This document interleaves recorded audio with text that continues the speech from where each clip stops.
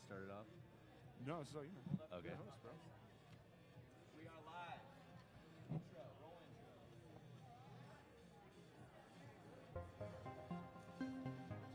Brian, what's your last name? Runnels. And can I introduce you? Yeah. Runnels. Runnels. Runnels, just like the snow.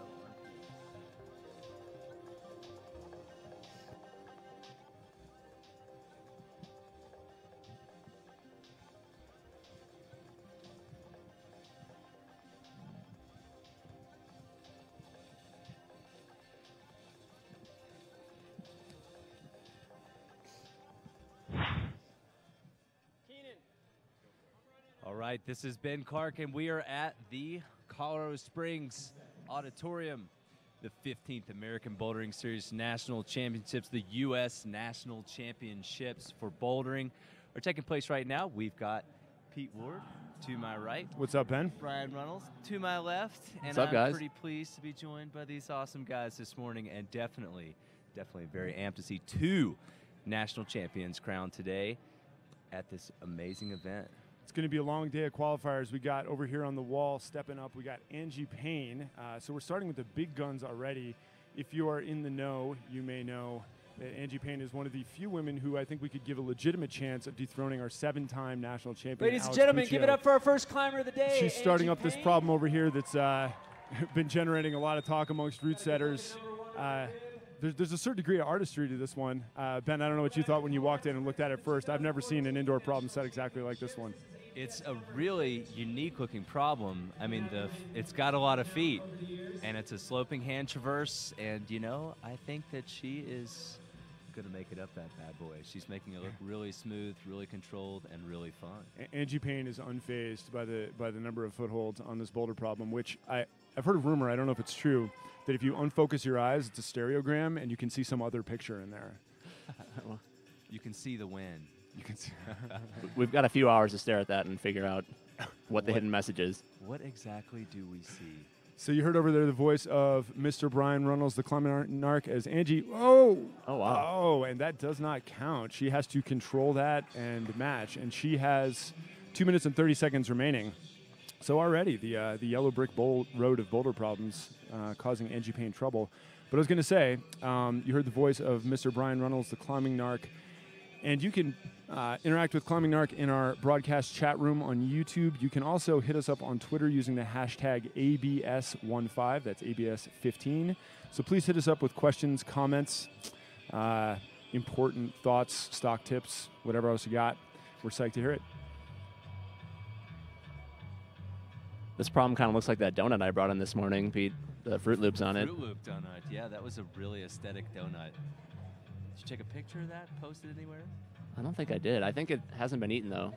A lot of people had ethical issues with donuts with Fruit Loops on it, so. It's too pretty. Yeah, she's looking controlled and smooth, and like she's going to go for the send again here. I think she's going to get it. I'm sure Andy was disappointed to fall in that first attempt, but I don't think she's rattled by that in any stretch. No. Angie Payne has been around this particular block. Excuse me, getting the morning speech impediment out of the way. She's been around this block more than once, and she wanted to go first, I believe, because she feels confident that she can do exactly that. Awesome, and she has topped out. Excellent job, Angie Payne. So, Mr. Runnels, we were just alluding to the fact that we've got Alex Puccio at the top of the food chain here, our 7-time national champion, and Angie Payne could be one of the ones who could potentially take her down. Who else we got? Well, definitely Angie, Alex Johnson, both past national champions. Yep. There's also a young crop of kids coming up. Megan Mascarenas was here last year, had a great showing, finished in the top 5, I believe. Margot Hayes, another kid from Boulder, super strong climber. So I'm really curious to see how the young climbers do against some of these older guard climbers that have been here for 7, 8, 10 years. Yeah, experience definitely counts. And you can see that on the replay here with Angie Payne, staying cool, staying calm, using that experience to make sure that the nerves did not rattle her. But Brian, you bring up a really good point here. At some point, that there is a changing of the guard, and people, Alex Puccio will not win all future ABS national championships. It's true. So someone will come up. Yeah, so while there is a bit of Alex versus the field, maybe this is the field's year. Yeah, I mean, like you said, she can't win every year. Unfortunately for the other competitors this year, Alex has looked so strong in all the comps leading up to nationals, so she's definitely the prohibitive favorite, but anything can happen. And like you said, at some point, somebody else can have to win this event. Yep.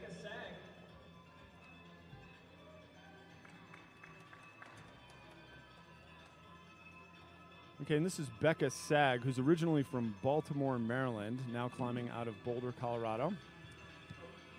Says here that she is working as an editor and a post-production manager at Sender Films in Real Rock, which means she's one of the best in the business in making pretty pictures. I would say so. They do quite good work, right? They certainly do. And she's going to make good work, it looks like, of this problem here. Looking smooth. Thinking it out. All right. Big slopey features and small slabby feet. Gotta like that. Yeah, man, it's really something to be coming out of isolation. You're here at the National Championships. You know this is broadcast live, online, free whether you like it or not. You know everybody's watching worldwide, and the first thing you have to do is calm your nerves and be precise with your feet on a slab. Welcome to the ABS National Championships. Well, it's interesting because, I mean, we were talking earlier about how this is for the climber, you know, and this is definitely not what I think most people might be used to coming right out of the gate. And it looks exciting. It is exciting. And it's a little hard to tell from back here, but those footholds are all pretty terrible. I was watching the guys forerun this thing last night, and I think your analysis from the back of the house would be confirmed from the front of the house. Those are awful. Yeah, those feet don't look any good. Yeah, I think the secret is that actually the smaller footholds are more positive, whereas the larger ones are more just like flat discs that are right up against the wall. Well, let's start an aesthetic conversation about route setting here. I believe that this is sort of a binary problem: love it or hate it. You know, you could love it for aesthetic reasons, or you could hate it. I don't know why you could hate it. I love it. What do you guys think? I think you shouldn't hate on this problem. I think it's aesthetic. It looks really fun, and it's bouncy. You know, it's a delicate type of balance. I mean, to see some of the nation's best right now. I mean, both having. We've watched Angie Payne just fall off the very first run, and I think that it's fun to watch. Yeah, it's part of climbing. Yes. I just got a shout out on Twitter from Sam Schofield in the UK, and I will tell you something. I was climbing in the UK back in September, and you go to a gym, and it's not like here, man. Everybody's not campusing on the 45. Like, slab climbing is a real thing, and they get it. If you want to climb the hard problems on gritstone, if you want to climb those bad traditional lines, and I mean not bad meaning bad, but bad meaning good. If you want to climb those lines, you got to be able to climb like this. It's a real skill.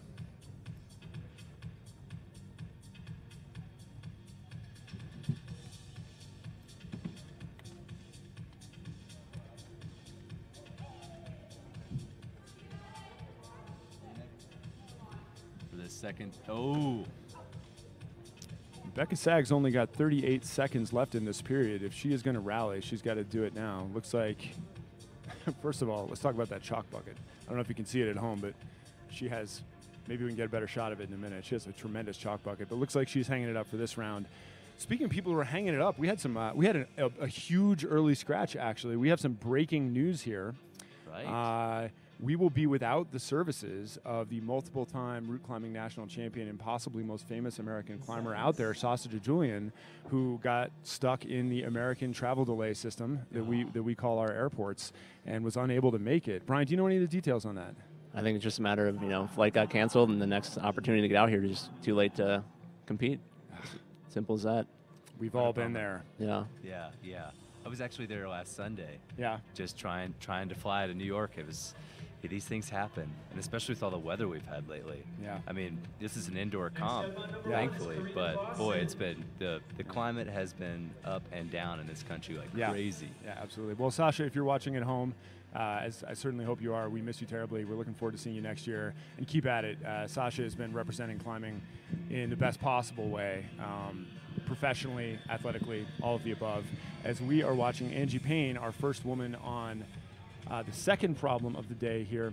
Nice. And this one is sort of diametrically opposed to number one. Wow. This one has a grand total of 10 holds on the wall, and looks like it tests a whole different skill set.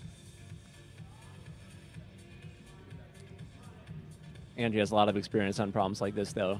She should be able to figure this out. I certainly couldn't standing underneath it this morning, though. There is a little bit of a foot chip on the right volume where her right hand is right now, so I think that's probably what she's going to try to come into with her left hand at some point. Uh-huh.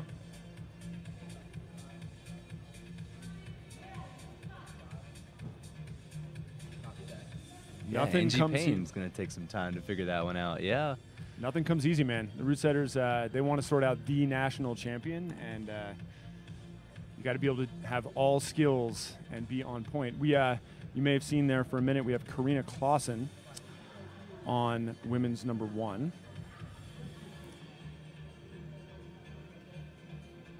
Our first non-boulder competitor of the day. Yeah, you know, Colorado is a hotbed for climbing, and it seems like they've got a lot of competitors today coming out of Boulder. Karina is from Johns Creek, Georgia, and confirms a trend that I have seen out there, which is the future of the sport's coming from a lot of places. Anywhere Yes, there's it a gym, is. which is anywhere in this country, Yep. you can become good enough to come and compete on the biggest stage that we have in our sport, and this is that. So we've got Angie Payne starting up number 1. We'll keep you posted on Karina, who is now high. I'm sorry, Angie Payne's on number 2, and Karina is high on number 1. Angie Payne trying to work out this stemming feature. Tricky drop knee from Angie there, and Karina just falling at the Yep. top of problem 1.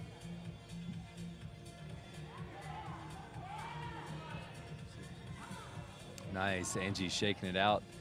Taking a moment to think about this next move. Let's see it. She's gotten to an actual crimper there.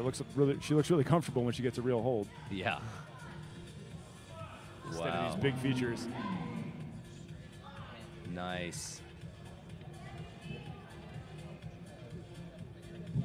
Angie Payne is just so relaxed. She's clearly been here before. She's clearly still got her mind working. Not using any energy she doesn't need to use.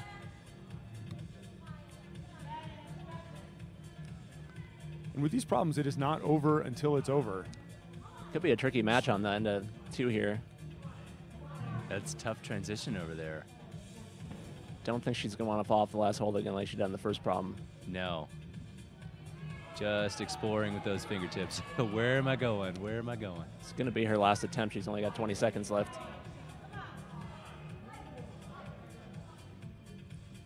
Oh, Oh, wow. Yeah, Brian, you were saying that's going to be a tricky match. I was watching Mark Mercer of the root setting crew running that last night, and he was working hard even just to match up there. So I think Wow. you are spot on there.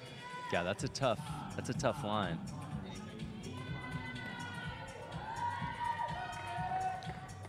Well, Pete, what do you feel are some of the differences between the women's 1 and women's 2 problem here? Well, I mean, as we were talking about with these root setters, they're testing all skills, and right out of the gate, by the time you get through your first 15 minutes out here, you've been tested on your precision, your slab climbing, and then right away, they're just hammering on your core. When you have those big opposing holds like that, it's not so much finger strength isn't the issue, right? Right. It's about how many sit-ups can you do, basically. Is your supraspinalis a strong muscle? And do you, honestly, have some old-school climbing techniques about you, right? Yep. I believe this is Becca now on problem 2. Can you are you good at stemming? Are you good at drop knees? Are you good at chimneys? These are not skills that you might associate typically with indoor climbing, but these root setters have really made sure that you have to be good at everything. Yep. That's Faith Winter getting high on problem 1. I think that's Chauncey Carroll on problem 1. Nice. Very Faith smooth. Winter. Looks like she's got a clean send on that first problem. All right.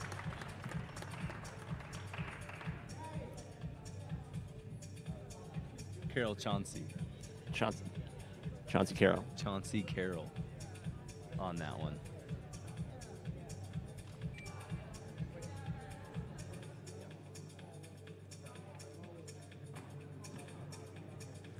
Once again, if you're watching at home, you can hit us up.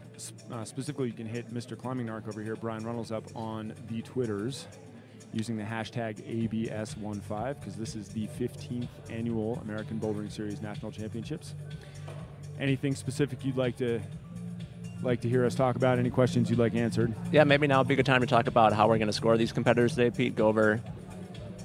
Yeah, what are the scoring rules and formats of this particular competition? Way to put me on the spot, guys. Fortunately, I thought of this morning. You have an answer. I have an answer.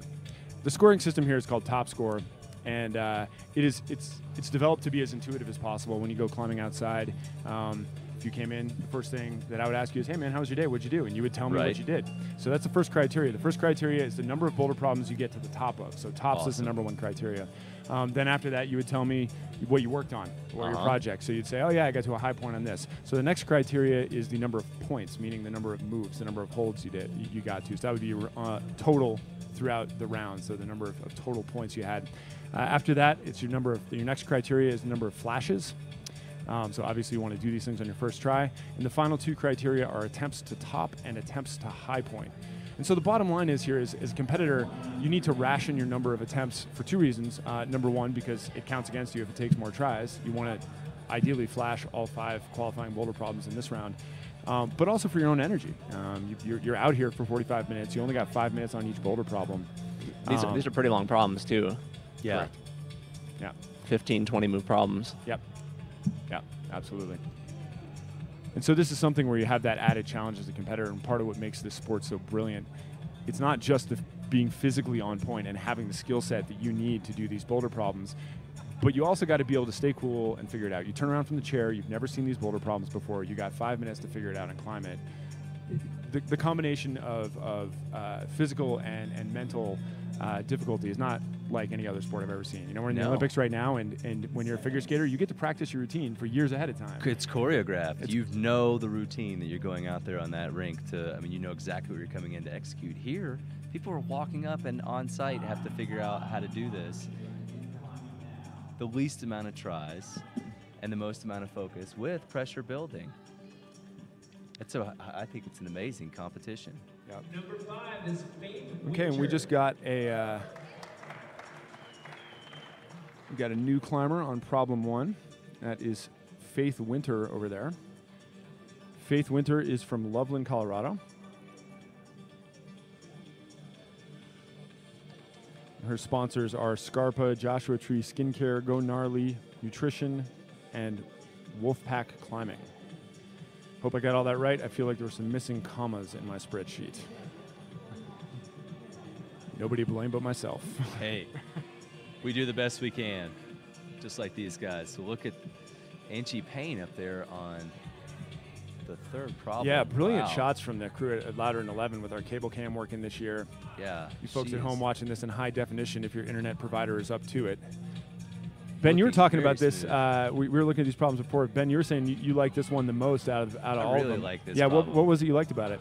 You know, I just like the gymnastic, the movement part of it. I mean, I think it's, you know, the second problem is a little more grunty and a little bit more like what I would expect to maybe find in the alpine environment where I'm most comfortable, and similar to the first problem, you know, more slabby.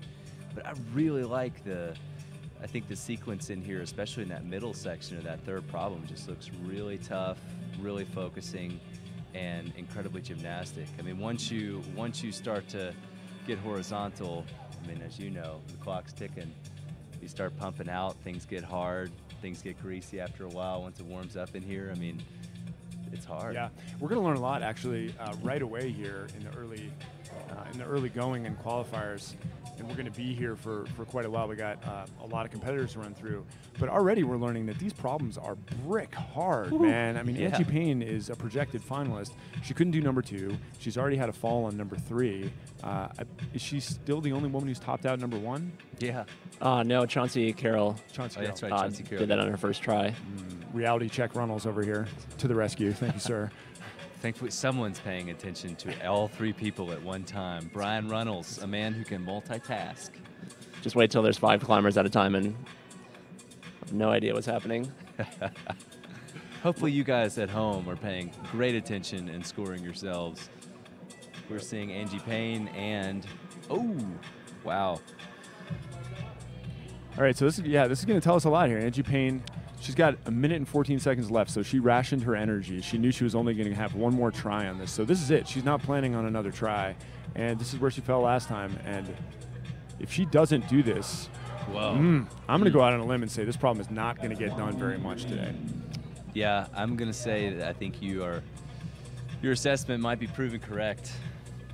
It's a hard line. I mean, just looking at it from the ground, I thought, wow, just trying to solve that sequence and then just how pumpy and challenging that's going to be. I mean, it's very gymnastic. It's very bouncy. It's a lot of core strength. I mean, you're using a lot of everything that you've got in your skill set.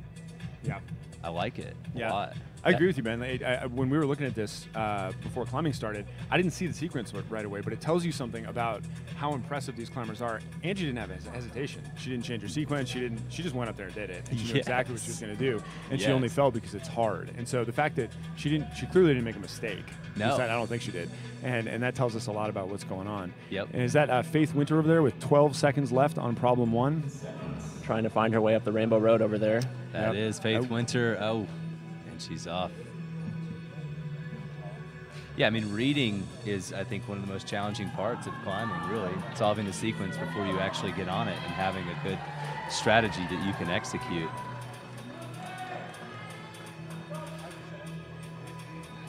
And who have we got here? We've got Margot Hayes stepping up to problem number 1. Number 1, Margot Hayes. And Margot's one of the young climbers I mentioned when we started. It's super impressive watching her climb. Doesn't seem like she'd be able to do certain moves, and she just does them. It's crazy. Yeah, Brian, it's cool to watch. It says here in my notes that she has climbed 514A and V11 at the age of, if my math is right, 16 years old. I believe this is her first year eligible to climb in this event. So I think we're going to see her for many years to come. Wow. Well, That's an impressive resume already. yeah, I'll be interested to see how she does here. That could be part of what we're talking about. You know, I mean, we see Angie Payne struggling on problems 2 and 3, but who knows? Maybe there's a Margot Hayes out there that's going to show us how it's really done. Yeah, I mean, that's what's going to make this entire broadcast really exciting, especially in these qualifiers. It's just weeding out and finding out who we don't know that's going to come in and prove something.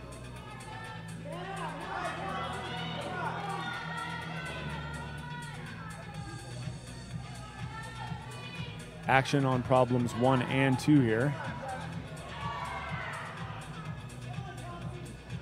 Wow, Margot Hayes really nice. She's got a match, and she's got it. That's She got control. Awesome. We got Chauncey Carroll high on number 2. See if she can be our first woman of the morning. Yeah, gosh. To do this that. move.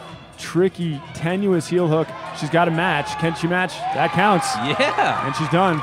All right. All right. Well, maybe it will be a change of the guard. This is a comp, Pete Ward.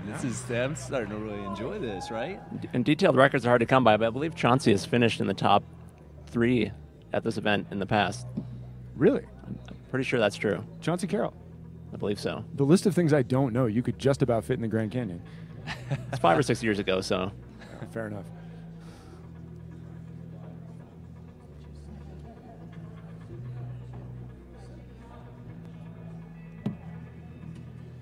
Got Becca Sag over here on the women's third problem, and you know, she's about to get into that first sort of really cruxy move. Ooh. That's where I was starting to think as I looked at it. Yeah. I will be looking forward to seeing what Margot Hayes and Chauncey Carroll can do with problem 3 there. Let's hope they annihilate it. I'd like to see some smooth moves right through there. Yeah. We'll have to drag a Unlocking. root setter in the booth here later on, but these guys have thought this through. They have a pretty clear plan of how many falls they want on each problem, or how many people they want to do each problem to get through. And be interested to see if this is going according to plan once we've been at it for an hour or 2. Yep.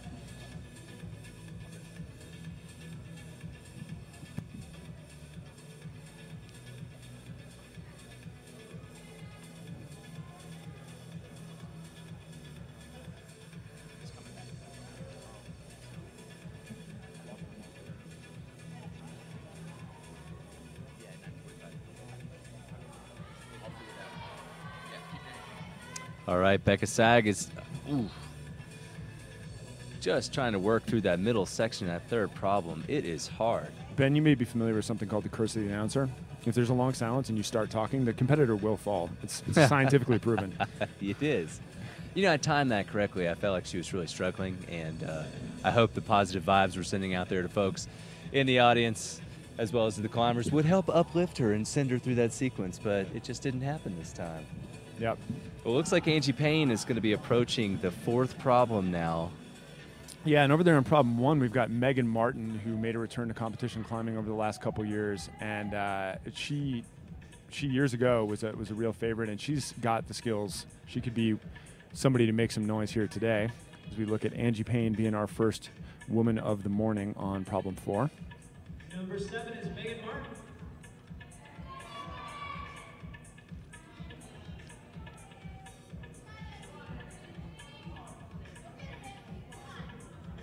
This problem looks reasonably straightforward, but just brick hard. Yeah, very technical, very hooky. You must do your ab workout to have the tension to keep that together. Got another shout out on Twitter. I guess the time works out for the UK. I was there in September and got a great tour for some really friendly people there. And Leah Crane, it was good to see you too, and glad you're tuning in. Thank you so much. All right. And there we go, Megan Martin. Maybe she came to get down. I think she did. I'm just going to quote old rap lyrics all day. That's my plan. I came to get down. A little. I'm not going to rap. That's your job. No. All right. Why we're here? That's Angie Payne. And Karina Clausen also working through problem. Oh. Curse of the announcer, man. I know, you know. Root setters are not messing around. No. Angie Payne visibly looking a little bit perplexed by that problem, number 4. It's challenging. Yeah, and I'm a little perplexed by that problem, and I'm 50 feet away from it. And I think that's the distance I want to keep today from it. These problems are like wild animals. Yeah, you got to be careful. They just suck you in and they spit you out. That's the way it goes.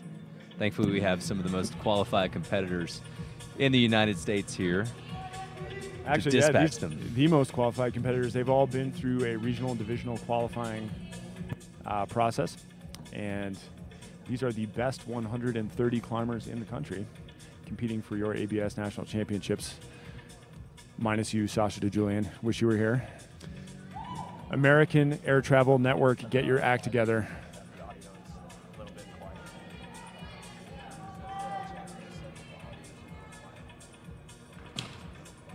And I'm not sure what the plan is here. She's so spread. Oh, there. That might have been it. Angie is looking frustrated today. Yeah. Tried to offer her a power donut this morning, but she refused.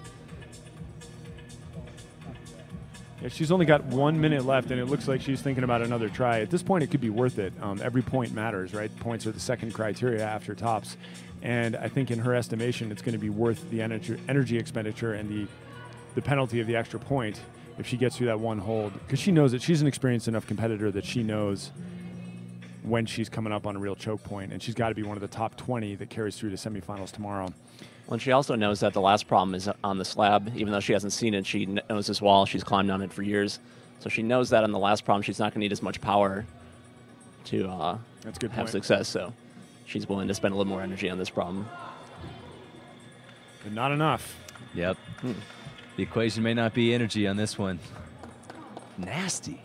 I think what's most interesting having Angie come first is that you assume that these problems are hard, but until more climbers come through, you don't know if she's having a bad day or they truly are really difficult, and we'll kind of just have to see how that develops as more of these 50-plus women get out here and climb on these problems.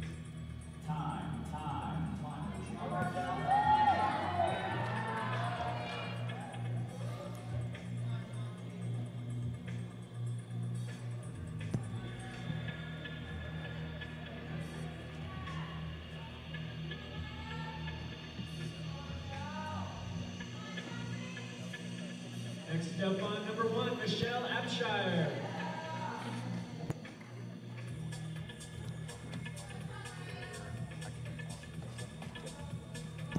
So once again, folks, welcome to the Colorado Springs Auditorium. We are at the 15th American Bouldering Series National Championships, the U.S. National Championships for bouldering. Over the course of the next 2 days, we are going to crown 2 U.S. national champions. There are 130 athletes from all regions of the country here competing to determine that national champion, and we are in the throes of the early part of qualifiers, and it is already extremely exciting and some suspense building. Pete, who's bringing us this awesome broadcast? Yeah, we want to thank all our sponsors who make this possible, actually starting at the top of the list with USA Climbing, who is the national governing body for climbing. Oh, wow. That is a new high point for Yes, it Chauncey is. Carroll on problem 3. We'll interrupt our thank yous to watch Chauncey just make incredible Wow. shortcut there. She is looking really strong. Whoa! Man, Fighting. really sticking it. Awesome. Finger strength for days. Wow. Wow. Well, Chauncey Carroll just showed us how to do it, huh? I did not see that coming. Wow. Chauncey Carroll showing us how it's done on the third women's problem. I'm impressed. I'm excited to see some new faces in finals, perhaps. We'll I see. believe so. I am very impressed. All right, well, anyways, I want to thank USA Climbing for making this possible, and all of our sponsors who support climbing, support USA Climbing, and support all of these competitors. Start with the North Face, Never Stop Exploring, Cliff Bar, Evolve, Climbing Magazine, Kylish, and Scratch Labs. These are the brands that support climbing, and please do support them as well. Climbing is a growing sport. It's been a tremendously transformative decade, and I think the next decade for climbing will be even more so. Everything's changing as these athletes bring the sport to new levels, and those are the brands that are supporting this sport. So we want to make sure that we support them as well. This is Margot Hayes, seeing if she can be the second woman. Curse the announcer there. Still looking for that second woman to do problem number 2.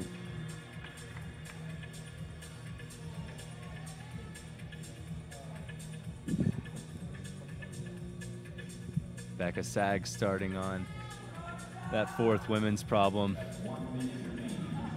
Cruxy. Yeah, guys, 2009, Chauncey Carroll took second at Nationals back when she was Chauncey Cox. So, Really? yes, Wow. she's since got married, gone to school. She's still pulling down hard. Very much so. Well, at least I can say the name rings a bell. Margot Hayes tactfully figuring it out on that second problem. What a grunt. I mean, stemming, chimney moves. I mean, this is a hard, grunty problem. You can Working see the her. core. She's had a tenacious style that she climbs with, where she just doesn't seem to be discouraged by anything. She just keeps throwing herself at these problems Yep. until they make her stop, which is what's happening right now.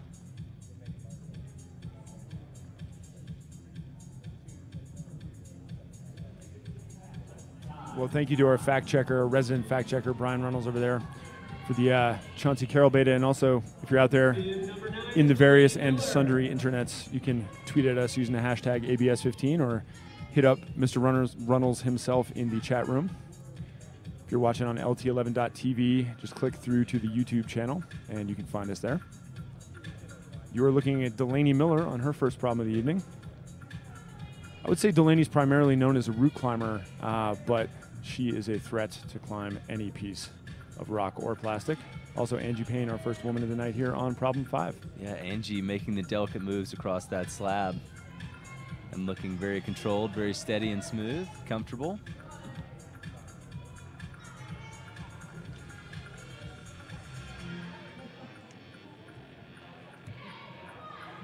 Wow.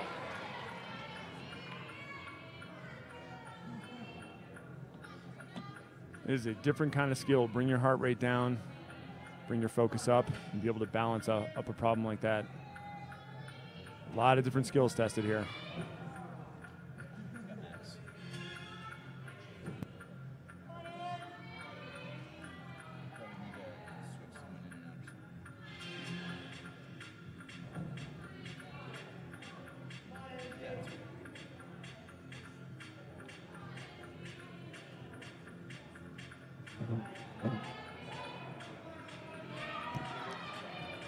All right, Angie Payne making a bid to be the first woman on and the first woman to send women's number 5.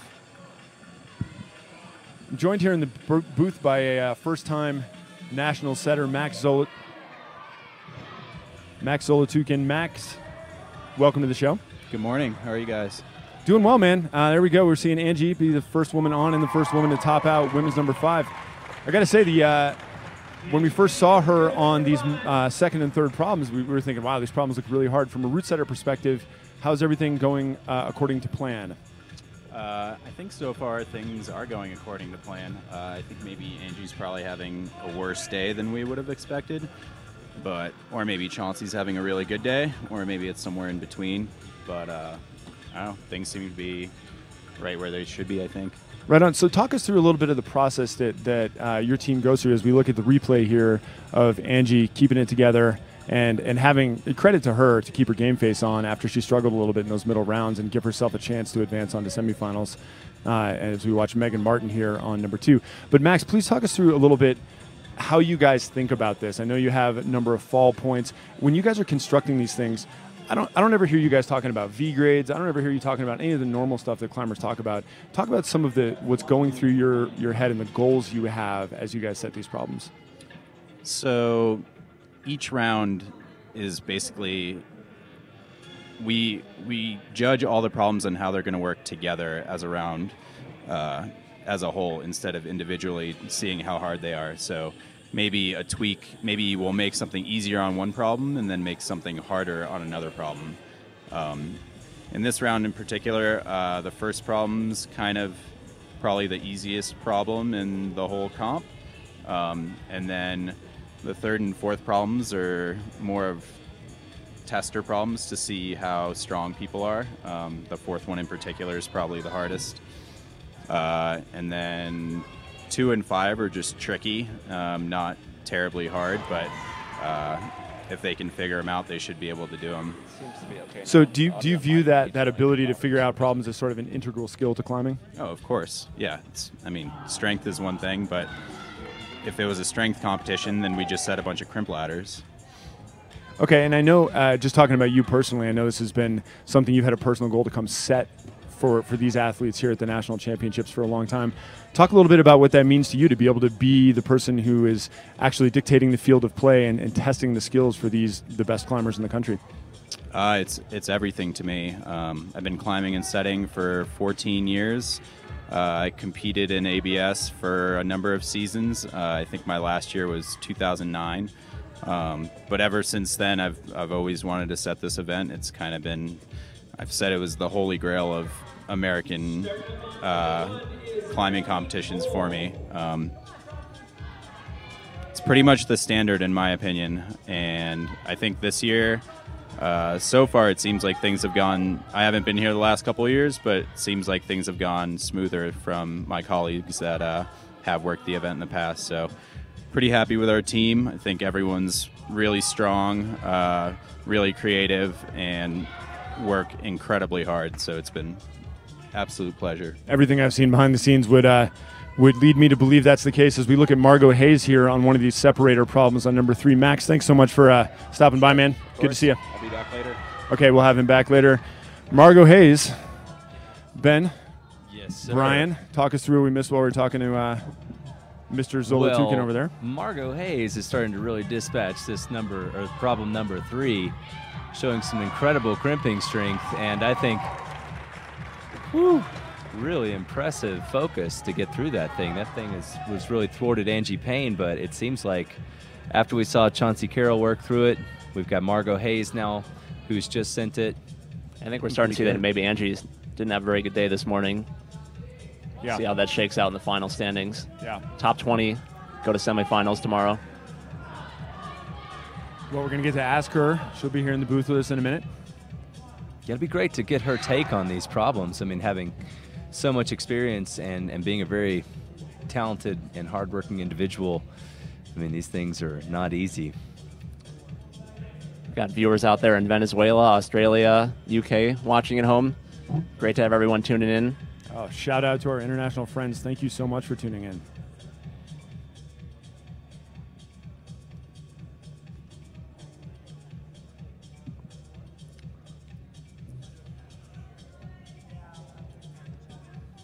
Emily Cole out on women's number 1 on the far left there.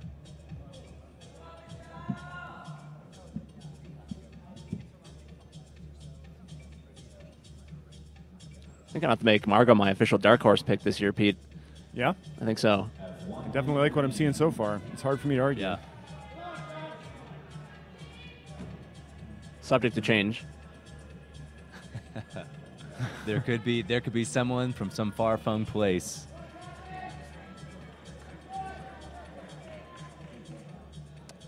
Even Chauncey's having a hard time on women's 4, though. Yeah, that problem is really technical. Setters did indicate that that's probably the hardest problem, long problem, with 19 moves. Yeah. And, you know, it is important to note that even if somebody like Angie's having a bad day, top 20 move on. So you do have a chance to move on to finals if you can rally tomorrow and climb a little bit better tomorrow than you did today.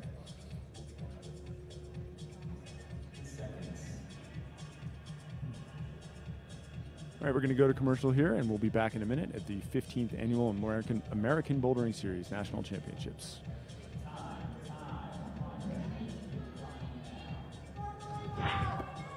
You're on Instagram.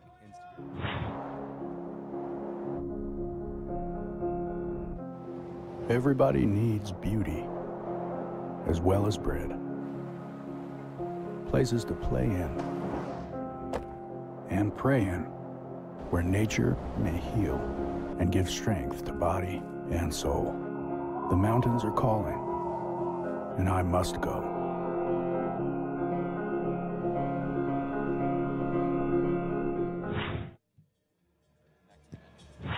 All right, we are back, and welcome to Colorado Springs and the 15th American Bouldering National Championships, the U.S. National Championships for Bouldering today in Colorado Springs. And over the course of the next 2 days, we're going to crown the national champions, and we've already had quite a showing from Angie Payne, Margot Hayes, Chauncey Carroll. We've got some competitors out here, and the excitement is definitely building in this room. Brian Runnels is to my left, and we're having a pretty good time. Yeah, it's getting into the action here. We got 5 climbers climbing. Got Galina Parfenoff on women's number 1. She actually made a pretty well-viewed video last year, I think, of her doing some really intense training exercises where she's doing all kinds of campusing, pull-ups. A lot of people seem to like that video. She's definitely got some power. But this is definitely a comp where I'd say you've got to have a pretty diverse skill set. I mean, strength, balance, tenacity, the competitive edge, focus. They try to really balance it at this comp, and you know, two out of the 5 problems are on basically slabs or vertical walls, which is really not the typical American style that we're known to be good at. So it definitely tests these competitors in all facets of their bouldering game. See Delaney here on women's 2, taking her time. Yes. Trying to figure out how she's going to get onto that right-facing hold. She's got so much endurance that she can hang out there and just really Ooh, looks like we got Karina Clausen just topping out on the women's 5th problem. Rough one. I like this problem number 3. I mean, this is really a good one to watch. We've got Megan Martin on that right now and just cruising right through that first sort of crux. Let's hope she's got the crimping strength to hold on. Looks like she does for right now. Interesting that skipping the intended sequence is turning out to be easier, which, you know, it happens, but definitely not something the route setters hope to see. Right? See how many of the competitors figure that sequence out. I think this 4th problem, I want to see who sends that today. If anyone can get above those 2 huge features.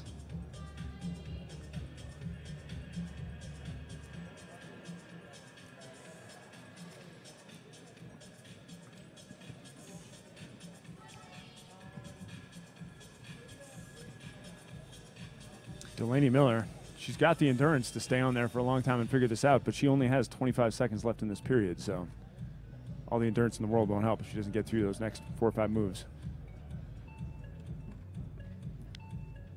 It's interesting to see the fluidity to her movements, that she's not rushing or anything like that. Oh, yeah, Doesn't she's work very out. smooth. But persistent, you know, really trying, having to work hard at getting it right. And now we will find out what's up with women's number 4. Margot Hayes will tell us. Yeah, I'm interested in seeing how Margot Hayes approaches this problem. I mean, it's really, people are just not getting to those 2 large features in the middle of the wall, and that's only halfway through the problem. Number of moves in that thing. You can see what she thinks about her beta. She's spinning in circles. Like she's got, in her mind, she's got it figured out. And if she does it like that, it's going to be beautiful. I hope so. There's always a way. I mean, you've got to keep looking. That's the beautiful part I think about climbing, is there's going to be someone in here who's going to see this and have the vision to execute. You know, and she comes with a pedigree. Brian Reynolds, please correct me if I'm saying anything wrong here, but I judge by her T-shirt. She's from Team ABC in Boulder, coached by possibly the best competition climber in the history of the U.S., Robin Eversfield, who, if you know your history, you need to know and respect Robin Eversfield. She has been around the game and a highly, highly decorated competitor. And if you are a young kid getting started in this game, you could not possibly have a better coach. Yes, it's definitely working for her. I've seen her at some of the local comps in Boulder over the last 6 months, and she's always there, you know, placing in the top 2 or 3 spots. Just, I don't know, it's cool to watch her climb. She's kind of got that youthful vibe to her climbing, where it just doesn't get all stressed out like, you know, old guys like us, Pete, when we're, you know, not able to send things. I'm freaking out right here. I know. Look how far away we are. That problem's just a beast. I feel like that problem has Alex Puccio written all over it. We'll see how she does later. I agree. But looking over the slab at number 5 and looking at Chauncey having some difficulty, you know, Angie Payne's probably frustrated with her performance. You can see her over there. She doesn't look super happy. But it could be that her ability to keep her head in the game, we'll see how everybody else does on number 5, but that might end up paying dividends because she did finish with ascent. So we'll see as we look at Margot trying the huge reach. I think she's hoping to get around that corner, you know. There's some holds hiding out around that corner that are obviously very valuable to that sequence and unlocking it, but yeah, that's definitely the method out there. If you can get anywhere near over there, you got to turn your whole body around the opposite way somehow in the midst of that. All those big holds. Speaking of turning your body around the opposite way, I'm sure Chauncey Carroll would be willing to do just about anything if she figured out how to do this little parkour move over to the sloper here on number 5. Jordan, could you tell Paul that during times when he enters scores as well?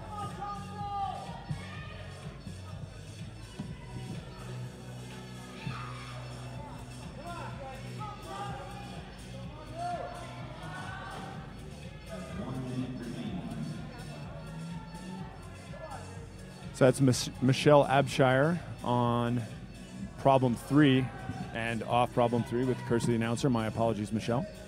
So we look at Margot Hayes now, still trying to figure this out, trying to get a crafty bicycle in there, and she keeps kind of questioning her own beta. She keeps going for that big reach and then coming back, looking like she wants to do that reach under with the left hand to the bicycle, and keeps changing her mind partway through, which is you hanging out there and trying to figure it out is can't hang out for that long.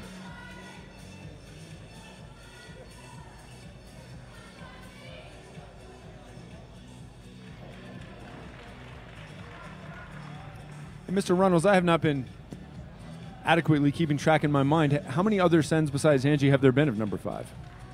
I don't think I have lost track as well. I don't know that there have been any others, but we'll find out once we get a look at the scores in a little bit here. Okay.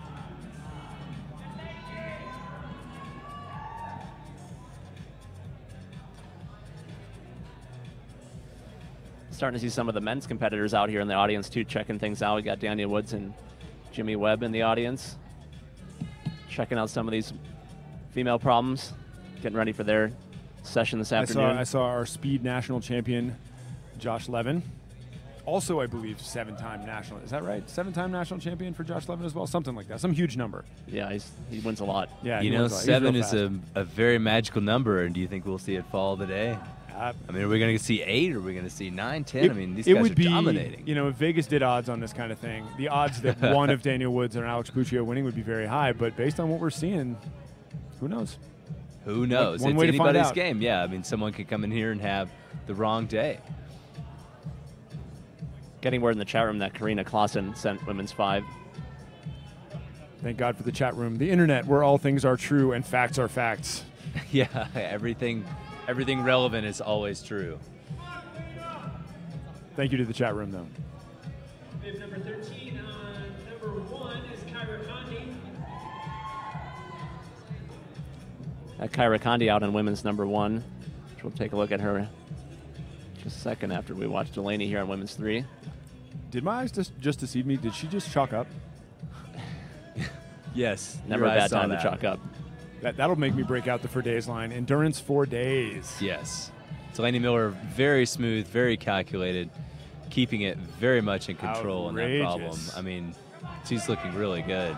Yeah, climbing the way it was meant to be done. She's struggling a little bit. There's some strength involved in that problem. Yep. Oh. It's a Curse game of the inches. announcer. That's hard.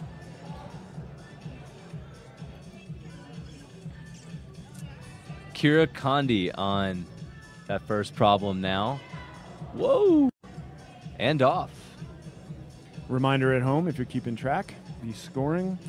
It's broken down. The first criteria is the number of tops, the number of problems you do. If you do all the problems on your first try, that's the highest possible score. The next criteria is points. That's the number of moves you did or holds you controlled, followed by the number of flashes. That's the number of problems you did on your first try. The fourth criteria is your attempts to top, and the fifth is your attempts to high point.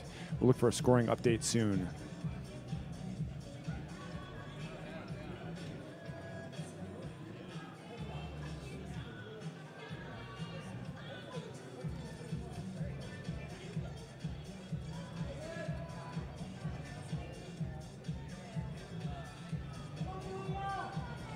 I don't know how much you can hear it at home, but we got DJ AJ over here working the tunes. I was just thinking about that Michael Jackson song we were listening to. And now these ladies got to be pretty pumped up out there. Definitely some high energy in here, and people are looking pretty excited. I mean, I'm glad to see a good turnout in here for this. Yeah, I got to say, actually, for qualifiers on a Friday morning, Yeah, this is a lot of people in this room. a pretty good audience, good crowd. Delaney Miller's got 34 seconds, so she's got plenty of time. And looking smooth still. Let's hope she's got the strength to pull through. I mean, that sequence right there, you've got some really small crimpers. She's got a match again. We were absolutely right, Ben. You pointed out before that her calculated style may not be right for that move. Yeah, and she just had to throw a little bit to get it. And looking at the end of this problem, this seems like the dynamic portion is over. I like her chances. She has 10 seconds, so she's got to be aware of that. We're looking at 7 seconds now. Uh-oh. She's got a match, and she does it with 2 seconds remaining. Woo, man. I mean, I don't know about you, Pete, but if someone said, hey, you've got 8 seconds left to cruise this last section of this really crimpy, hard problem, I think I'd be chalking up and sweating a little bit too much myself. I would panic immediately.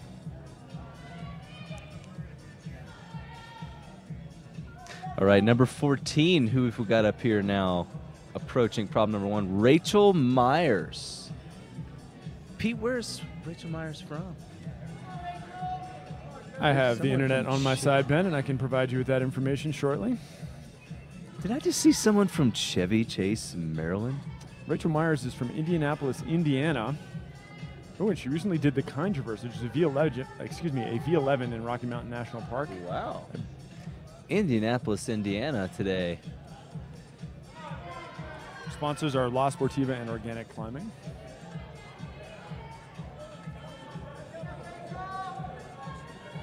This is Margot Hayes you're looking at over here on problem 5. Apparently she does have the balance to get it done.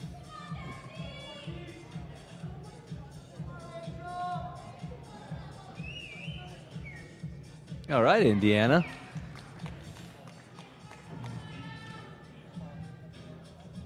So that was Rachel Myers topping out problem 1.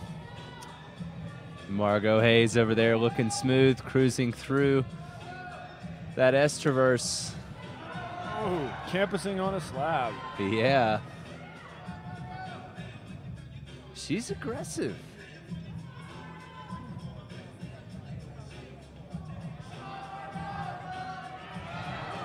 Yeah. She knows how to fight. Yeah. I like it. There it is. All right. She got it done, all right. All right, Margot Hayes. Topping out. Who have we got over here on the third problem? Emily Cole. In the meat. In that cruxy sequence. Oh. Checking out those sweet cable cam shots we have. Yeah, that cable cam really makes it, huh? We're able to really see, especially as people try and cruise through the crux on 3. I got a brief programming reminder here. We are here live from the Colorado Springs City Auditorium in lovely Colorado Springs, Colorado, for the 15th annual ABS National Championships. We will be here. My name is Pete Ward. I'm here with Ben Clark, and Brian Runnels. We all know each other's names very well. Brian and I are sharing a brain. Yeah. He knows the facts. It's good that you guys have one because I have none. We will be here for the women's qualifying round until about 1:30 Mountain Time this afternoon. Then we'll be back for the men's qualifying round starting at 3 o'clock Mountain Time and going until 9:30 in the evening. So no matter where you are on the planet Earth, via the miracle of the internet, you will be able to watch the qualifying round and get an early insight into who will be qualifying for our semifinal round tomorrow morning and who are our favorites for finals tomorrow evening. So please do spread the word. Please do hit us up on Twitter using the hashtag ABS15. Mr. Runnels is over there and can answer your questions. And if folks, he sees fit. If they're good, they have to meet his standard. Awesomeness awaits you. This is the 15th year of the American Bouldering Series National Championships, and tuning in today, tonight, tomorrow, you are going to see 130 of the best athletes that we have to offer up in this country going for it. In here, working extremely hard problems and showing us all the more reason to get out there and keep climbing, right? I mean, is this not really inspiring and fueling you to feel pretty psyched right now?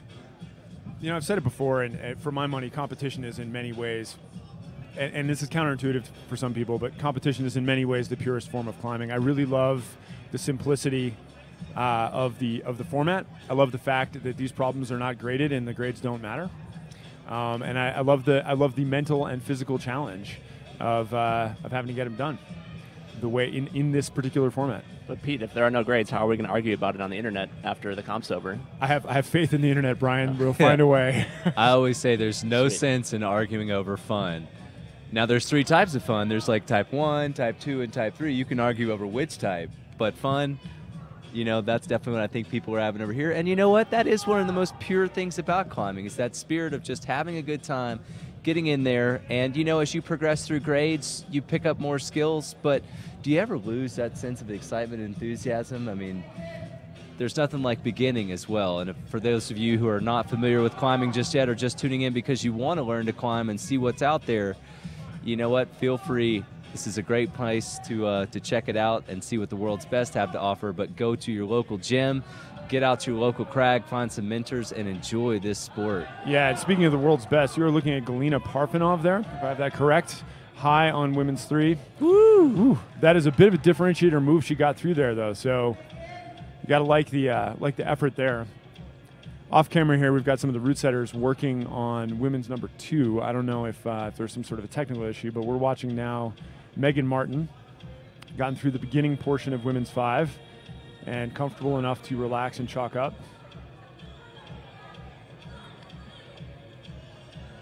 She's got 2 minutes left, but this has been a long burn, so you don't know how much more if she's going to be able to get this high again if she doesn't figure it out. So good for her for making sure she's got a real plan before she carries on. She's getting got in a bad position there.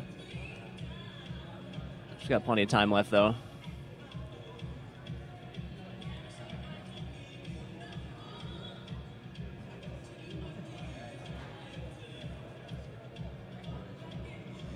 In addition to all these great American climbers we have today, Pete, I'm also pretty excited. There's a couple of German climbers visiting that we're going to see later on today. Tell us more. We had Julianne Worm from Germany, and Jan Hoyer is also from Germany. I think a lot of people are going to be excited to see both of them climb. really seasoned European competitors and climbers that maybe raise the game a little bit for some of their American counterparts here today. Yeah, we've had a long history of really strong international competitors coming to our national championships and doing well. Sean McCall from Canada actually won the event 2 years ago. 3 years ago. 2 years ago, we can say. I'll say 3. Yeah. I think Fact checker Brian says 3. The internet will let us know. The better half of the brain that Brian and I are sharing says 3. That was an interesting year when Sean won. That was your Daniel Woods did not make finals. Yeah. Never know what can happen. No Yeah. guarantees in these events. Daniel Woods is a 7-time, also a 7-time national champion. Correct. I mean, what do you guys think? I mean, on a given day, I mean, sometimes you can show up and it just doesn't come together. Yeah.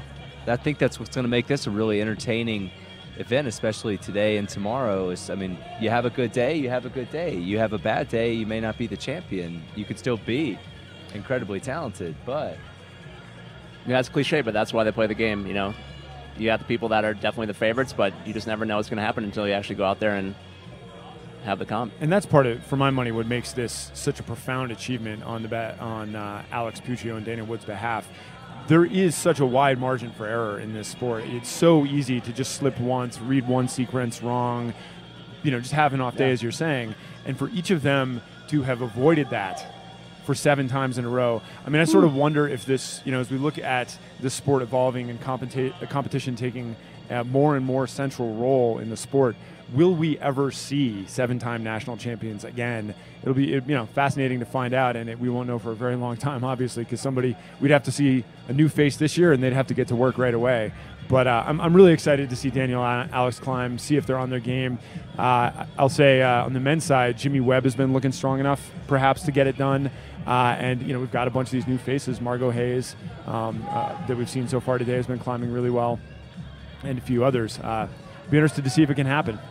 Could be the year.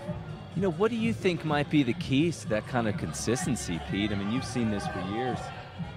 Yeah, man, Ben, that's a good question. I think the first thing you got to be is dead strong. That's what Daniel and Alex. The simple lowest common denominator is, can you crimp the hold and pull it to your waist? And both Daniel and Alex are the world heavyweight champions in that.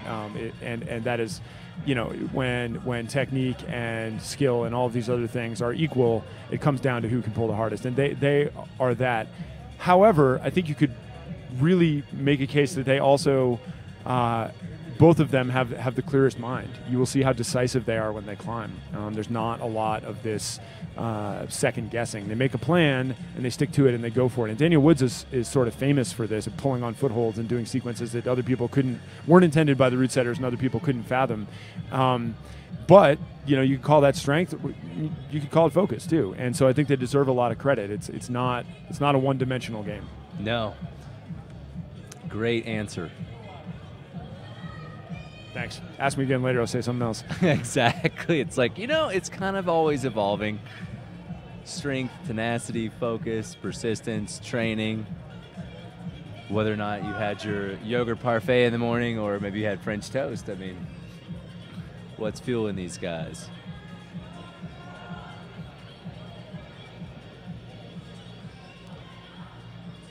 Got Michelle Abshire on her last problem over there, far right side of the wall, trying to figure out those balancing moves.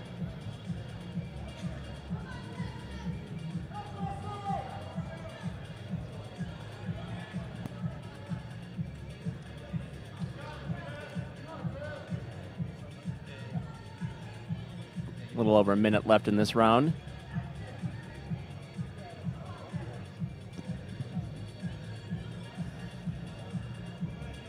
So far, it seems like 2 and 4 have been the most challenging problems for these climbers. 3 right up there as well. Yeah, it really does look like the meat of this round is bookended by 1 and 5. You got to get through this pretty savage gauntlet here in the middle, and then keep it together enough to have the balance at the end. I think that's the one thing that people maybe don't realize, that even when you're on a slab and you're not having to pull that hard, if you're tired, your balance gets off, your coordination gets off. It's not as easy as if you had started on that problem. It's cumulative fatigue.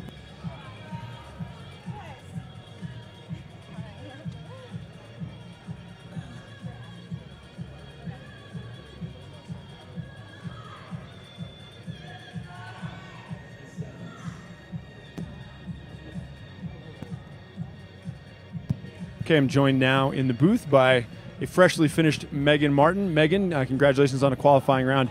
It looks to us like the real difficulties of this round are problems 2 through problem 4. How did it feel for you out there? I think that's an accurate assessment of the problems. I found that like on my first try I would feel pretty good, and then I just like kind of slip, but then by the time I would try it the second time I'd be like a little bit tired. So on like 2, 3, and 4, that was like really tough because they're on the overhangs and whatnot, but I don't know. Problems were cool though.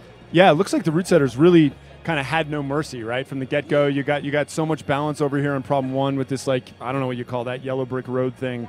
And then you just got to keep your act together and ration your tries. I mean, what kind of process, like, how much energy are you willing to expend per problem? So, because you know you've got so much difficulty coming up, how does that strategy play out in your mind? You really have to think about it, and like when you're standing, looking at the problem you're on, you can kind of get a glimpse of like what's next too. So like, whenever you're on the steep ones, you definitely want to like conserve your energy. Like on number 3, I think I had like 45 seconds left, and I was like, nope, not happening. It's too long. Like I've got 2 more boulders, and it's another overhanging one. So like I'm done. Like you just gotta decide to like sit down. Yeah. Absolutely, yeah. Well, I thought you did a really good job of that, so hopefully you do well, and hopefully we'll see you tomorrow. Yeah, hopefully. See you later.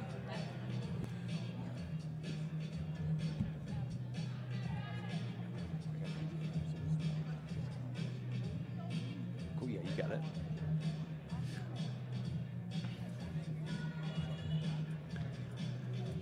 All right, I'm looking forward to hearing Pete's got Angie Payne here in the booth, and I'm looking forward to hearing what she has to say today about these problems.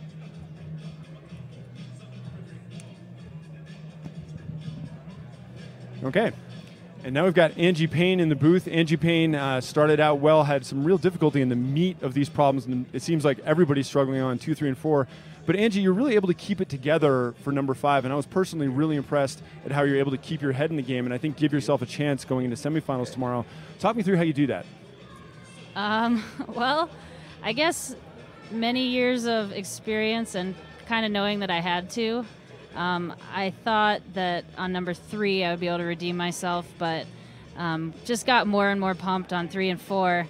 And I knew 5 was on the slab, so I figured that was my chance to at least get 1 more boulder in there. So that was the point, I think, where the experience really came into play, and just knowing that I had to turn it on. Unfortunately, I couldn't do that a little bit earlier in the round, at least not today. But yeah, I sort of got it back together there at the end. Well, that's really impressive. I mean, you're using that experience, and we know you've bouldered V13 outside, and to have the presence of mind to know that this is not a good day for you physically, and you got to save it for the slab. I'm really impressed by that. So if you feel like, looks like you might be pretty close based on what I'm seeing here, total guess, but if you make it through till tomorrow, you think you might have a better day tomorrow? Yes, I'm going to have a better day tomorrow. And today, actually going out first was a little bit harder than I expected. I was really psyched to go out first and get it done, but I felt more nervous than I normally do, and that surprised me. So I sort of got thrown off my game, but I am crossing my fingers to make it to tomorrow, because tomorrow will be a better day. Is this something that you, when you're training for an event like this, and this is, I don't know how many ABS Nationals you've done, but it's a lot, so you probably have the training pretty dialed. When you're training for an event like this, how do you prepare for the multiple rounds across 2 days? We do sessions in the gym, a couple sessions a day. As we get closer to the comp, we did a couple of times where we went in 2 days or 2 times a day to sort of simulate that Saturday round, semis in the morning, finals in the evening kind of round. So yeah, there's things that I do. I started waking up a little bit earlier this week to sort of get used to that. I don't know how much that helped, but yeah, there's little things just to get used to having to try hard when you're tired. And I also practice having to really try hard when I don't feel good. And that does help on days like today, because you just really never know how you're going to feel. Today wasn't my best, but I was happy enough with how I did on number 5 to be able to sort of get it back together. That was a small victory, so I have to hang on to that. Yeah, well, I think you really should give yourself some credit for that. One more question before I let you go. It's looking like on women's number 4, that's really looking like the hardest problem of the round, and nobody's having any luck getting through that sequence in the slopers and the traversing section down low. What do you think is going to need to happen for somebody to get through that? Somebody will get through it. I have a couple people in mind who I know will do it. But I think that it's just really raw power, and that heel hook and the toe hook are really tempting to hang on to, but it might just come down to powering through it and pinching the crap out of that left hand and just going for the big horn. Well, if we're talking about power and pinches, I think I know who you're thinking of. So we were looking just a minute ago at Rachel Myers over here on problem 2, which is funky, right? You come out, you've got all of these problems on, all these holds on problem 1, and then you turn around from the chair, and problem 2 is just this like exercise in sparse architecture. Talk us through what it's like to climb those 2 styles, one right after the other. I mean, I have to give it to the route setters on that, because as aesthetically, it's really, really neat to have those 2 boulders next to each other. But yeah, it's sort of like you have to flip a switch in your mind from going to too many options to too few options. And so that was really neat that they kind of like threw that mental challenge in there, and that they juxtaposed those 2 routes next to each other. So it was mentally challenging, because there's not very many holds on number 2, and that's all you got. And number 1 was just as challenging because there's too many holds. Yeah, that looked. I was impressed at your ability to just looked like you had some clarity on what you wanted to do right away, and I was really impressed by it. So right now we're watching Emily Cole on problem 5, and this again was a problem you looked really comfortable on. So strictly balance. How much of this is like just going for it and not letting your head get in the way and wondering if you're going to fall? It's like 90% going for it on this boulder, I think. For me, at least, it was.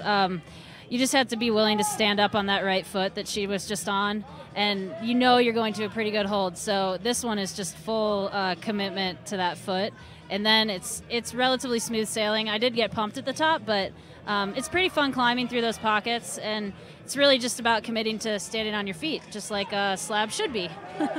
Okay, well, I said one last question a minute ago, but this is really the last question. I could talk to you about this all day. Maybe I'll drag you in the booth later. We'll talk more. So let's talk about the men's round. We've been talking a lot, obviously, for the men and women. We have 2 7-time national champions. But on the men's side, there's been Jimmy Webb's been climbing great. There's a lot of guys climbing well. Do you have anybody you think you can take down Danny Woods this year? Oh, man, the field is really stacked. And just the nature of competition climbing, I would say, yeah, the opportunity does exist. I mean, Daniel's a beast, and I am blown away by his strength, but I just know how comps go, and you can never rule out the possibility of the dark horse just coming in, and everybody, all those guys are so strong, and it seems like they push each other, and they've just gotten stronger and stronger, and I think it'll be really interesting to see, because the level of strength in that group is just astounding. So I think it's going to be a really good show. The men's field is stacked. Yeah, well, the level of strength in the women's field is astounding too, and I think you're a possible dark horse that we would all love to see do well. So good luck tomorrow. Thanks, Angie Payne. Thanks. Okay, Ben, Brian, back to you. All right, Pete, we are once again in Colorado Springs, the 15th American Bouldering Series National Championships, the U.S. National Championships for bouldering, and we're going to crown some national champs. Let's do it. How many times can you say national championship in one fell swoop? I think we got 3 times just in there, and if it's not clear, that's what we're watching, folks, and this is an awesome competition already. Great hearing from Angie Payne, and her hearing a little bit about her strategy and what her strengths and weaknesses were, and finding out a bit about that monstrous problem over there, number 4 and number 2, that just keep plaguing people. They are hard. And there were a couple interesting things that happened during that interview with Angie and Megan. First was Delaney Miller on problem 5 really got shut down and probably didn't have the kind of day that I would have expected. She is known more for her sport climbing. She's a reigning national champion, but she definitely has really solid bouldering. And then here we have Kyra Condi. She's struggled on the first 2 problems, but she's really in her element on women's number 3 here. Yeah, it looks like maybe she just had to work out some nerves. not a top, but it really seems to me like a choke point is getting to that crimp on the lip, and that's going to be one of the main, or it seems to be looming as one of the main differentiator points in this round. That hold is going to start to get really slick as the day goes on too. I don't think I've seen anybody brushing it. Yeah, that's a good point. There are stick brushes out here. The athletes can request that a hold get brushed.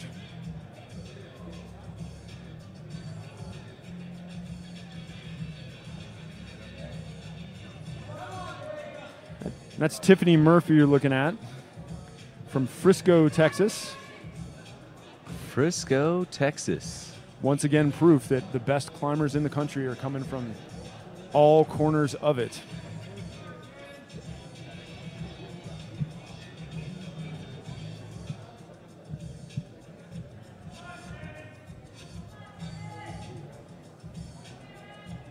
Gosh, just such a tenuous balancing act over there on that second problem here with Shannon Russell showing us the strength, but also just the gruntiness and amount of moves. Not a lot of holds on there, but just an absolute core blaster. Not a lot of holds, but there is a lot of climbing. Whew. And Shannon Russell's an interesting one. She's had some good success in the past, and she has all the tools. If we're looking at dark horses, she can pull off that kind of move right there. Wow, that was impressive. Yeah. That was very controlled and very fast. Yeah, if she can do as well in the next problem as she's doing on this one, she will perhaps be one of my dark horses for the finals qualifier. And look at that match. Yeah. That last move had thwarted a lot of people, and she made that look really good. I haven't seen anybody make it look that easy. She's one of the only people to finish that so far. Yeah, very clean. Mr. Reynolds, do we have a tentative scoring update over there? We have some very unofficial scores here. We've got about 6 or 7 women that are completed. We got Margot Hayes unofficially in first place right now, followed by Chauncey Carroll and Angie Payne. Looking okay for Angie so far. Margot and Chauncey both flashed 3 problems. Strong effort by both of them. Yeah, and it's not the same 3 problems, which is interesting as well. There's room for improvement. Looks like Chauncey really struggled on the last problem, but I think she's going to be okay.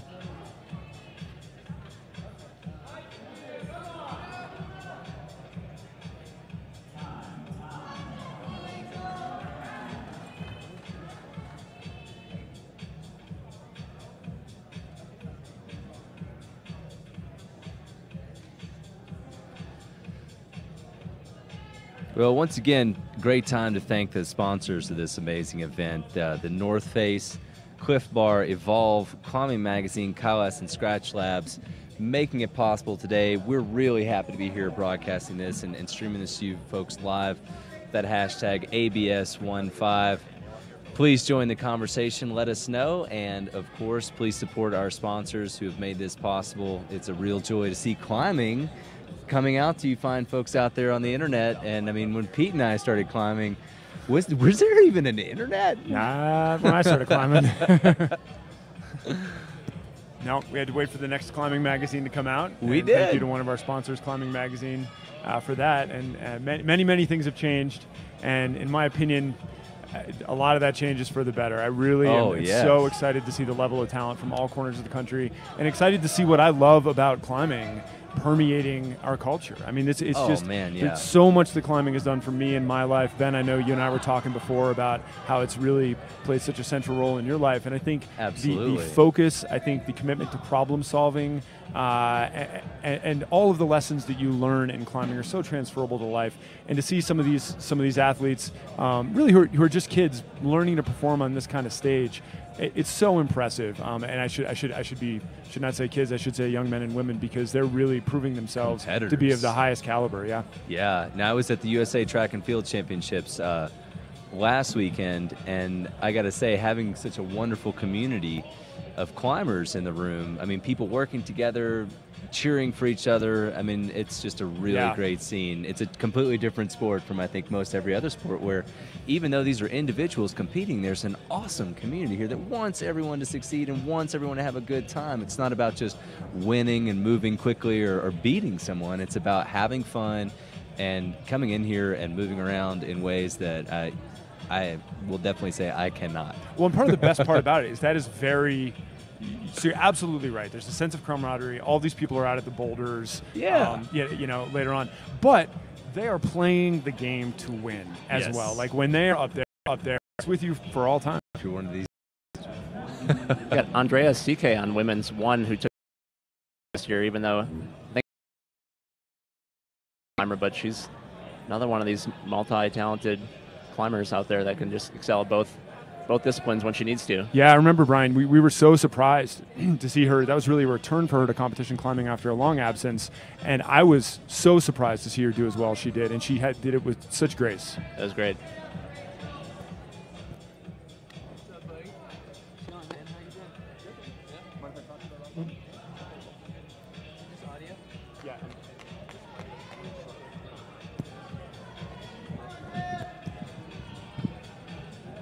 Well, as we watch Andrea Zeke getting up there high on the yellow brick road, I'm joined here in the booth by one of our favorites. If anybody's going to give Daniel a run for his money, it's the man to my right, Jimmy Webb. Jimmy, how are you today, sir?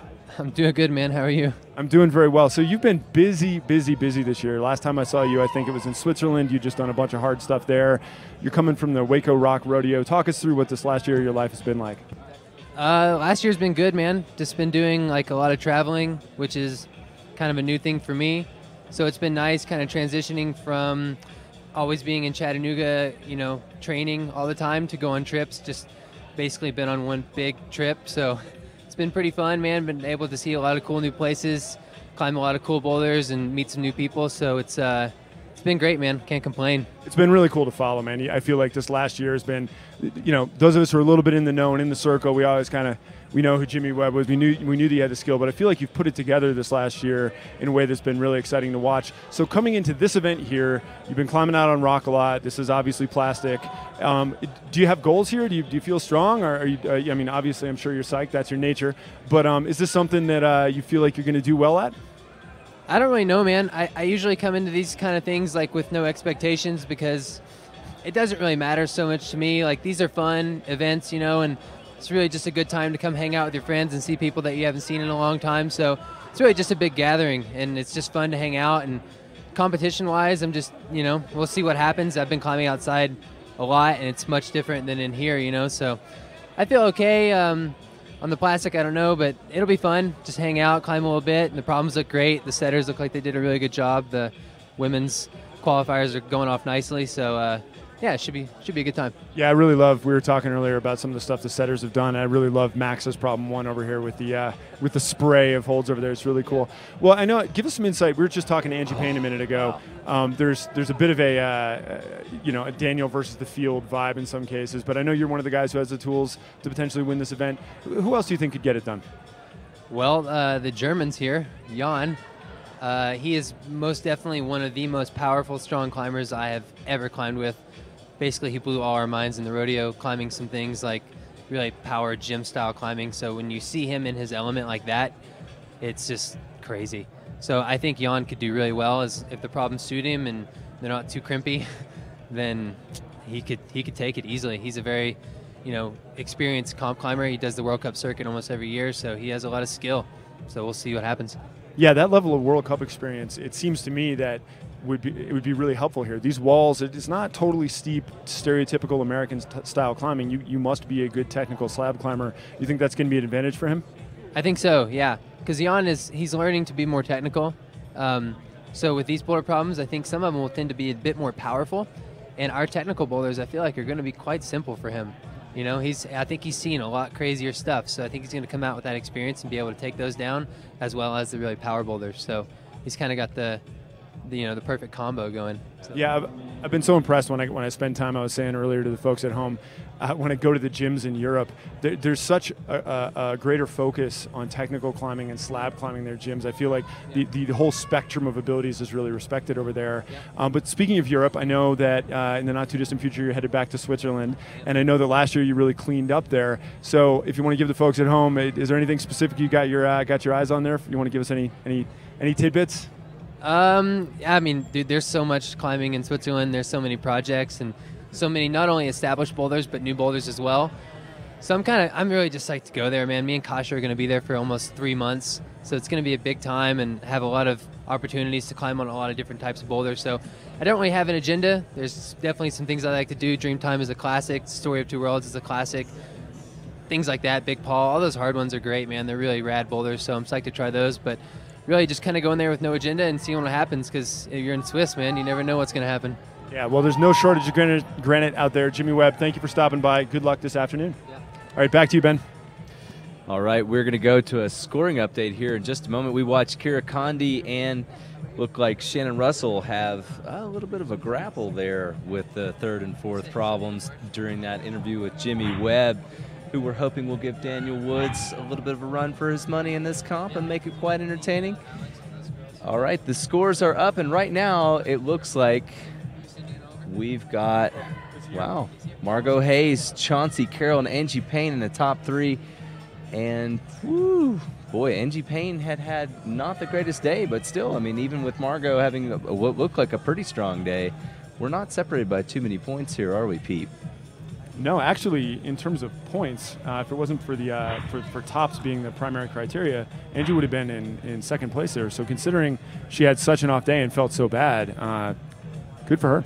Did well. I mean, just goes to show up and try it.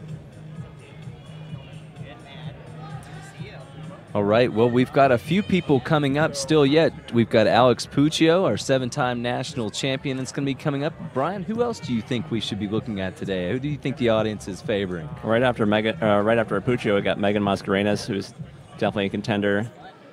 We got Julianne Worm coming up later. Lost the rest of my running order. Here it is. Who else we got here? Chelsea Rude, Nina Williams. We'll see how she's feeling. Sasha DeJulian is out. Travel issues. Lizzie Asher. A lot of good climbers coming up, and I think we're going to go to Pete right now with another interview. I'm sitting here with the 7-time national champion, Mr. Daniel Woods. Daniel, how are you today, sir? Just getting up and getting awake now, but doing well. Yeah, I'm envious of that. Been up drinking coffee since like 5 this morning. So, hey, man, what do you see here? These boulders look pretty interesting today. Yeah, so far, just been watching the qualifications for the females, and a good variety of different levels, a lot of slab, some structure climbing, some pinch climbing, so it's been fun to watch. It looks hard. Yeah, so you know this is the same wall that you're going to be climbing on later this afternoon. You also know that there's a history of really funky, weird technical problems sometimes at nationals. That was a challenge for you, I think, 3 years ago, but you've come back and it seems like you've really raised your game. Do you feel comfortable on a wall with this many different styles of climbing on it? To be honest, not super comfortable, but I try to make myself as comfortable as possible. For me, it's good to just take it one boulder at a time. Like, if your first solution doesn't work, try something else and try not to get too flustered. But that's what makes comps so difficult, is being able to like keep your nerves together, like stay on your A game, and like read the right sequence to do the boulder. Yeah, absolutely. Well, talking about things that are just pure fun, you really killed it at the Rock Rodeo last weekend down in Waco Tanks. It sounds like just a dream day for anybody. Talk us through that day for you. I had a really good day at the Waco Rock Rodeo. Conditions weren't really on our side. We were climbing in like 80-degree weather, but touring around with Jimmy, Jan, Paul, all those dudes. So our vibe, there's like a good energy going on, and just got psyched and had an on day. But yeah, that's probably one of my better days I've had outside climbing, and I was more psyched to just overcome the heat, because the heat's my nemesis. So that was like my big challenge. It seems like you and Jimmy have been climbing a lot together this year recently, and really playing off each other, pushing each other to do really well. As we see Andrea Zeke, nice, doing problem number 2. Yeah, take down on number 2. But it seems like you and Jimmy have been really kind of riffing off each other, almost like a couple jazz musicians improvising. How does that work for you? Does it really help you to climb with somebody who can push you like that? Oh, for sure. I mean, Jimmy, he's one of the strongest climbers in the world, and he has definitely an opposite style of climbing than me, so I like to like observe how he does things, and he we kind of have this like friendly competition atmosphere with each other, but it allows us to both succeed to get up our projects. And he has amazing energy. It's cool knowing that he's so big, so when he's spotting, like, he can always like catch you out of the air and stuff. Makes it safe. But yeah, it's been incredible traveling with him, and he's just a really good guy. You know, I feel like in a comp like the Rock Rodeo, you bring up a good point. You should get points for being a good spotter as well. Yeah, spotting's another competition, especially in an outdoor event like the rodeo. Like, some of those boulders are tall. You got to make sure you stay safe on them. So if you're over 6 foot, you're a good spotter, basically. I was seeing some of the projects you guys were doing, or the newer problems you've been doing in Red Rocks, which I think is just a brilliant bouldering area that I'm so happy to see getting developed. Some of those looked enormous. Yeah, there are some big boulders in Red Rocks. Basically, our friends Andy Rather and Kenny Barker showed us these new valleys, and they were just littered with house-sized boulders on perfect stone. So we were like kids in a candy store, just running around and like had our pick of whatever we wanted to climb on, and it was awesome. And definitely had like a good vibe. Like Jimmy, Nale, they both were out there, so it was cool to climb with both of them and just go and like put up a lot of new stuff. Yeah, well, I'll ask you one more question before I let you go. Where are you going from here after Nationals? After Nationals, I'm probably going to chill at my place for the next couple weeks and then get ready for another Bishop trip. So got trying this thing to the right of Evolution, which was originally made famous by Dan Beal, Kevin, and Carlos. So went out and tried it before Nationals, got pretty close, but got a little too scared to top it out. So I'm going to go back with a fresh head and see if I can polish it. Well, if ever there was a true king line, that boulder problem is it. So, Daniel Woods, thank you for joining us. Good luck today, sir, man. We'll see you. We'll see you this afternoon. We'll see you this afternoon. Have a good one. Back to you, Ben.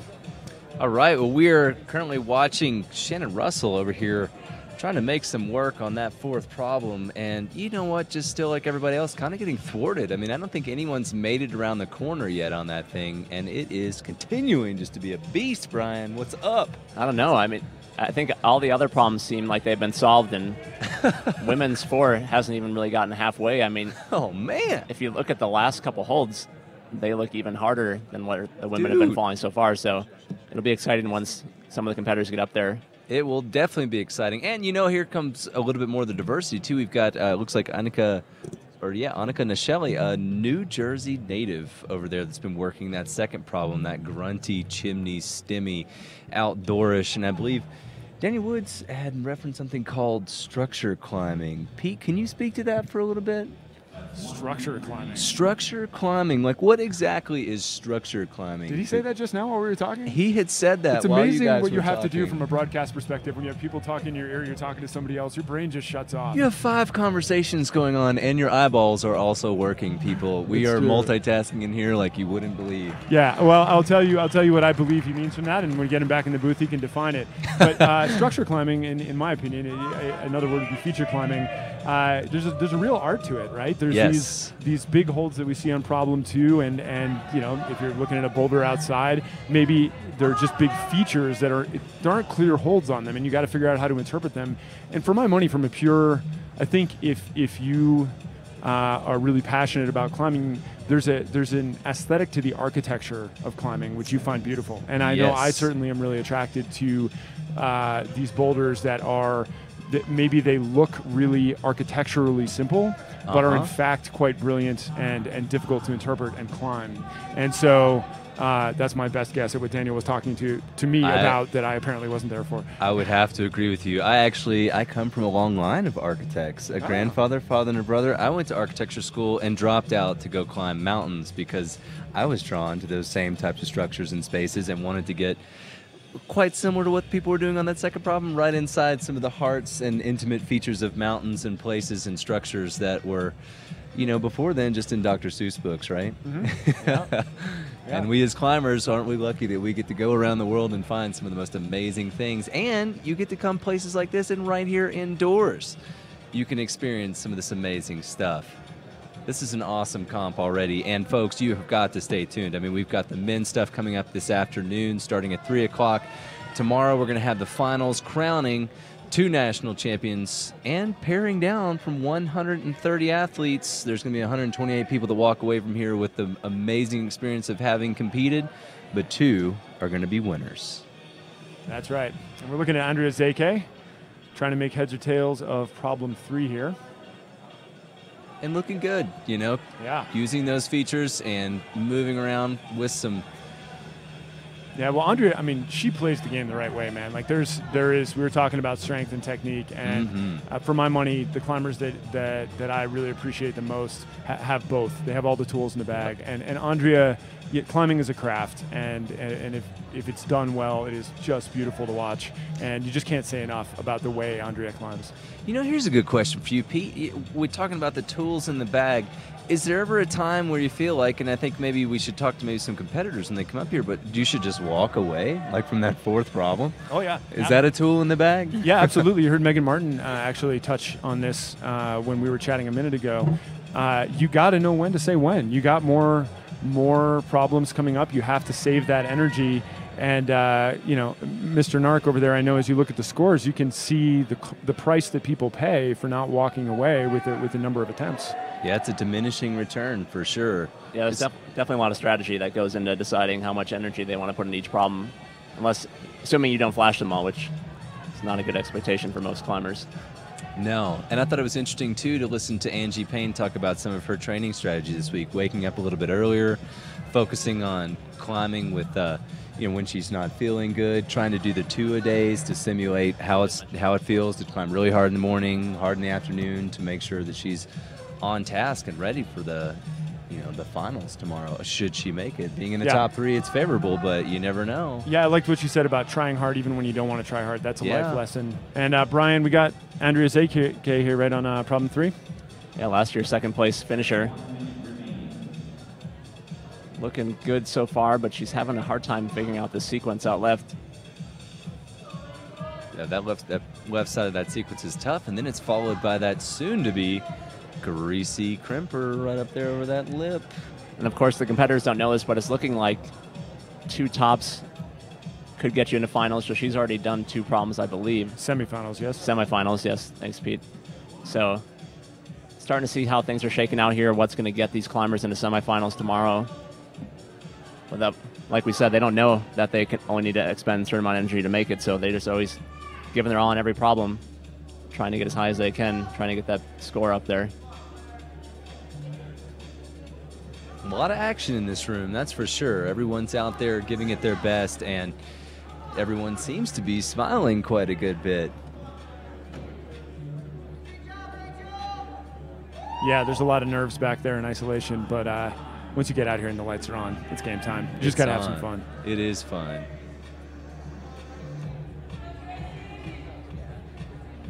You know, we got a slow moment here, Ben. I want to go back to a conversation that you and I were having in our pre-production meeting before the broadcast this morning. You made a really interesting correlation between what I view as one of the purest. I said earlier in this broadcast that I really feel like competition is in many ways the purest form of climbing because it's so simple. But I would say it's equally pure with another type of climbing, and you made this analogy, so I'll let you carry on. What else would you make an analogy with relevant to competition climbing? You know, I think just the feeling of being out there on a new route. I mean, for me, I spent a decade climbing and skiing in the Himalayas and putting up some new routes there, and I've gotten to do first ascents and bouldering and trad and sport, and I've kind of had a really well-rounded look at exploration and climbing with a lot of people who are first ascensionists and getting to do new routes with them. And I mean, when you're trying to focus in on getting the route done, on figuring it out, on sequencing it, often in an alpine or an outdoor environment, you have a lot of time to deal with it. And you're finding yourself in these amazing present moments. Oh, man, and Annika Nashali was a New Jersey native and just cruising through that sequence. And woo. Yeah, that was off camera. And on camera, we had, that was Remy Arata, who just topped out problem number 1. Awesome. But yeah, I mean, Ben, to your point, I would make an analogy between competition climbing and the first ascensionist mentality, right? This is to self-discovery and trying to stay in that present moment, blocking all of the junk out that's going on in the rest of your life and focusing on that next move and breathing and having fun and being in that moment. I mean, I think that's one of the greatest things about climbing is that through that movement, it allows us to have an awesome connection between our mind and body and to accomplish something, and be a part of a great community of other people that share that same sense, whether they're inside, outside, on the mountains, on the crag. I mean, that's what I think makes this sport just so incredibly awesome and connecting. Agreed. So, Mr. Runnels, you want to bring us back to reality from our little spiritual exploration over here? What's going on with Shannon Russell? Moment. I just want to say hi to Emily Harrington in the chat room. She's out there watching. Oh, hey, Emily. Thank you for joining. Most famous for being in iPad commercials and maybe doing some rock climbing too. Being an all-around sincere, definitely sincerely talented rock climber. Yeah, and human being. That's fair to say. It's good to be a human being as well. Good to see people out there watching.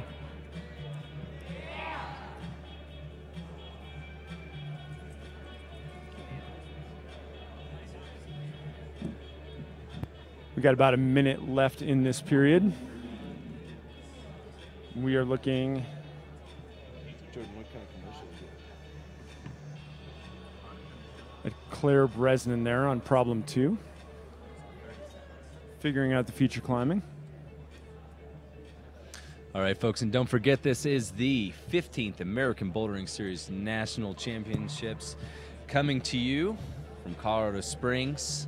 We've got 130 competitors. We're going to pare it down to 2 national champions over the next 2 days. You are going to want to stay tuned in here and joining us in the chat room with the hashtag ABS15.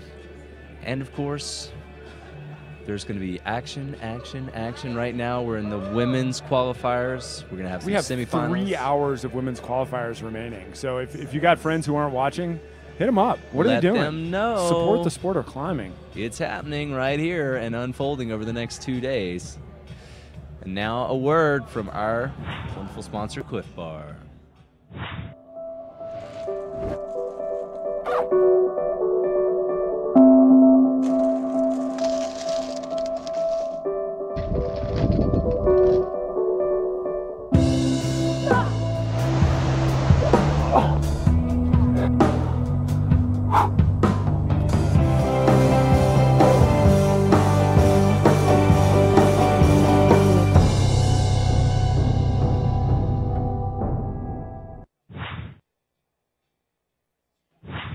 That was some exciting, I think it was pretty exciting footage. My name is for a Matt Cliff Siegel. Bar commercial. And now we're going to go to Brian, who's going to give us a little bit of a standing here. What's going on, Brian? Well, we still got Margot Hayes and Chauncey Carroll at the top of the standings. Angie Payne still in 3rd place. Kyra Condi in 4th place. Even though she had a little bit uneven of a performance, she's done well enough to get into 4th position right now. Delaney Miller after her, followed by Megan Martin and Karina Clausen. Yeah, Rachel Myers right after that. Those are all the climbers that have topped out at least one problem. Yeah, I'm going to be really interested to see how this sorts out going into semifinals. You have, as we were speaking about before, this mix of new faces and names that are a little bit more established. I'm very interested to see after how disappointed she was with her performance, Angie Payne hanging in there. It'll be interesting to see as nerves calm down, as experience comes more and more into play, how those standings change in the coming rounds. Yeah, and we've only moved through the first third of the competitors today in this qualifier. And wait, I thought we were almost done. No? No, 3 more hours. Hearing in my ear, we're not almost done. 3 more hours, actually. And we still have yet to see from Alex Puccio a performance, and Megan Mascarenas, and some others that are going to be coming up later. Very soon. All the more reason to stay engaged here. This is an awesome competition, and I just, all I want to see, folks, and I hope you're dying out there to see this as well, I just want to see somebody move through this 4th problem. I want to see someone get around that corner and show me how it's done. Well, we know the woman for the job, and she's coming up shortly. I think she should be out in 2 more climbers. Yep.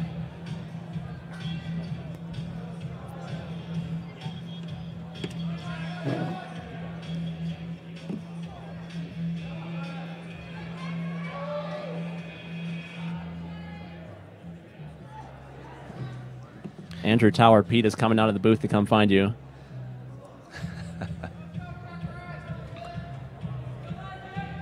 Still, no luck on women's 4. No, it's just vexing. It's like crux. Women so far trying to find, a way to use their feet to pull through that part, but they just really had a hard time doing it.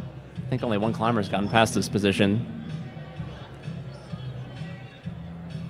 And Karina Clausen's got high points so far in women's 4. Wow. Not who you maybe would have expected. She could be having a good day. I think you got to be having a great day to move through that bad boy. That problem is just nasty. Right now we got Claire Bjorfine working that second problem. Oh, and she has just come off. Very natural, that problem. That's really hard. I mean, there's a lot of delicate moves in there, but really just grunty core work, stemming, nasty. Andrea back here on vexing problem 4. Yeah. How many attempts has she made on that thing so far? I mean, there's Quite another a few. one. Gosh. That was time, though, so That's that on that one. no more tries on that one.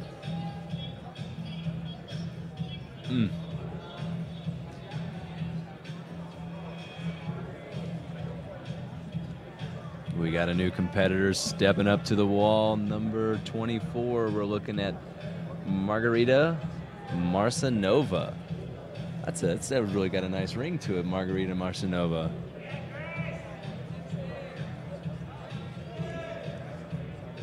And I believe we just saw Alex Puccio walk in and sit down. She will be right after Margarita Marcinova. Alex is in the chair. We got Sasha DeJulian in the chat room. Sorry you couldn't be here, Sasha. Would love to see you climb this weekend. I'm sure a lot of people here and out there likewise, but it's the way it goes in the travel system these days. Even in our times, nothing's a guarantee when it comes down to trying to get an airline flight anymore, is it? Weather is still going to dictate what we do and where we go, and it has been a tough time getting around the country, but we've got plenty of competitors, 130 of them here today, to crown down to 2 tomorrow as national champs. Nice shot. All 3 climbers there on the first 3 of the women's problems. Yep. Great work by all our camera operators all weekend, putting in their time, a lot of hours, holding the camera up.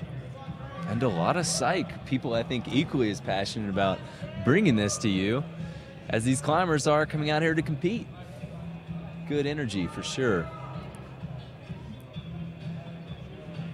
Ah! Feeling of falling.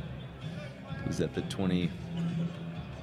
Claire Bresnan would just come off the 3rd.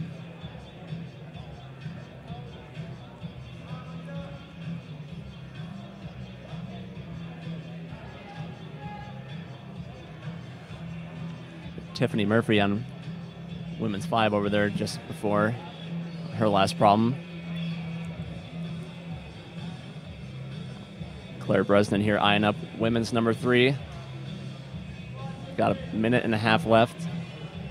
You know, and we really spoke with Angie Payne about the key to that last problem. It's just a slab. These middle 3 problems have presented people with some serious technical cruxes, but that last one really has a lot to do with just standing up on that right foot and trusting it. I mean, you've really got to work a whole skill set. I mean, every tool in the bag, as Pete was saying, to know that you got to get to that last problem and still have the confidence to just step up. Yep, you just had your confidence abused on women's 4.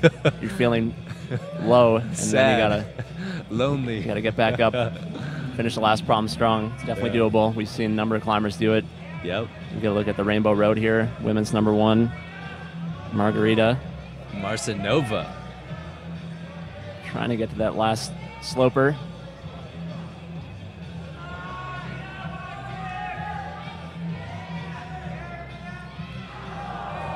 Oh, no match at the end for Margarita Marcinova, but it looks like Alex Puccio's got the jacket off. She's going to be getting up there soon, and our 22nd competitor up there right now, getting some cheers. Chat room can feel free to drop in a score update for the hockey game for me. That'd be great. Thanks. Grace McKeon almost over that match on the second problem. I believe she's got it all right, and some serious. That's a great effort by her. Yeah, I mean, that was. I think she's topped the first phenomenal. 2 problems. That's topping 2 is going to get you some points. That's going to put you up in the top 20 right now. We'll have to keep an eye on her. And what do we see on problem number 1? Alex Puccio. That is our 7-time national champion, the reigning, defending 7-time national champion, Alex Puccio. And she's cleaning those holds. The little housekeeping necessary when you're number 25 of almost 60 competitors coming through here today. On This is not Alex's first rodeo. She will she will know what she needs to do to be calm, cool, and collected. You know, I want to be the visionary who knows the future. I want to call the upset. I want to say it. This is the year it's going to happen. I can't bring myself to do it. Anybody else want to do it? You just did it. I said I wanted to. I don't think I can call the upset. Yeah, the upset. We'll just have to wait. I mean, I think that's the thing, guys. You at home, maybe you should call it. Maybe the visionaries should be those actually visually experiencing this right now. Yeah, we love to hear what people think at home. Can Alex Puccio Hashtag win? ABS15. Can Alex Puccio pull off an 8th national title on this particular attempt? She just looked pretty smooth cruising through that first problem. I think we're going to see a few flashes from her. We've got a hockey update from one Daniel Painter. 0-0 after the first period. Go team. Go team. Who are you rooting for? America, man. Yeah. America. Hashtag America. Well, things are getting moving here. Some of these women, that maybe people at home haven't heard of, topping out these problems that it gave some of our more well-known climbers trouble. So still a lot to be decided here. Yeah, this competition is definitely warming up. I mean, I think this is going to be a really epic and fun thing to watch. It's competitive. That was Claire Bierfien that just finished women's 3. That's strong.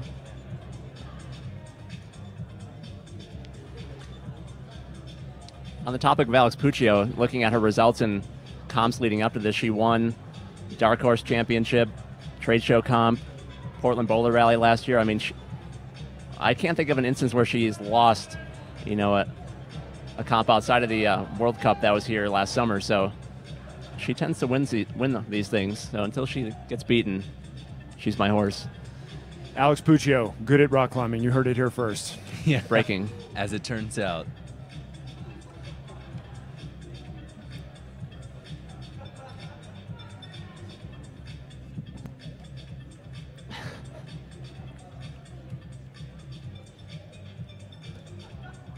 I almost wish there was a camera, a GoPro, looking right through one of the holes in that cruxy section of the 4th problem. I would love to see the look on people's faces as they are just quizzically trying to move through that sequence and just thinking. I'd like to know what they're saying at that moment. Yeah, are they thinking quizzically or is it wild-eyed panic? I know. Tomato, who could say? Mean, I just don't know. We need a shot from there. We need a shot from in there. Gives us an opportunity to say a big thank you to Jordan Shipman and our friends here at Louder Than 11 who are producing this broadcast free whether you like it or not. These guys, these men and women have been some of the leading climbing content providers for many years now, and it's always a privilege to work with them. And they are awesome. Of course, with you, and Ben, and Brian as well. Psyched to be here. Thankfully, we have Brian here to share half a brain. He is statistically so on top of it, manning that chat room up and keeping it lively and up to date. Please, people, be sympathetic to him and his hockey needs. Not surprisingly, the chat room is blowing up right now. Glad to hear it. Crazy amount of comments coming in. People think Alex Puccio is pretty good climbing. Really? Yeah. I've heard. I did not know that before, but now I do. Dark Horse. Wow. What did champion. Do they have any evidence to back that up, or? Well, Sasha said she's good, and Emily said she's good, so Sasha. They know things. I've heard that name before. Rings a bell. First name basis speed. I see. Speaking of which, Sasha DeJulian, we miss you. Wish you were here. If for some reason you've been living under a rock with no internet connection and no connection to other rocks, Sasha DeJulian, one of the leading rock climbers this country has ever turned out. She's done everything, everywhere. Total professional and a student at Columbia University as well.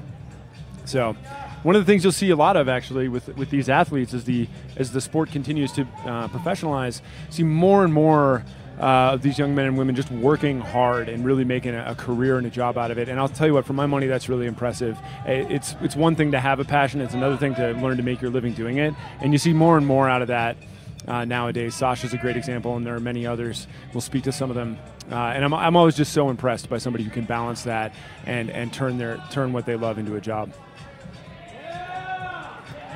Follow your passion. Speaking of what you love, that's Megan Mascarenas loving problem number 1. Apparently she is not afraid of slab and picking up where she left off last year. Climbing strong.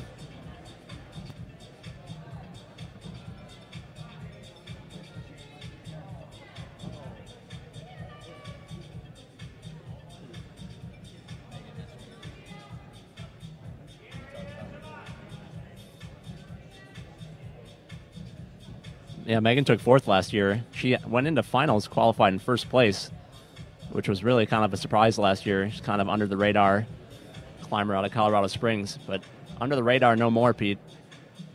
Yeah, I remember because that was her first national championships, and Brian, you and I were wondering, that's a lot of pressure, right? When you're doing your first national championships, You're you 16, qualify first. 15 you're years 16, old. right? You know, I'm nervous just thinking about it.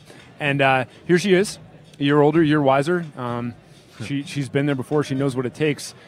I am going to be fascinated to see how it goes for her. Yeah, coming off a victory at the one of the last comps at the spot up in Boulder a couple weeks back. Beat out Margot Hayes, Tiffany Hensley, a bunch of other strong women. It is one of the strongest bouldering communities in the world. If you can win anything at the spot, you're doing well.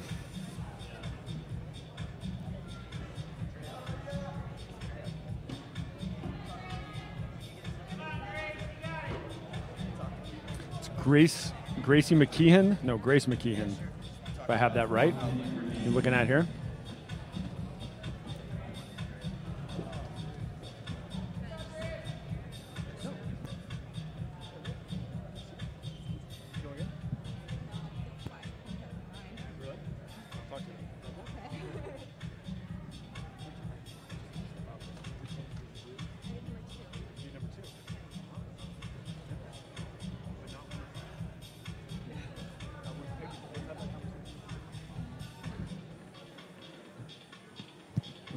Okay, I'm sitting here with a slightly flash pumped and freshly off the wall Andrea Zeke. How are you feeling right now? A little bit tired. Yeah, I would say they're testing a lot of skills here today. You go from the slab on number 1 to the problem you did here number 2, which has been shutting a lot of people down. How did you figure that one out? I don't know. It was a really cool problem when I looked at it. I thought it was really interestingly set, and I just found some really cool little drop knee beta type things. It kind of reminded me of like sport climbing in Spain, which I am more familiar with and kind of do a lot more of. And there you kind of have these tufas that are like parallel like that, and you do a lot of like drop knees and body positioning stuff. And yeah, I was saying while you were climbing, and I really appreciate, I apologize for putting you on the spot here, but I really am a fan of your technique and how you climb. To me, climbing is a bit of a craft, right? And people who do it the right way, I really appreciate that. And I know, I've known you climbing since you were competing on the junior circuit, but is that something that came to you naturally? Do you practice climbing that way? Because I feel like there's just a level of precision and grace to some of your climbing that is, there's a lot of good climbers here, but I feel like it's somewhat unique for you. How did you come by that? Well, I've never been a very powerful climber. I've always kind of lacked power and the ability to move dynamically. So I think from early on, I just had to find ways to do the same moves that other people were doing. By cutting their feet, I had to find a way to do it statically or with some more technique. So it kind of came naturally. I think that's my natural style, and it's not like I practice it. I think that's just how I end up climbing, even when I'm not really trying to do so. Yeah, well, let me. I'll put you in my seat here for a minute. We're looking at Alex Puccio climbing on number 2.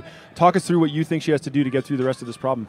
So where she is right now, she has to find a way to match her hands on the right handhold that she's on in a way that she's kind of pinching it from, leaning out left. Yep, there you go. And then you go to that hold, get a heel hook, reach all the way up to that next sloper. For me, I thought it was easier to go up left hand and then match. Yep, exactly what she's doing. Match her hands, kind of angle herself so that she's like facing with her hips turned to the left so she can go to that side pull and then cross over to that big hold at top with the heel hook. Here it is. She's calling it. Oh, no, she's trying to match now. You think that's going to work? It could work. She's strong enough. Yep, there you go. Wow. And she's an experienced competitor. She knows just a touch counts. You don't exactly have to hold it and control it. So so coming into this year, I know that the last year, you're sort of feeling like whatever happens, happens, and I get the sense that you approach climbing like that anyway. But how did you prepare for this one? Do you have any specific goals around this event? Where are you in general with competition climbing? Bouldering comps are really, really not my strong point. I have a really hard time doing powerful things. So every time I go to a bouldering comp, I just kind of use it as a means to gauge, my training and see if I've improved in certain things and kind of see what I haven't improved in. It kind of helps me focus in on my weak points. My goal is always for every comp to just try to do the best that I can and bring out the most of what my ability has in it. So, it's awesome if that means doing really well, like last year, but if that means something, not quite as good, but I still feel like I climb well, then I'm happy with it. So yeah. Well, one last question, and then I will let you go. It looks like women's 4 over here. It looks like the real difficulties are bookended in 2, 3, and 4, bookended by 1 and 5 based on what we're seeing, and 4 just looks brick hard. Talk us through what's going to have to happen there. I mean, Alex Puccio is an obvious contender for getting it done. What is she going to have to do to be the first woman to top that out? She's going to have to stay really powerful until the end. I think that problem is just a lot of really, really powerful movement. There's really no way to technique around it. It seems like the part going here from the 2 pinches to those 2 juggy holds doesn't seem that hard because you go into jugs, but it involves a lot of tension and staying on and pinching really hard on those holds. And then afterwards, I didn't get to the part afterwards, but it looks like just a lot more like compression, going around the corner, kind of maintaining a lot of tension, going to those last 2 slopers and having a lot of really good open hand strength to stay on those and go to the last hold. So yeah, it'll be interesting to see if it gets done. Well, Andrea, thank you for stopping by, and hopefully we'll see you at semifinals tomorrow. Yeah, I hope so. Thank you so much. Okay, bye.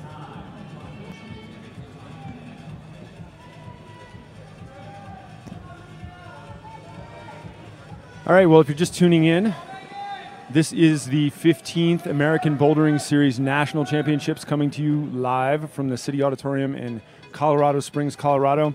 My name is Pete Ward, sitting here with Ben Clark to my left and the climbing narc, Brian Runnels, all the way down there on the right, manning the chat room.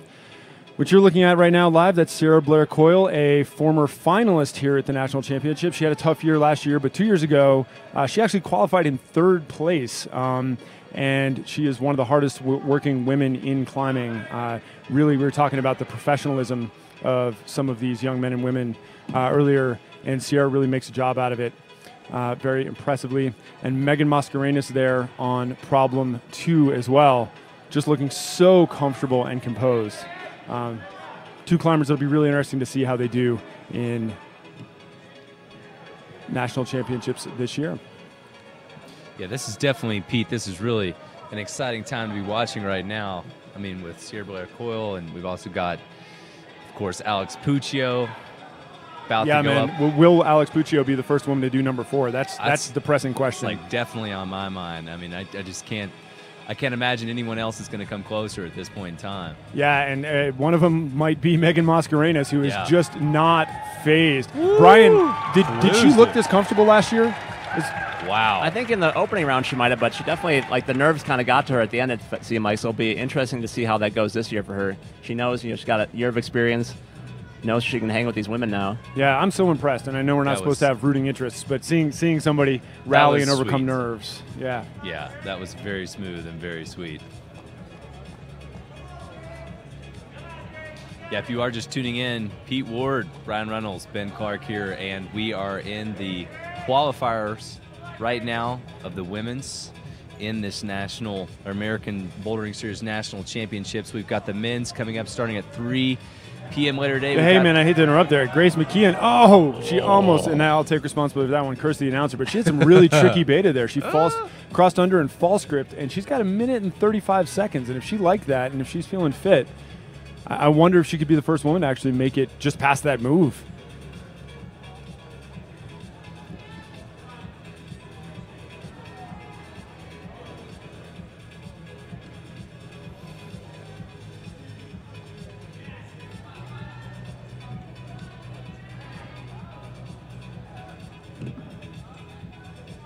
Sarah Blair Coyle figuring out the yellow brick road.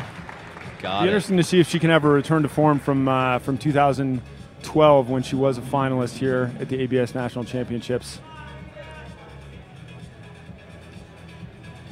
I think my work in the chat room is done. Sasha's pretty much got that thing sewed up, fielding questions, keeping things in line. You should ask her if she knows anything about Margarita Marcinova here on problem 3. I'm going to see what my spreadsheet says. It says that she's from Plano, Texas. More strong climbers from Texas. I remain unsurprised. Wow.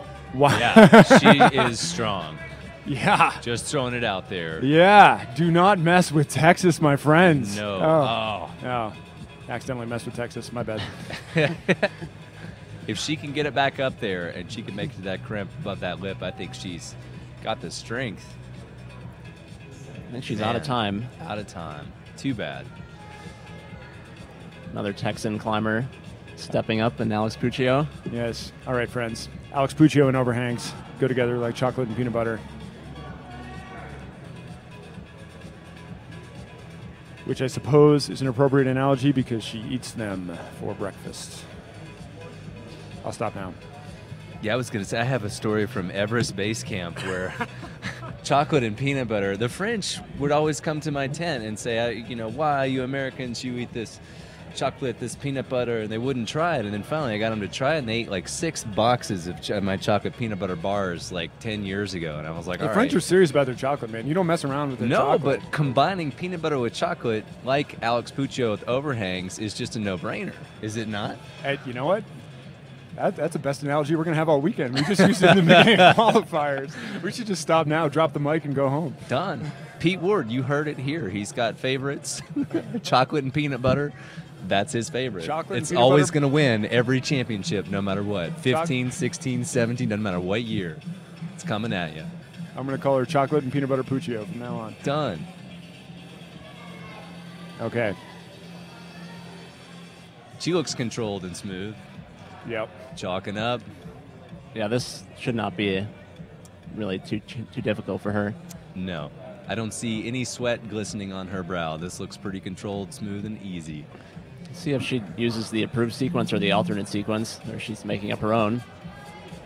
Nice. That works. It is, and it is. Chocolate and Peanut Butter Puccio does not need your sequence, Brian. She's not impressed. Nope.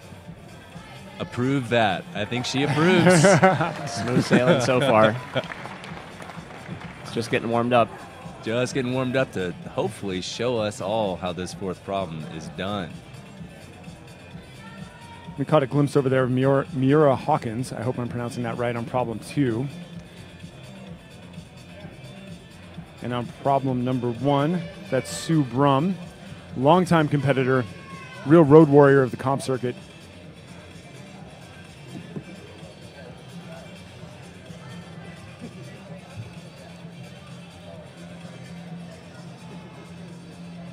It's kind of cool to see Alex and Megan sitting there in the chair, Pete. Kind of the future, present and the future, right in one spot. Okay, fine. If you want me to take a picture and Instagram it, I will. We have 1 minute and 22 seconds. And Claire Burfing there on problem 5. Again, she's facing her kind of Angie Payne moment here where she has to rally and see if she can put this one down. It's still a pump. It's still a pump once you've gotten through that slabby lower section.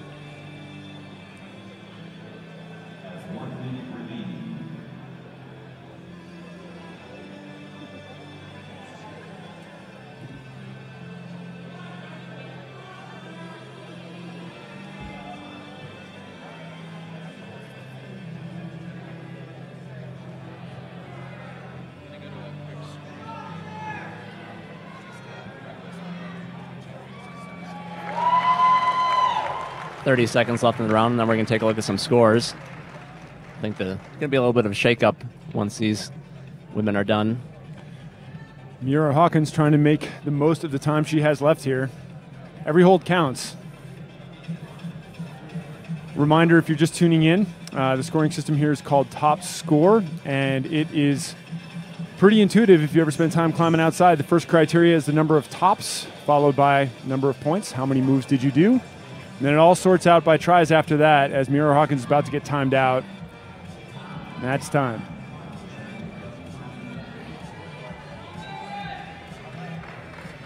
Live scoring. Brian Runnels, the man, the myth, the legend. He's got all the numbers crunched. He knows what's up, and he's going to tell us how it's going. And take a look at the scores. Margot Hayes is still in first place for now. Shannon Russell kind of quietly sneaks into second place. One of the under-the-radar climbers that we'll be looking for. Chauncey Carroll, Angie Payne still holding steady there. Kyra Condi, pretty nice effort by her today. Delaney Miller, Megan Martin, Andrea Sique, Karina Clausen kind of rounding out that group of climbers with one top. They're going to be right on the bubble for semifinals tomorrow, top 20.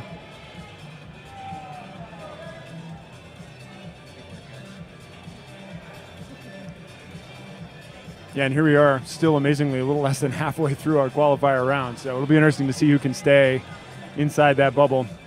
One early favorite here on problem 3, Megan Mascarenas.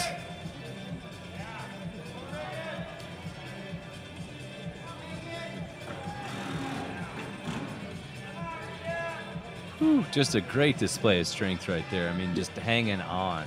Yeah, and Brian, you're really right. To see her and Alex Puccio back-to-back, this really gives us a sense of what we're going to be dealing with in the rounds to come, although Megan has taken an interesting journey on the sequence here. We'll see what she does.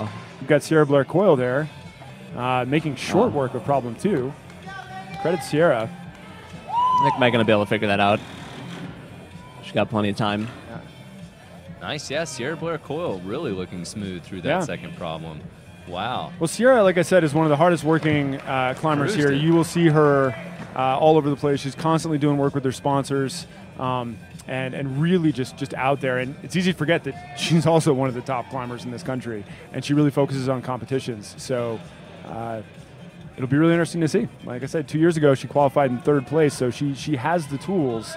Last year was a much more disappointing competition for her. But here we are, new year, new round, see what happens. There is no easy route to becoming a national champion, is there, Pete? You've got to have there's got to be more hard work and commitment in there, I think, than anything else. You know, it is one of, we'll step back into our cliche spiritual love of climbing banter here. The Zen moment. Zen moment coming up. Here it is. Climbing's a great life lesson, man. Nothing comes easy. And if you want it, you got to suffer for it. You got to bleed out your fingertips. And, you do. And that is more than anything climbing has given me, is what Megan Mascarenas is learning right now. You have to dig deep, and that's true in climbing. That's true in life. Yes, it is. And if you're willing to suffer, good things will happen. And Megan's got the sequence right this time. We'll see if she figures out that tricky little drop knee on the feature. She doesn't have the drop knee, but she does have the power. Have the power. Wow. Woo-wee. Matching. Boom. Oh, wow. Running out of superlatives already on Friday morning. Strong. Okay, we'll recycle those for tomorrow. Yep. There's a whole another day coming up tomorrow. Or in an hour. Finals. Chat room, you got to come up with a new catch line. Last year it was for days. Everything was for days. Still leader in the clubhouse for me. It's for days still. Yeah. I was thinking. I have some secret. I have someone. We should talk between rounds. I got some ideas. I'll have my people talk to your people. We'll talk. Yeah, we'll send our people. We should bring an independent outside resource of people as well to come in. Brian and I have adult supervision here in the broadcast booth with Ben Clark. Thank you, Ben, for joining us and tolerating our banter. Somewhat of an adult. We are 20 seconds from seeing Alex Puccio on women's number 4. I'm excited for this. Okay, early predictions. I think she's got it. My early prediction is I think people should just stay tuned because you just don't know. The political middle road. Very diplomatic. Well done. Very political middle road. If you don't stay tuned, you won't know. You can check in later, but to see it live, that's where the magic's really happening. And I wouldn't go anywhere. I mean, this is all I want to see right now. I'll say second try. Second try. Brian says second try. Okay, any takers out there in the chat room want to say second try? Maybe, who thinks maybe first, third, fourth? Suspense. Happy to see that Chocolate and Peanut Butter Puccio is sticking around with the hashtag ABS15 on Twitter. That's right. Remember, if you want to hit us up with any questions, we'll do our best not to ignore you. Got a little Except right here. now, we're watching. Except right now, when there are much more important things. This is actually the moment where we're so enthralled by what's going on, we just shut up and watch. Taking almost How did we become minute. such fans? It's taken almost a quarter of her time just to kind of look at the problem and figure it out. I think it's a good strategy. I mean, this problem, it seems like a lot of people just need to walk away from the thing. But, if you're you're a champion. I'm thinking what she's seeing when she's looking at it might not be the same as what everyone else is looking at and seeing. That's a good point. Oh. Oh. A little surprising. Pete, your odds are starting already to look good on that second try. The internet will be shocked to find out that I don't know what I'm talking about. All she needed was that first little nibble, that little taste of whether or not it's going to work out. I bet she's going to throw on and make it happen. I think also in the back of her mind, she has to probably surmise that she doesn't need to finish that problem to put herself in a good position for tomorrow. And she's doing her part for the community, cleaning those holds for the next person already, because she knows she's about to send it.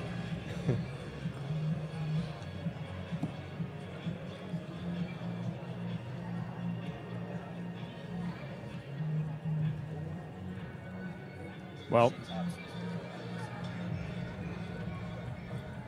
every moment of the event can't be nonstop action, but now Alex Puccio stopped on the start.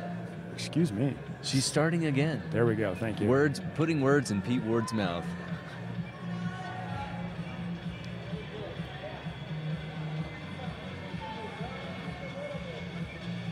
And here it is. Is she going to be able to stick that in? Yeah, there we go. Wow, That's a high point. She is getting it there. Wow. I don't think I've ever seen anybody chalk up as much as she has the energy for. That's a really good boulder point. Problem. Wow. Not known for endurance. She's going to turn the corner.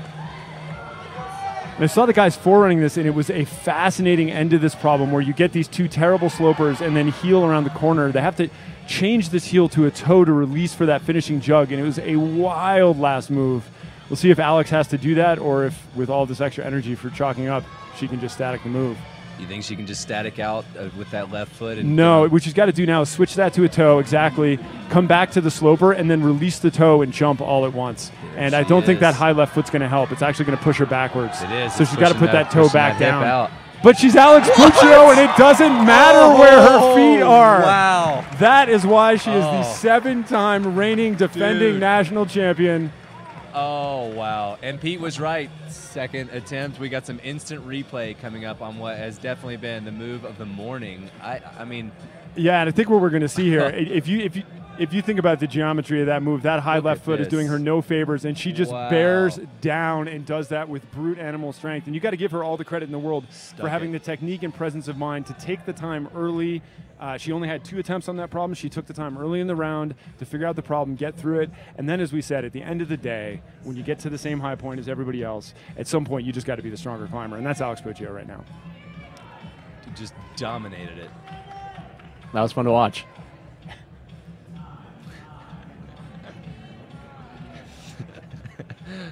Thanks, Brian. As you can expect, the chat room they're enjoying the moment. I'm glad they're not the only ones. Pete's enjoying the moment as well. You know what I love? The contrast between over-caffeinated, super hyped East Coast verbiage over here. And we got Brian, you bring us back to earth. Well, I don't drink coffee, and I've been up since 4 o'clock, so it's going to be that kind of day. I'm just middle of the road. I drink coffee. I grew up in Tennessee. I live in Telluride, Colorado, nonetheless, in the mountains. I like being sandwiched. Well, hey, tell guys. us what the view from Telluride is of Megan Mascarenhas. We lost her here on the live feed, but we got Megan Mascarenhas. We'll talk you through it on problem 4. Megan Mascarenhas is looking pretty good. There we go. We got Megan Mascarenhas here. And see if she's going to be. She can be the next generation to send problem 4. SBC Sasha Baracoro also looking pretty good over here on the third problem. She will see which sequence she takes, the approved, or if she takes the line that we've seen a couple of others string together in there. It's interesting that she skipped that lower. I mean, yeah, looking good. There's been a number of different ways people have done this, and none of them have been easy. No. So it's maybe not what the route starters intended, but it's always works out. Yeah, it seems like if you're going to shortcut that move, you got to have power for days. Steel tendons. Steel tendons. So here we got the next generation, Megan Mascarenhas. See if she can figure out this first crux. There we go. Yep. In control. Slow and steady. Nice.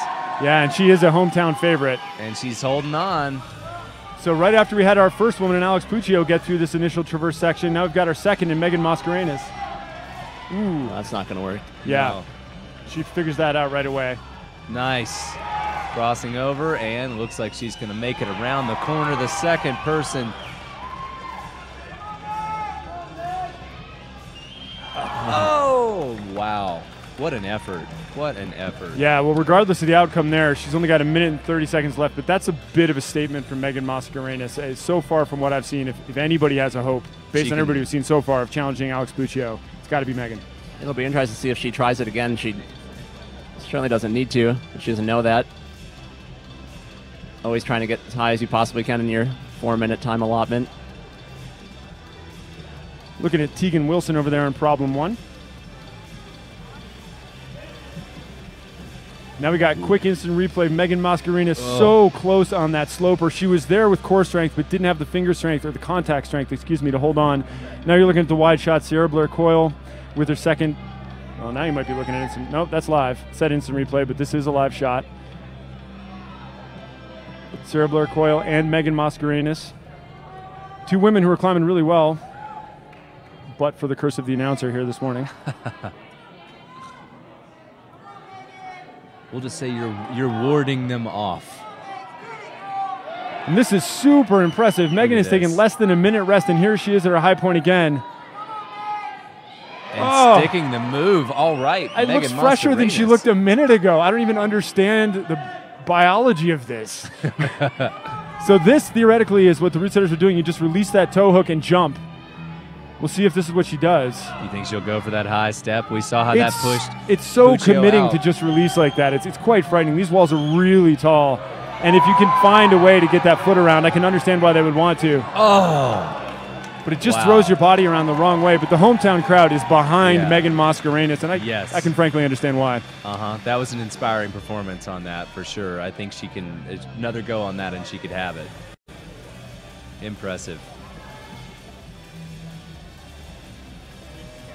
Now Alex Puccio scrubbing down those holds. We're going to have another look at this Megan Mascarenas' attempt there. Guys, I don't know what you guys think, but I can't believe she did that well a minute after she had just tried before. Apparently she does not experience lactic acid.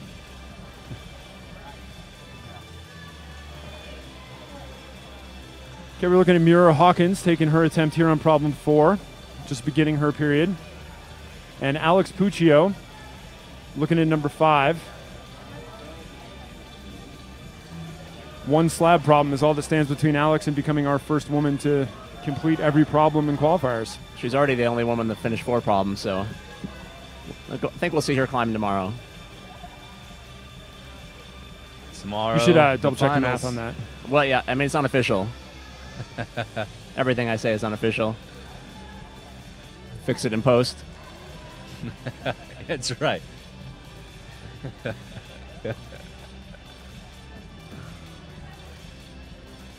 Brian Runnels and Fuego, ladies and gentlemen. We will fix it in post. It's somebody else's problem. Yeah, the unofficial scoreboard still shows Margot Hayes in first place, but we know that's going to change once Alex scores get put in the system, and we'll bring you that update as soon as we have that.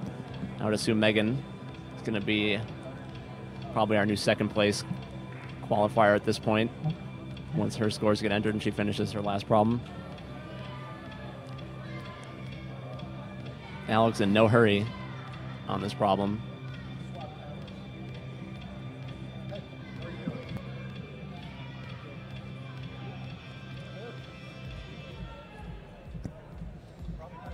Zoe Steinberg on women's 1 on the far left there on the Rainbow Road.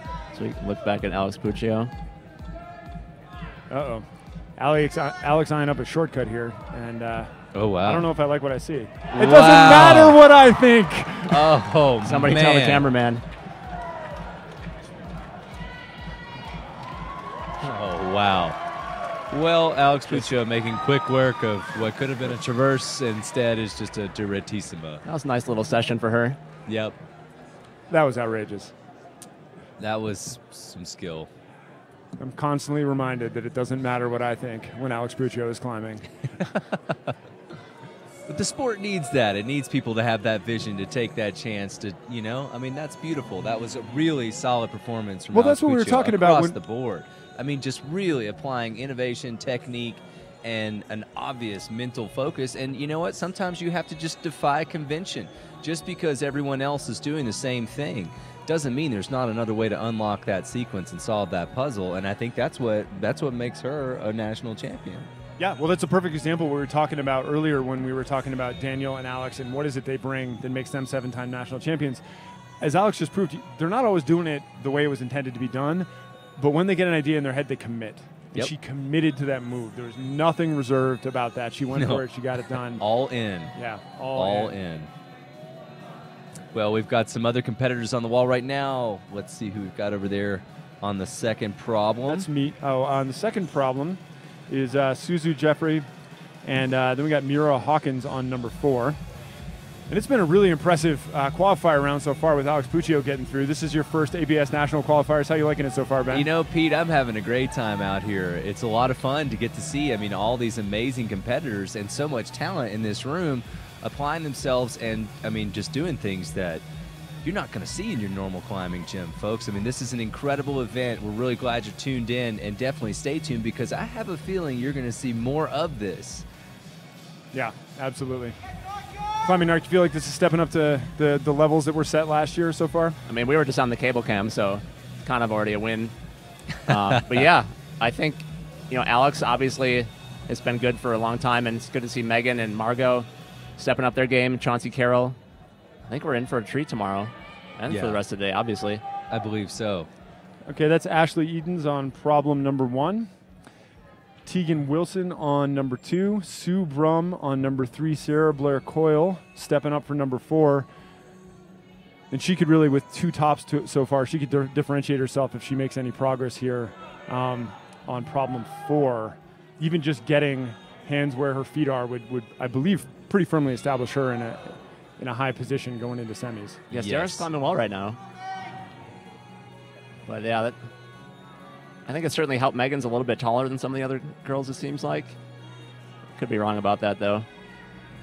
Well, so it seemed like Sarah was having trouble with what we were just talking about with committing there. You really have to commit to that terrible blue sloper. It's big.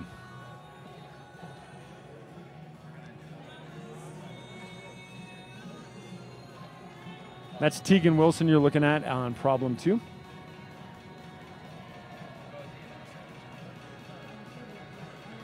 Tegan Wilson from Alexandria, Virginia. She does a lot of speed climbing, a lot of rope climbing. Ooh. And that's Megan Mascarenas there. She's made it past the initial parkour section. She is going with the approved sequence. And guys, I hate to sound like a broken record, but I'm so impressed with what I see from Megan here so far, and I really hope that she can carry it forward into tomorrow. Yeah, this is definitely a great performance. She's come out to compete and seems well prepared. Yeah, Megan actually drives up to Boulder to train with Team ABC on a regular basis. About 90-minute drive from Colorado Springs up to Boulder. Right. Well, there it is. Seems to be paying off. Yeah, that's official now, right? So, our officially unofficial. That will put her in second place. Am I right? I believe that's correct, Pete.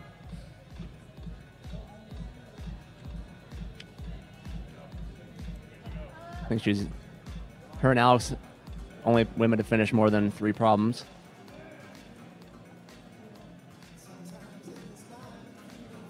With a minute left in this period, that's Sue Brum passing her high point on problem 3. Tegan Wilson on number 2.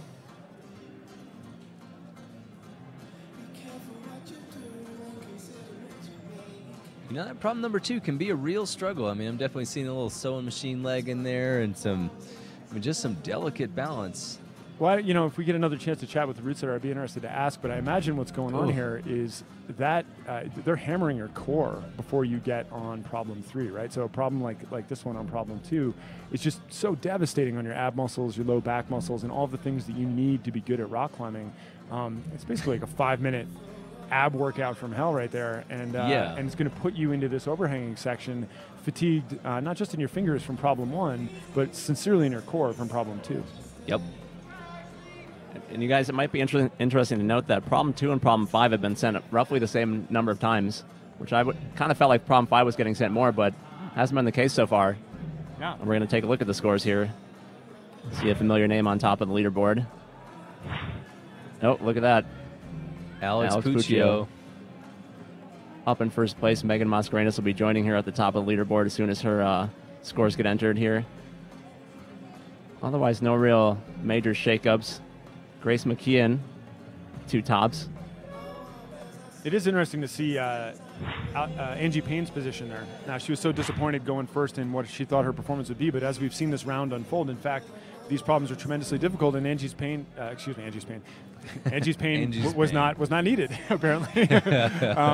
She actually did better, it seems, than she thought she did. Although I know she'll still believe that she has more in the tank and that she will need to do better tomorrow. And isn't that just what makes a great competitor? Always believing you've got to keep upping the ante, showing up and giving it your best. I think she was really helped by the fact that even though she didn't send women's number 2, she got to the last hold basically and just couldn't match up the finish. So that gave her a great score compared to some of the other women on that problem. It's hard to lead out and pave the way, though. I think that's got to be, it's very intimidating. These holds were all clean and ready for climbing when they showed up, and no one really knew these sequences yet. And leading out like that, I think, is a major, I would think a major competitive disadvantage for your first run here. Well, like she said, it's hard to get up, climb at your peak at 9 a.m. for a lot of people.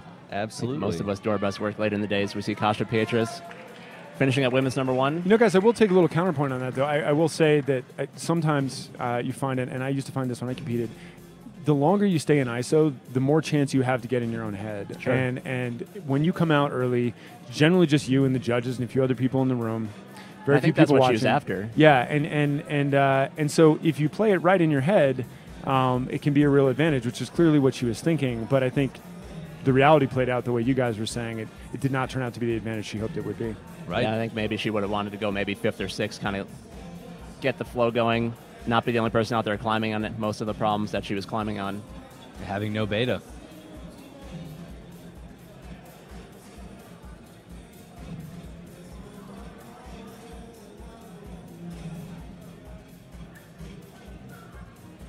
This is Miura Hawkins on number 5.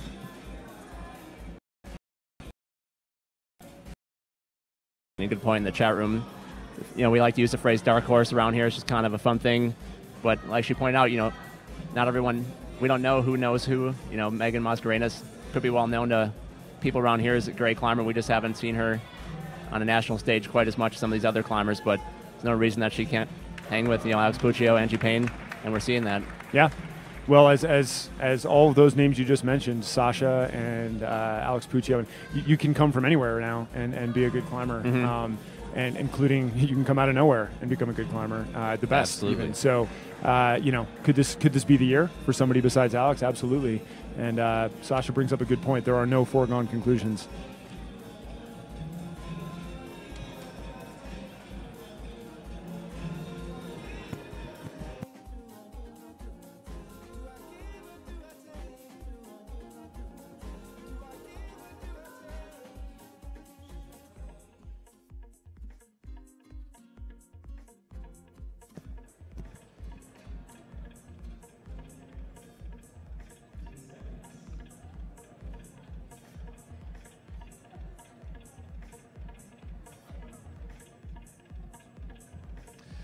All right, folks, once again, we are in Colorado Springs at the 15th American Bouldering Series National Championships, the U.S. National Championships for Boulder. Over the course of the next 2 days, we are going to crown 2 U.S. national champions, a male and a female. We've got 130 athletes from all regions of the country competing here to determine that national champion. Definitely want to thank our sponsors once again, the North Face, Cliff Bar, Evolve, Climbing Magazine, Cutlass, and Scratch Labs. Thank you for supporting climbing, and we hope that you out there in the audience are going to support them. And we have a question maybe for the old chat room there with the hashtag ABS15. Can anyone beat Daniel Woods and Alex Puccio, our reigning, defending 7-time national champions? Any takers on that question? Anyone want to field that one? Go ahead and hit it. Hashtag ABS15. And if Sierra Blair Coyle was using Twitter right now, she might tweet that parkour and slab climbing is frustrating.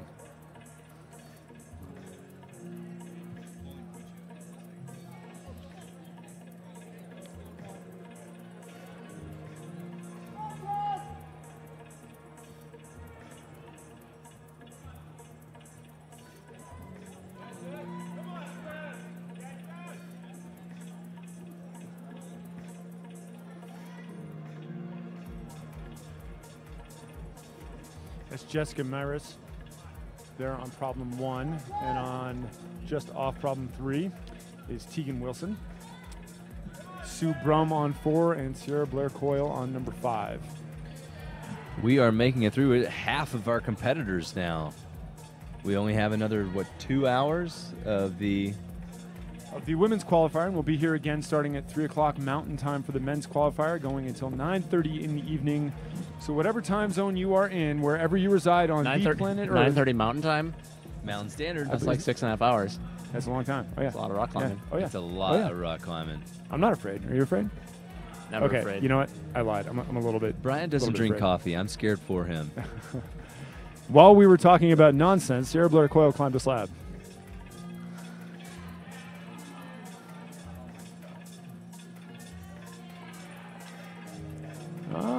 Yep. 3 tops in qualifiers. That's solid. That's strong. She might be back to her finalist form from 2012. Let's hope so. It'd be great to see a return.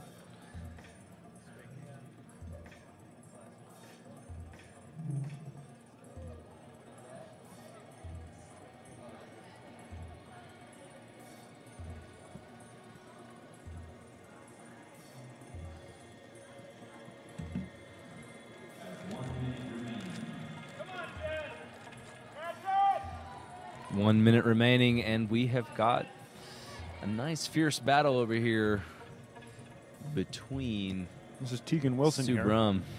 Tegan Wilson making the most of their time.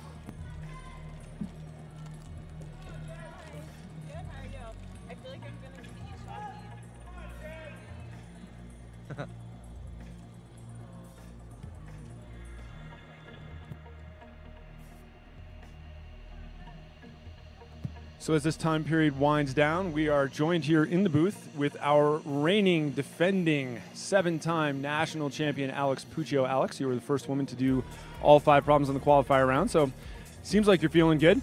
How do you feel out there today? It felt really good. I mean, I'm going to feel bad for, the girls later because, I was only midway through it, and the holds were so greasy and chalky. I slid off a few times from some of them and had to go back and brush, but yeah, I mean, they're fun. They're a bit tricky and powerful, and some are, sometimes I got on the climb and was like, what am I doing? And other times I skipped some beta. So, yeah, they're fun overall, so good setting. There are two places in particular that I wanted to talk about. We'll go in reverse. Well, actually, no, we'll start with the hardest one first. It seems like problem 4 is the real, that's the indicator problem that tells us who's the strongest here today. And you were the first climber to make it through, I don't even know if you know this yet, but the traversing section at the bottom to be able to get your hands where your heel toe starts out. What was it you did that enabled you to get through that traverse to the second half of the problem? Stay really tight and don't let your feet cut when you don't want them to. I did slip on it once, and I was a little bit annoyed at myself that happened, so you just have to get over it. I slid 4 holds in, I got my feet over, and my hands or something, just my feet came off, and then my hand just slid off, and so I went back and brushed them, and they felt a little bit better, and then I was able to be more controlled. And then the last move was a bit desperate. I don't know if someone's going to come out and have different sequence to make it look prettier, but yeah, it was a bit hard. So. Yeah, well, it was definitely desperate. Well, the second one, I'll poke some fun at myself here. You were on number 5 there on the slab, and you had a difficult first attempt, and I saw you lining up. You're going to dyno and shortcut the whole thing. And I looked at you and said, it just looked so far. There's no way that's going to work. There's no way she's going to make it. And with zero hesitation, you just did that move. What made you think? I mean, you know the route setters forerun this. You know they've thought it through. What makes you think that you can just cut off 2/3 of the problem like that? Well, actually, I saw that like right away. Like I pulled on, and the first thing I saw was like I could go straight up. And so I usually look at a climb now, and I can see like what the route setters wanted you to do for the right beta, and then I can also see like if I can shortcut it. And I did that on another climb as well. But this one, I was like, I'm pretty sure. I looked at all the holds. I looked at all the angles. I know the gray hold I was jumping was a lot better than the orange holds outright. That if you did it the correct way, and I knew that I was like, I was pretty sure that I would make it, but I was like, well, and so I was going to cheat it right from the start, but then I was like, well, I mean, what if I fall cheating it? I would feel kind of silly, so I'm going to do it the normal way first, and if I slip off, then I'm going to go straight for that. So I heard my mom and everyone like laughing a little bit, giggling behind me, because like when I was going to try to skip it the very first time, and so like I was on it, and I like turned around and gave him a smile. I was like, no, I'm not going to try it right now. Then I went the normal way, then I got right back on it, and just with no hesitation, just went and I guess skipped half the climb. Yeah, well, it was really interesting because earlier on in the show, we were talking. One thing that I think that you particularly are really good at, and I think you and Daniel really share this, is it seems as though you climb with conviction, right? You make a plan, and even though it's a shortcut and you know it's something maybe you weren't technically supposed to do, you have the mental strength to say, like, I'm going 110%, I'm going to get it done. Is that something you train for? Is that something that comes naturally in your climbing? Because it seems like it's a real asset. I think it came naturally, organically, whatever you want to say, and it was just like years of practice. You just really have to know your own body. You have to know yourself. You have to be very confident in your climbing style. So even on like the third one, I knew they wanted you to do a drop down to these jugs and then climb back up, and I knew I was a little tired, and I was like, well, I'm 99% sure that I can just cross and do it, but. So that time, instead of going down the first time, I just went straight for it and crossed, and I knew I could do it, and I did. So it's just things like that you really have to know yourself, and you can't have any doubt, and I think that's the key. Yeah, well, you definitely didn't seem to have any doubt. One last question, and I'll let you go. It was really interesting for us to watch you and Megan Mascarenhas climb back-to-back like that. You've been at this. Everybody knows your name. You've won everything out there is to win. And Megan's this new young woman who's coming up and climbing really, really well. What do you think about this next generation that's coming up, and what does that do to keep you motivated and on top of your game? It's kind of cool because I actually coached a lot of them. I coached Megan a little bit, and I'm one of the ABC coaches, so I've been doing that since like October. And it's really cool because I'm like, those are the kids that are going to be kicking my butt like in a few years. But it's really awesome because I think like I feel honored to be a part of, helping them, achieve their goals and getting to that place where I am now. And, because I know I'm not going to be doing this. I can't be doing this forever, be at this strength that I am now forever. I mean, no one can. So no one's, immortal or a robot or anything. Maybe Daniel, but but yeah. So, I mean, I'm just, happy to be able to help them for when, and then naturally, hopefully, I'm excited to see them the day they take me out. But I mean, I'm going to be fighting until that day. So. Well, that is very humble. I think that's the right way to approach competition. So full credit to you. Good luck tomorrow. Thank you, Alex Puccio. Thank you. Back to you, Ben. All right, guys. Well, we are still seeing quite a bit of competition here outside of that awesome interview between Pete Ward and Alex Puccio. I want to point out some breaking news we got there, Ben. Let's hear it. Daniel Woods is a robot. Yeah, I mean, and Alex Puccio is good at climbing. Are those two things we learned here today? Yeah. I wasn't sure about either one, but we have confirmation on both. Awesome. Well, we're seeing some pretty good work going on in here over on the third problem. Some nice controlled climbing. Yeah, that's with Ashley Edens. Yeah, climbing very well. Yeah, Ashley's another one of those strong boulder climbers. Always see her out at the gym. Show me how it's done. Looks like Courtney Sanders might have been a scratch today. She's supposed to be up last rotation on women's number 1. Yeah, I see Chelsea Rood in the chair, so that may be the case. The action just never stops. No breaks. None. We still have, I don't know, 10, 15 climbers to get out on the wall still. A couple hours left until women's round wraps up.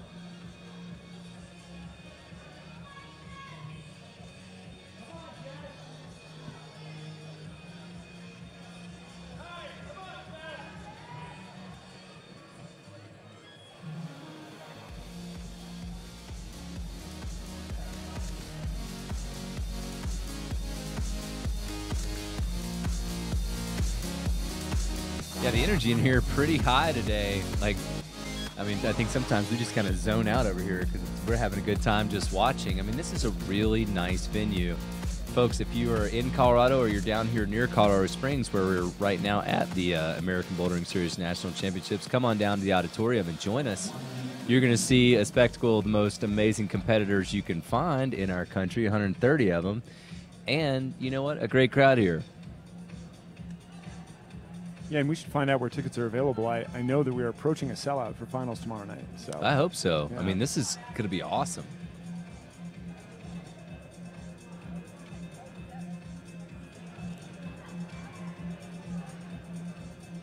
Yeah, seeing some tenuous moves over there on that fifth problem, some Sue Brum. Just making it happen. Let's hope she can top it out. Got 22 seconds remaining in this period.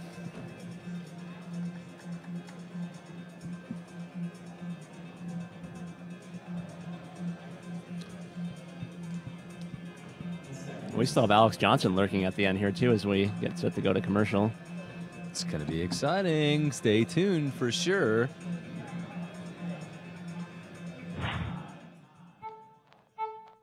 My name is Matt Siegel. I'm a professional climber, and I've been climbing for, like 17 years now. The question of why I climb is such a hard question. It makes so much sense to me when I'm climbing that it's kind of like I couldn't imagine life without climbing. I love rock climbing. I don't want to quit.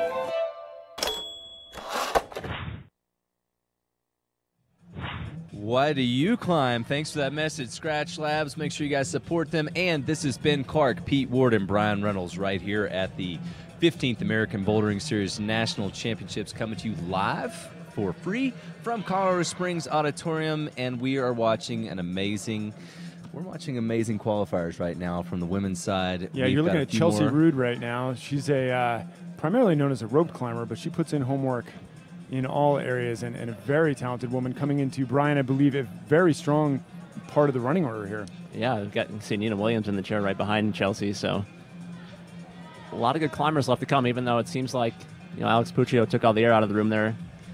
Still a lot of action here to happen.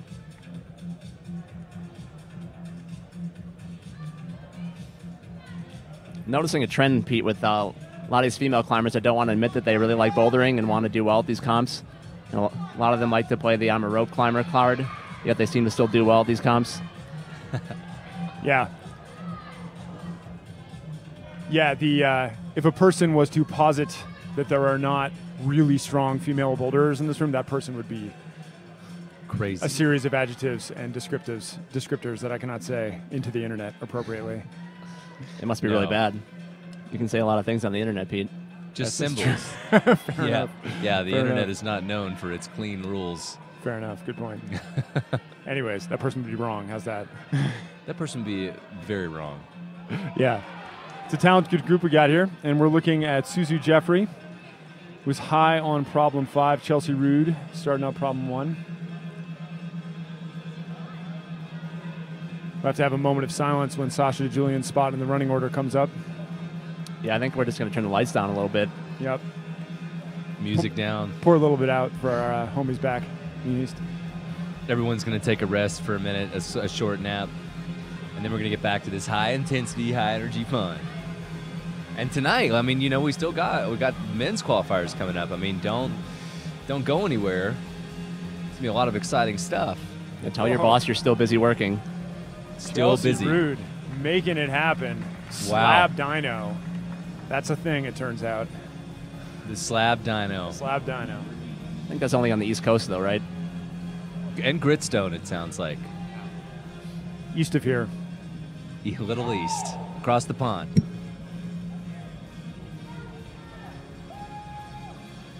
Gosh, a brief moment where the wall actually gets a rest here. No one's on it.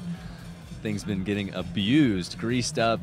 Yeah, we're looking here chopped at up. Nina Williams prepping for problem 1. We got a little bit of gossip beforehand. Nina's actually been battling a wrist injury. You'll notice she's got a brace on her right wrist.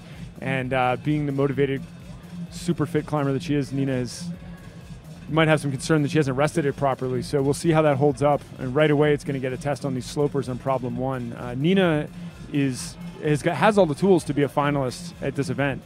So if she can pull it together, she can make an impact.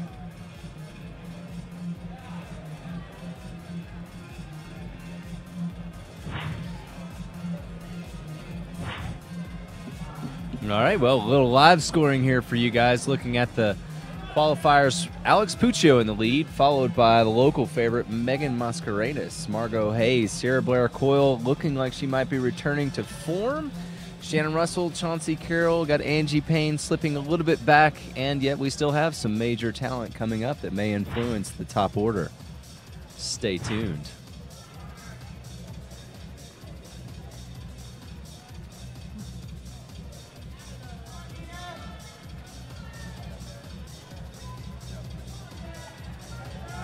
Nina's really hearing it from the crowd. She's only one move into the competition.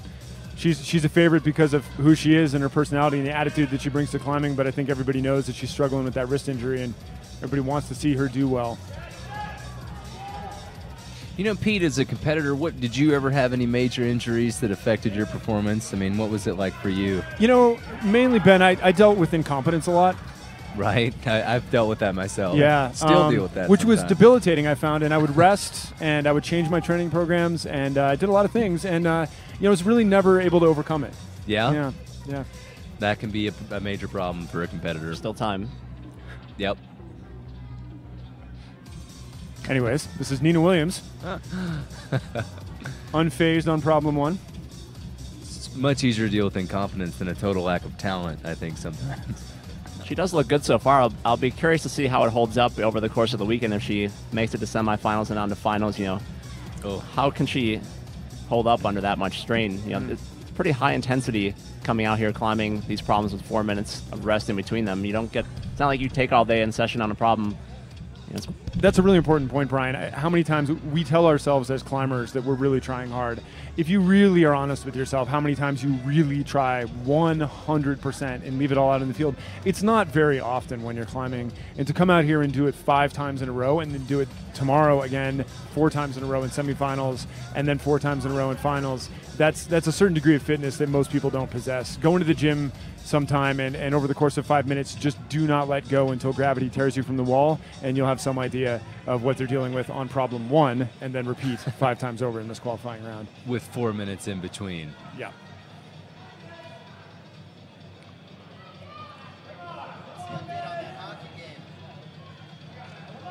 I think we'll find out how Nina's day is going to go here. She finishes women's 1 or not. Yeah. Could be a long day. Doesn't go down. Yeah, she's a very technical climber, and if she's unable to do this problem, that will be a disappointing insight into where her health is at right now.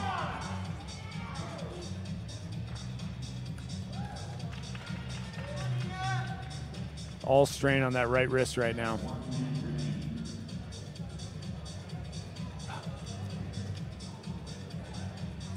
Nina off the wall.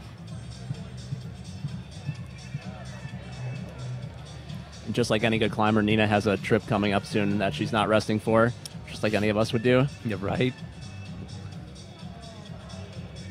Ashley Edens has been working that 4th problem that we only have seen Alex Puccio top out, and of course Megan Mascarenas get almost to the end.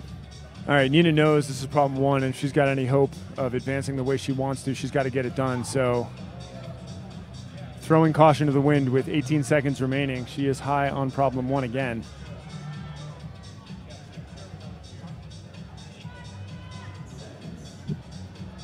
You can say a lot of things about Nina Williams. You could never say that she quits.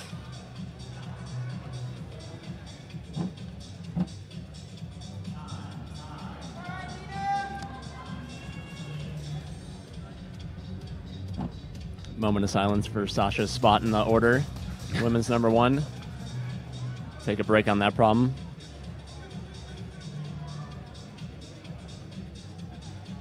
Move our attention down the way. Chelsea Rude figuring out her sequence before chopping on number 2. That second problem, a real core shakedown. And we only have 3 climbers out right now. due to some scratches.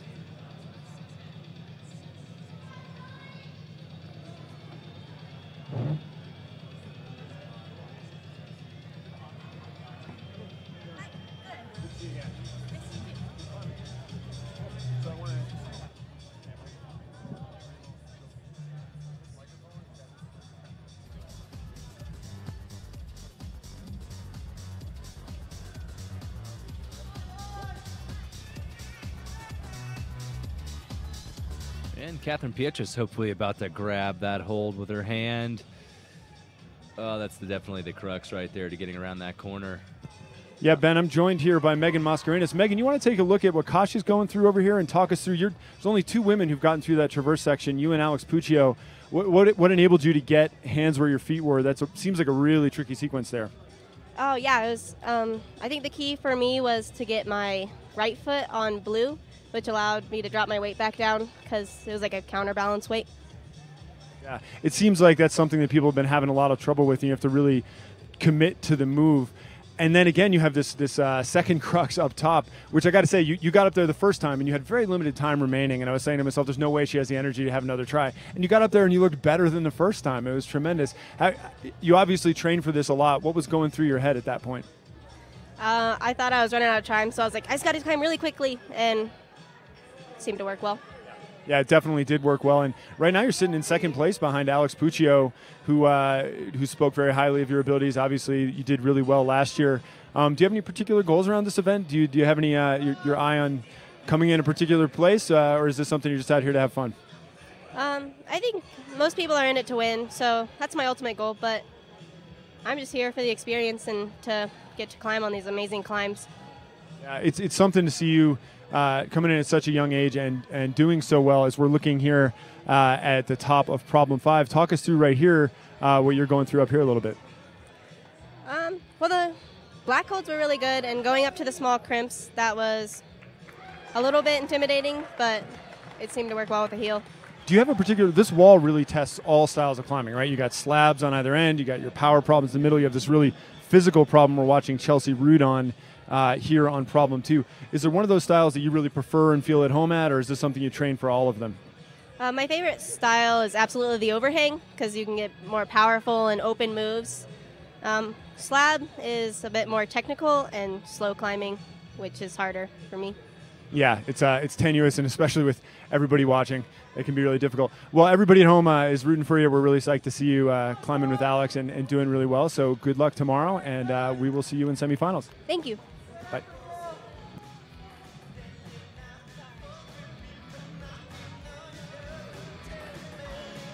Great interview from Pete Ward and Megan Mascarenas. It's really going to be fun to watch her as she moves through the finals. I think she's got looks like a great career ahead of her.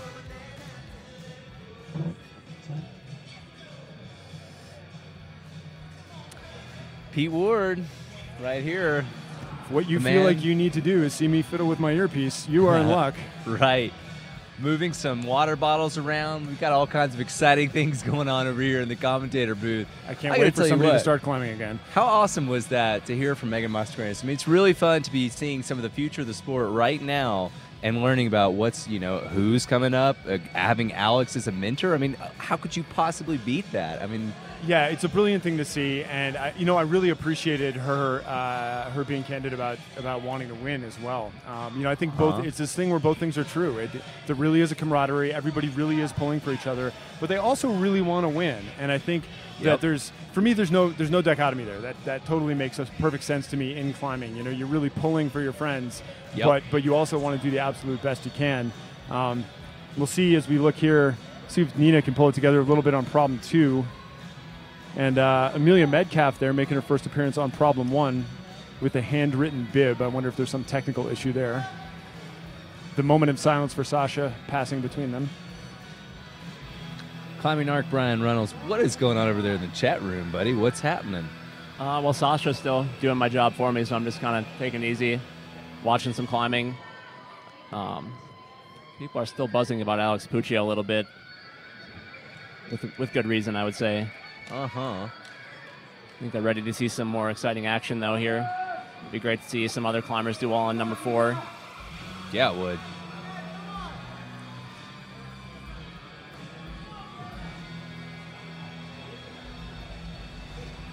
There have been some questions about people wanting to see Ostroma Shiorishi climbing. Unfortunately, she's not old enough yet to compete. I believe you have to be 16 or turning 16 within this year to compete in the comp, so we'll see her in a couple years, I would think.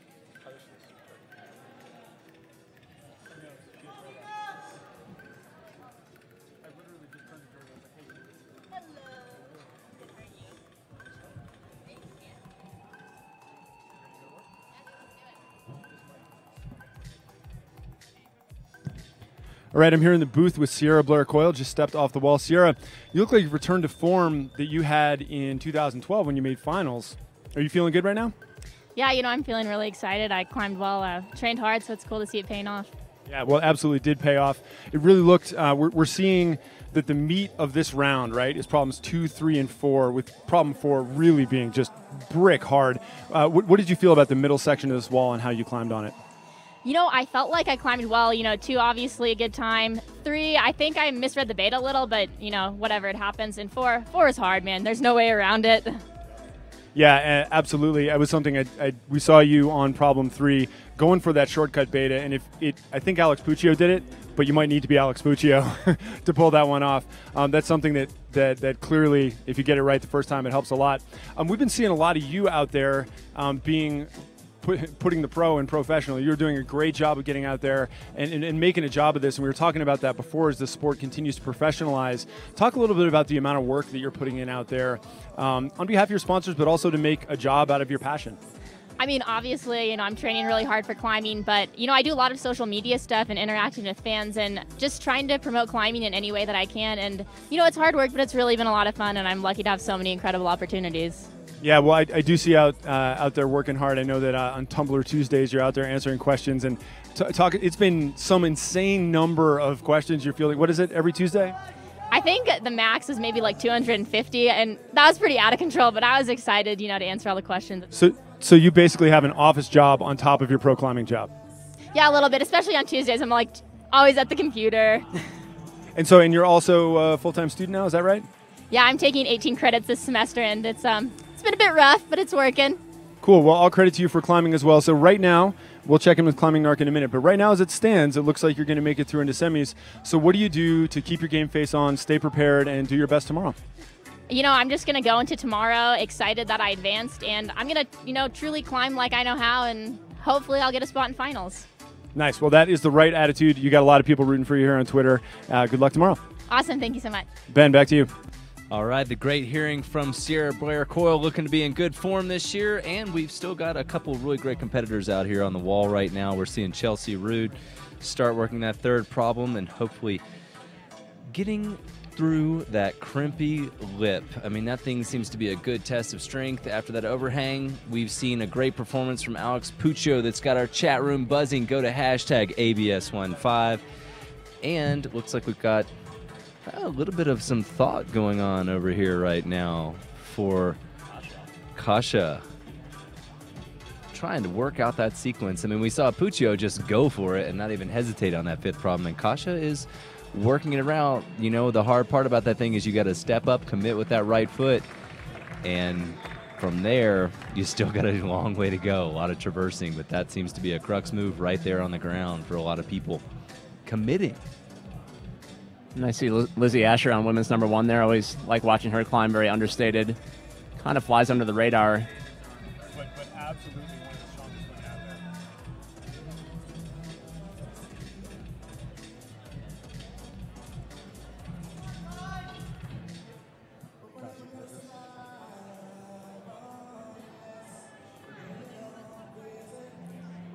there. 2 minutes left in this round. Kasia eyeing up This the parkour round. move. Who do we have coming up here, Brian? Who are you excited to see coming up in the next little bit? We've still got we're almost 2/3 the way through our field of female competitors in this qualifier. And we have Francesca Metcalf coming out after Lizzie. She's always going to bring it. You got Michaela Kirsch coming up, Lisa Chulich, Cicada Generic. Bunch of good climbers still to come. Yep, stay tuned here to the 15th American Bouldering Series National Championships right here from Colorado Springs, because we're going to crown a couple of champions, and we have got a lot of qualified, amazingly talented competitors including Pete Ward. I believe you have me in the wrong cell in the spreadsheet, my friend. But Kasia Pietrus is an amazingly talented competitor, and there she is figuring it out. Yes. With just a minute left in her time period. Yeah, I've gotten to watch Kasia climb for a number of years. She's from Illinois, so I've gotten to watch her in the Midwest dominating all our comps over the years until she thankfully left to give other people a chance. Went down south, Chattanooga. Now she's living out near Boulder. Heading to Switzerland in a couple weeks. That doesn't suck. To all my friends in Switzerland, look out. There are a lot of people at this national championships talking about how they're going to the Switzerland in the next month. So to all my Swiss friends, get ready to give lots of tours to lots of Americans. Show us all the slabs that we can't campus. I've never heard of Switzerland. Is there good climbing there? It's funny, actually. There's a little bit. Oh. Yeah. There's a few different rock types, and there are some acceptable problems. Okay. Yeah. Nice. It's tolerable. I'll Google it. Yeah. For Europe, right? It's tolerable. Right. Yeah. Considering, yes, you're right. You know, it's still in Europe, and given the context, it's good to see on Twitter here a little bit of love for Nina Williams, competing through injury. She certainly deserves that.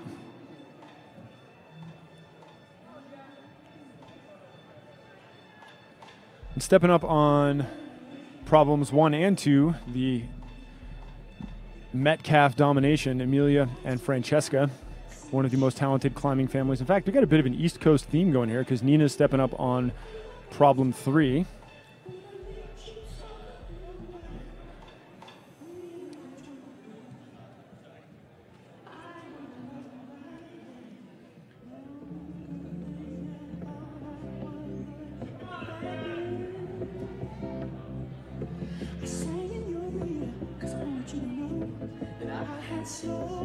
Action on all 5 problems.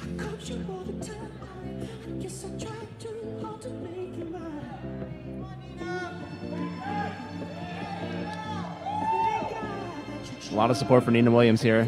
Yeah, nursing that wrist injury. Let's really hope she can pull through this and see what kind of performance she can dig out. She's got to finish 2 of these last 3 problems to really have a chance.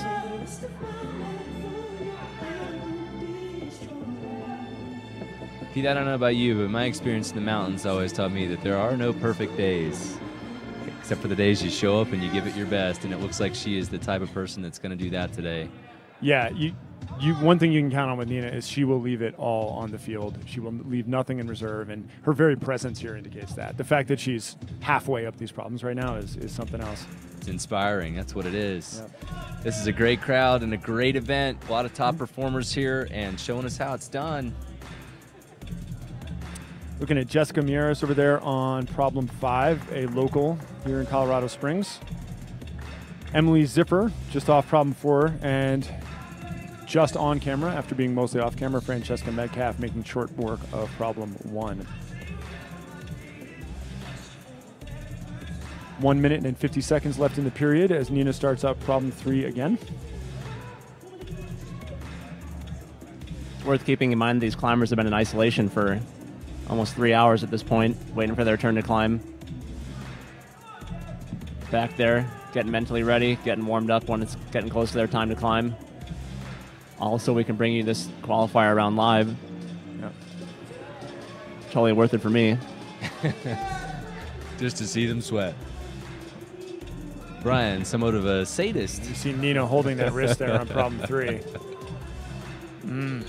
Yeah, I don't know. You can't see it from that angle, but Nina is bent over in pain right now, trying to rally through that wrist injury, and it's really up to her as to whether she's going to be doing structural damage or not.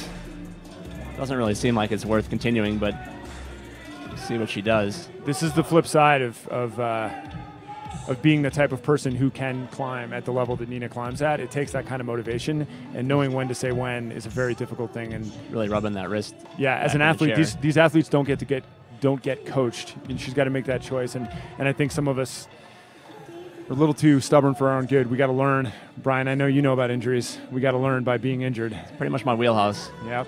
7-time national champion and getting injured. Wow. You got any, like, I mean, you got some broken bones in there? Strong words. Some pins, some titanium, some screws, or you just got blown tendons everywhere? Yeah, mostly that. Nothing that, cool. The snap tendon in the ankle once, that was about the only thing that was, visible. We're not going to play that down, though, Ben. It's a very big deal. Yeah, I once got a hairline fracture walking me. across base camp in a 17,600-foot base camp in Nepal, Yeah. tripping over a rock right before going to ski a peak. Yeah. That's probably the most embarrassing injury I think I could ever possibly claim. A hairline fracture in my talus, a broken ankle, walking through sand in a base camp. Yeah. Mostly what I've had to do is I've had to sustain multiple debilitating blows to my ego from being not nearly as good at rock climbing as I thought I was. Those are harder to recover from. You claimed incompetence earlier, yeah. Right. And that's been an ongoing injury that I've had to struggle with throughout my career. Now, on to climbers who are good at what they do. That's Chelsea Rude. Yeah. They're looking at problem 4. It'd be interesting to see what Chelsea can do with this. And, Chelsea is the kind of technical climber that while the pure power required to do this problem might not be her forte per se, I could see her getting a little bit extra out of that bicycle and perhaps getting through that sequence. Lizzie Asher, she can do it all. Power, technique, Lizzie's got it all. And she's been leading a really interesting life. She's been doing some research in Antarctica lately. I'm really excited to pull Lizzie into the booth and see what she's been up to. You literally never know where she's been or what she's been doing. Do you know she's been up at Movement and Boulder training, getting ready when she's not out doing fun stuff? Oh. It's cool to see the group of women up at the gym there getting ready for this comp. Yeah, we're got another boulder climber, Isabel Goodacre here. Brian, our fact man, what do you think the stats are? How many people here are from Colorado competing in this competition? Actually from Colorado? And more specifically, how many people live in Boulder that are competing in this competition? Is 50% too high? I don't know. It's a good number. I'd say it's probably a little, because there's a regional qualifying system, and so I think by nature of two things, I mean, we're seeing a lot of strong people from a lot of strong places, but even though Boulder does become a migrating place for a lot of these people from other places, it still can be hard to qualify through. So yeah, I mean, it's kind of fun to joke about Boulder, but there are climbers from all over the country that are competing. Definitely at a high level here. New Jersey, Indiana. We've got some people from climbing far powerhouses. places. Chevy Chase, Maryland, I believe, was one of the more exotic locations I saw. Of course, we got people out my way in Boston, Ma, with the Metcalfs. There's a lot of Colorado Springs and Boulder. There's Alexandria, Virginia, San Francisco. Of course, we got Julianne Verm from Dortmund in Germany and Deutsch. Shoreline, Washington, Ann Arbor, Michigan, Billings, Montana, Laguna Hills, California, Napa, California, Scottsdale, Arizona, Murray, Utah, Rowlett, Texas. Rowlett? We're going to have people from all over the country. Sue Brum from Barneveld, New York. I'm from upstate New York, and I don't even know where that is. Guys, very quietly, Kasha Petras, guys, 3 tops. Very solid round for her. Yeah, it is solid. Right under our nose. Yeah, right under our nose. That's Lizzie Asher. Finishing problem 2. It's 2 for 2 for Lizzie, right? Nice.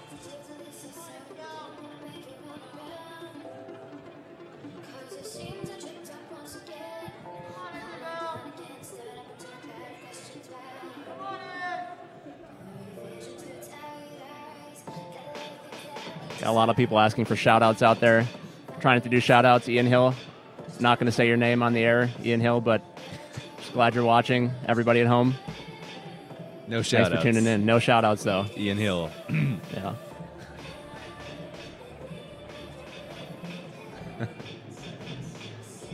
What's our most far-flung comment? I mean, while we're on the idea that there's so many competitors from all over the nation, 130 of them. I mean, what kind of activity we got going over there on that chat room? We have almost 1,600 comments so far. Chat room kind of goes crazy. It's hard to follow. People kind of chatting amongst themselves about training, and I think Sasha might be done holding court. Maybe she's eating lunch. A lot of good discussion going on, though. It's good to see people kind of interacting amongst themselves while we try to bring you the action, and we'll try to surface any good questions people have or things they're wondering about. Yeah, I'm seeing a lot of love for Nina Williams out here.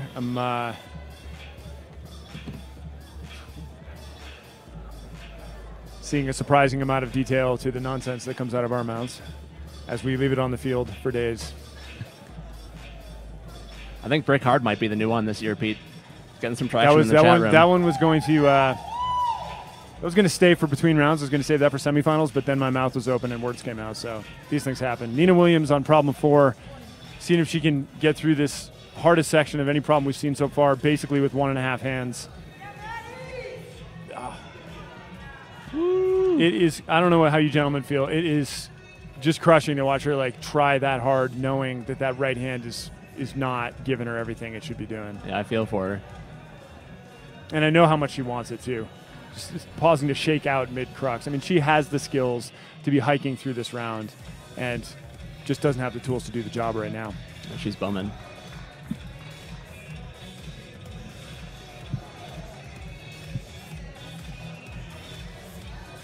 Amelia Metcalf is not bumming, though, in women's number 3. Nope. Moving through that roof. That section looks super fun to climb on. A lot of competitors have skipped this part, but certainly doable this way. It's a tough move here, though, yeah. And that's her sister, Francesca. Oh. Medcast sisters chatting it up on problems 2 and 3. And they're from your neck of the woods, right? They are. East they Coast, are. Mass. Yeah. It's a really interesting. You know what? I'll take this moment to give a shout out to all my friends back in Western, Central, and Eastern Massachusetts. Massachusetts, let me tell you, boys, undiscovered gem for climbing in the Union. There is so much good climbing, yes, in the United States of America, and Massachusetts is one of the little-known places. And here's my bold prediction: in the next 5 to 10 years, you'll be hearing lots of good stuff coming out of that state. There's some really strong climbers and some really interesting rock to climb on. So you heard it here first. Nina Williams is actually from Rhode Island, and this will not be the last you hear from her. She's struggling through injury. She will be back. That's a fact. 2 bold predictions from Pete Ward. Mass is the new Mecca, and Nina will recover to come back to crush. Look at that emotional Olympic-style shot. Speaking of the Olympics, the U.S. American hockey team is lost. Let's go on final so everyone can watch climbing now. These competitors won't let you down. Moment of silence. USA's finest right here in climbing. Nina digging deep. Got a viewer from Belgium in the chat room. It's always cool to see global reach of climbing and these kind of live broadcasts. You never know where people are going to be watching from. Shout out to Belgium.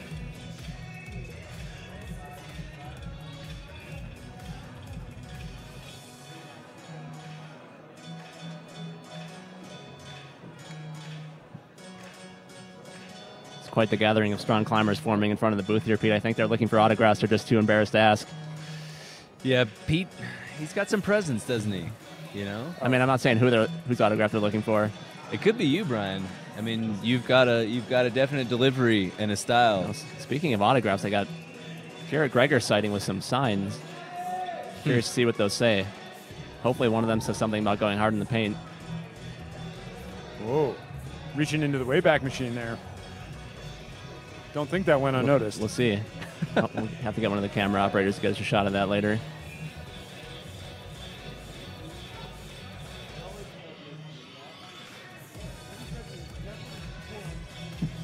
There is still a comp going on out here, I guess.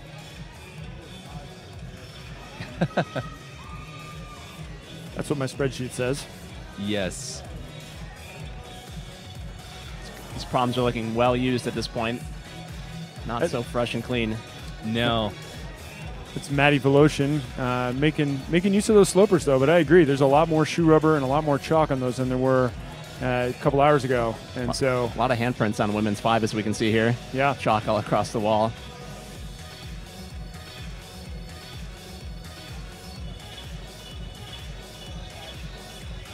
Yeah, Chelsea Rude trying to figure it out. You know, Pete, where in the order of things as a competitor would you like to go if you were entered in this comp right now? Lizzie Asher. You will never see stronger effort than out of Lizzie Asher. Yes, nice. With the cable cam from Ladder and 11. shouting it out. And to answer your question there, Ben, for me personally, I wanted to go first. I wanted to spend less time getting in my own head, getting in my own way. I wanted to get out there, give everything I had, and get it done. And that was for qualifiers. I felt like if I was able to ever move past qualifiers, which was infrequent, that at that point nerves had sorted themselves out and I didn't really care. Just wanted to play the game. But I wanted to get out there and compete. So, and I think a lot of these people feel that way. I mean, I think there's, you see the amount of effort in, and there is a culture here which I respect tremendously of humility and of not really calling your shot the way you see it in other sports. And I love it. I hope that never goes away from climbing. You know, I really hope that people keep that humility. However, there's real honor in competition. There's real honor in having it mean something to you. It's not any of the, occasionally people can feel as though competition is carries certain sets of baggage or whatever. I for my own money, I have trouble understanding it because I don't think there's anything more humble and honest you can do than go out and test yourself in front of all your peers, like these people are doing, like Isabel Goodacre's doing here, and giving everything you got. And I have tremendous respect for every single one of these competitors, and for that matter, anybody who competed in any of the qualifying rounds trying to get here. To really go out there and leave it all on the line is it's a real personal thing, and I have a lot of respect for it.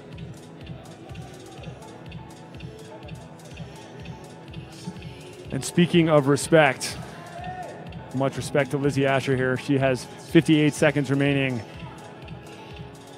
to go full gas on problem 3. Right, see what she's got. Oh. Crimpy section, too, above there, just coming off the wall. Woo, intimidating. And that's a wasted try. That's energy that is not in the tank now for problem 4. So Lizzie Asher, who I think has some hopes of advancing, has her work cut out for her. Definitely. And the top 7 women have completed at least 3 climbs, so the bar's getting raised. Make it into that semifinal cut of top 20 women. Problems 1, 2, and 5 are definitely going down with some consistency up in that upper level, but 3 and 4 are the meat. Brian, how many tops do we have on number 3 there? I have 6 unofficial tops so far. Belated spoiler alert on that hockey result update, by the way. Some unhappy people in the chat room. Live sports. They happen. We share everything, including our misery. And just a reminder, if you're tuning in and you're wondering how those results are calculated, again, this is the top score scoring system, basic intuitive system. There are no bonuses, no multipliers, none of that stuff that doesn't exist when you go climbing outside. Basically what happens here, not basically, the simple fact of what happens here is that if you do the most boulder problems, you win, as it should be. So the number 1 criteria is tops. The number 2 criteria is points, meaning who did the most moves, high point, also intuitive. After that, who got the most flashes, and then it comes down to number of attempts. Attempts to top and attempts to high point. So all very intuitive, tied back to the type of climbing that has historically been done outside, and we feel as though it honors the tradition of the sport. As Nina's wrist injury isn't holding her back here. She uses the force.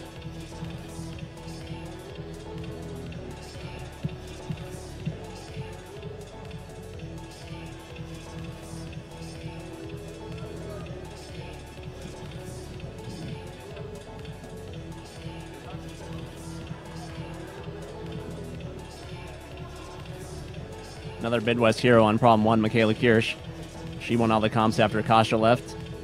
Now she's gone, so Kyra Condi's turn.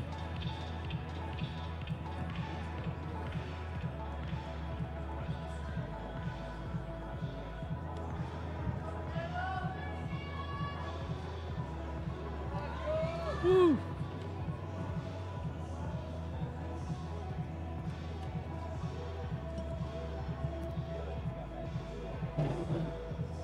Yeah, Michaela just got back from spending winter in Norway, which seems about one of the last places I want to spend the winter, but she's up there training, which I guess is a good way to get focused. Dark out 90% of the day. She's another one of those I'm only good at rope climbing people that seems to be really good at bouldering. Multiple-time national champion in the youth series for rope climbing.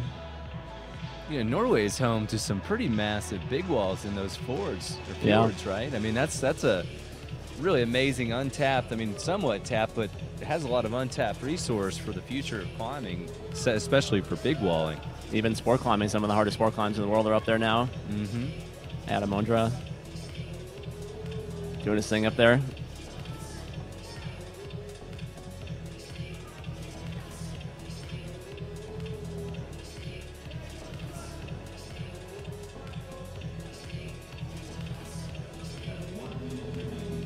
One minute left on this round. Getting down to the nitty-gritty here. Yep, and we got a Metcalf over there on the third problem. We have 11 women left.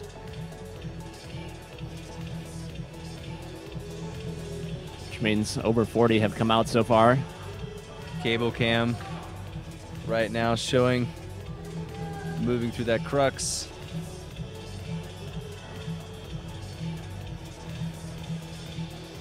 Always interesting to see how a variety of climbers do on these problems. You know, everyone approaches things differently, different skill levels, different, you know, strengths and weaknesses for each climber, and just, you know, everyone does it a little bit different.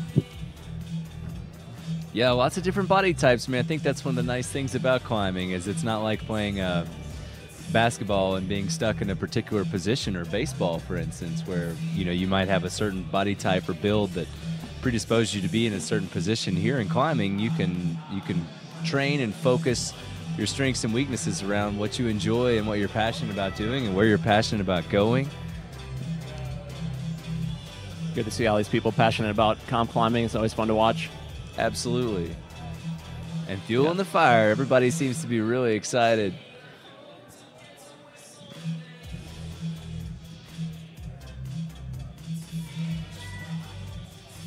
Lizzie Asher trying to suss out that fourth problem. Got last year's 7th place finisher Lisa Chulich out in women's number 1 on the far left side. Rainbow Road.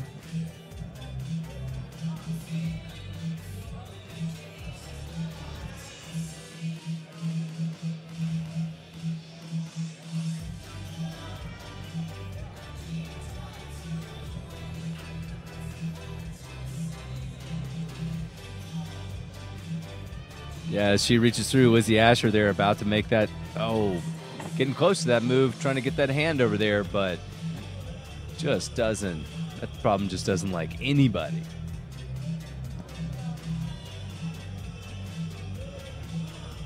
Well, you are watching the 15th American Bouldering Series National Championships right now from Colorado Springs. We've got 130 of the nation's top competitors to crown 2 U.S. national champions tomorrow. These are the women's qualifiers. We're going to see the men's later, starting at 3 p.m. and lasting for nearly 6 hours. We're going to watch a lot of climbing there. And then tomorrow, we're going to have our finals beginning at 11.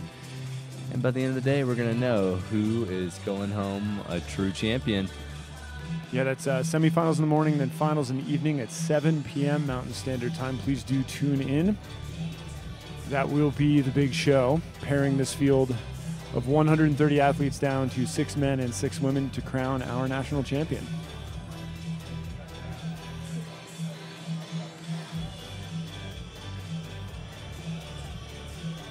Well, Brian Runnels over here has been manning the chat room with the old hashtag ABS15. I'm Ben Clark and Pete Ward, and we are having a great time today witnessing this wonderful event. We're glad you guys have joined us. I hope that you will appreciate our sponsors. We want to mention them once again: the North Face, Cliff Bar, Evolve, Climbing Magazine, Kailash, and Scratch Labs. And you know what, folks? Make sure you tune in there to the chat room and let Brian know what you're thinking, what you're feeling, what's going on out there. If you got any questions, we'd love to answer them. If you got questions for athletes, hey, when we get them in here in the booth, love to ask them as well. Thank you for your participation and viewership. Yeah, thank you for supporting climbing. And another shout out to USA Climbing, which is our national governing body for the sport. You can always support USA Climbing by going to usaclimbing.org. You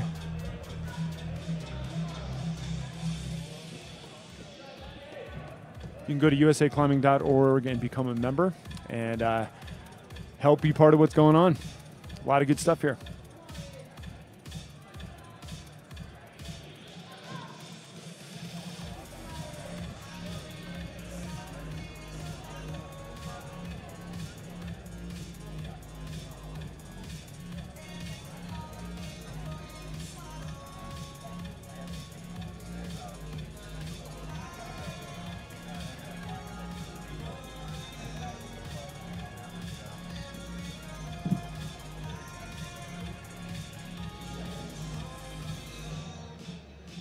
So we wrap up this round. Lisa Chulich on women's number 1. Kind of made a splash last year, finishing 7th. I think she's also a really accomplished volleyball player in college.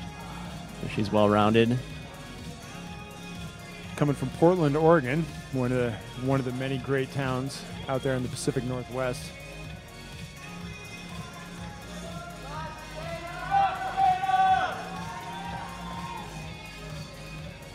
It says here in the notes, Brian,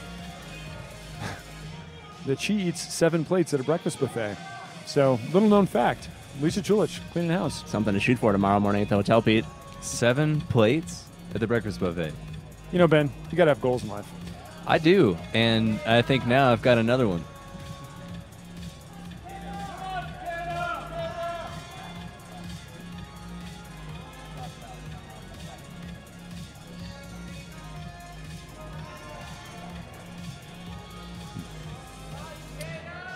We're looking at Cicada Generic over here, who, if you feel like she's been around forever, you'll be shocked to find out that she's just into the adult national championships.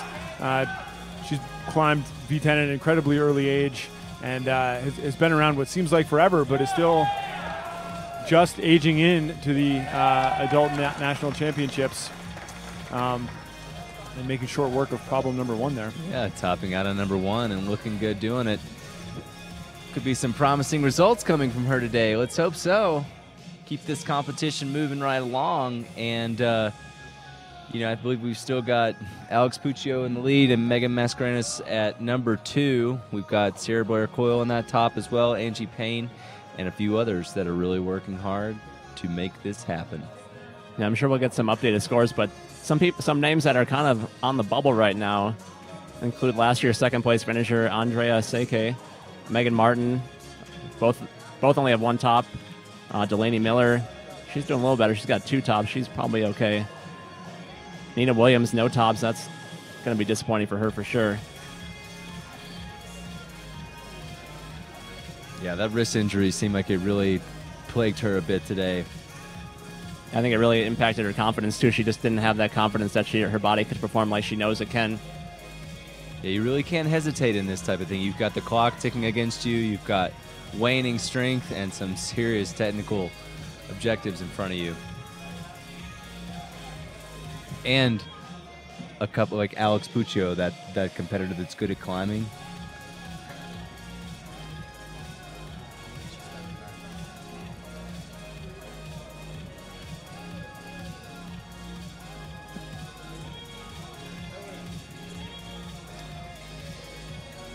We got the sisters from Mass, the Metcalfs, working on the far end of the wall, and Cicada on that second problem, brushing some holds, trying to figure it out. Michaela. Brian, help us out with our Midwest name tags here. That's Michaela Kirsch on problem 2, correct? That's correct. It is. I don't know where her gray tops and black bottoms. There's 2 of those on the wall right now. It's getting confusing over here. I'm picking up on some of Pete's incompetence in my announcing. You'll stick around. That was Juliana Price we were looking at on problem 3.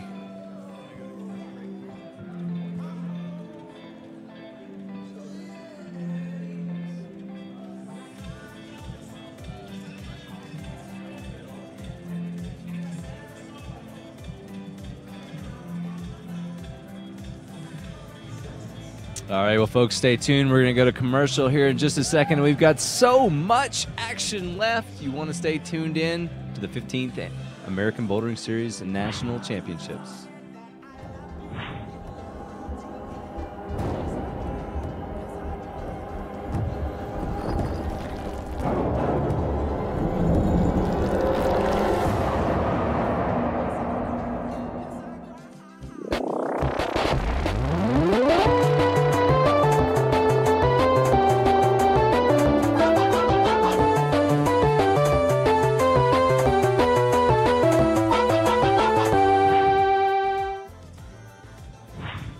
Welcome back to Colorado Springs in the City Center Auditorium. You just saw Chris Danielson in that So Ill ad. Chris Danielson is one of the setters on this team, possibly our most accomplished and decorated route setter in this country right now. We will be dragging him into the booth this afternoon to get his 2 cents on this competition, how the problems are going, and what it is that the route setting team is working on.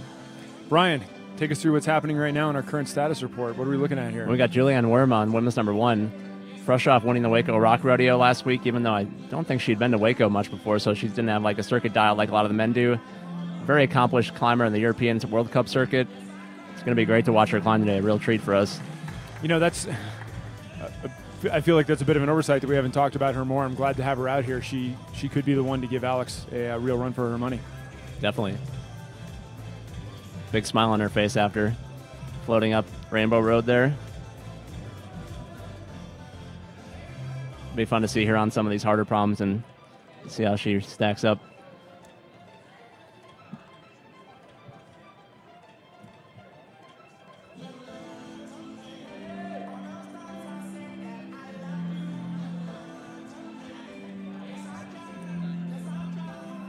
Got a Twitter shout out here. Somebody watching from the Dutch Caribbean and supporting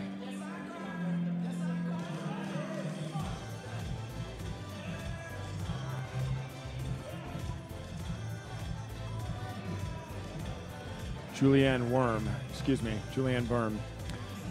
So, shout out from the Dutch Caribbean. Thank you for watching. Jimmy, I will not try to pronounce your last name, but thank you for the shout out.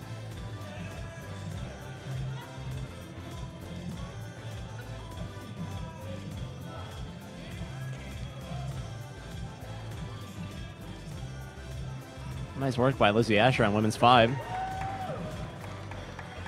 Is that 3 tops for her, yeah? I'll have to check the unofficial scores in a second here.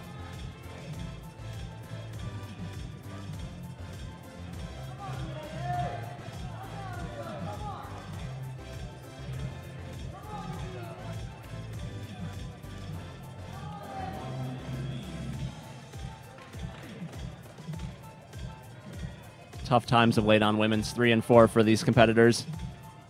Been a while since we've seen either one climb to a real high point. Yeah.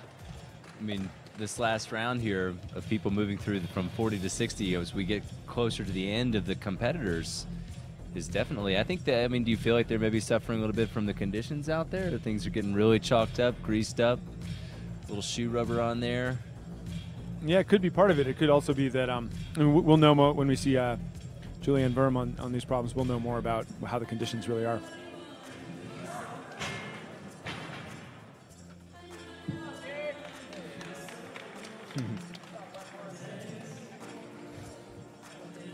Got a route setter down over there.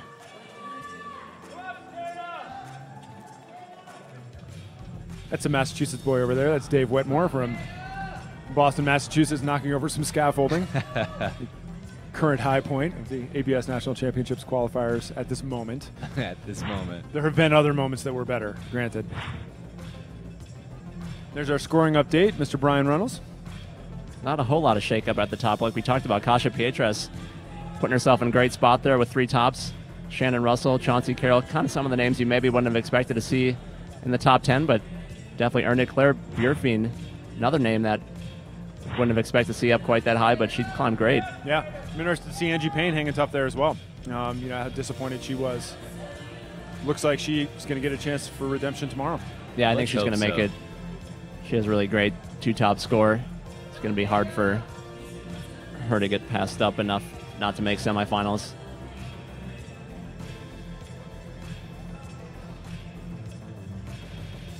It's going to be interesting to see how, when it comes down to, if 2 tops isn't quite enough to get in and you have to get points to make it into semifinals, some of the climbers can be frustrated to see that. But that's, every move counts here in this top scoring system.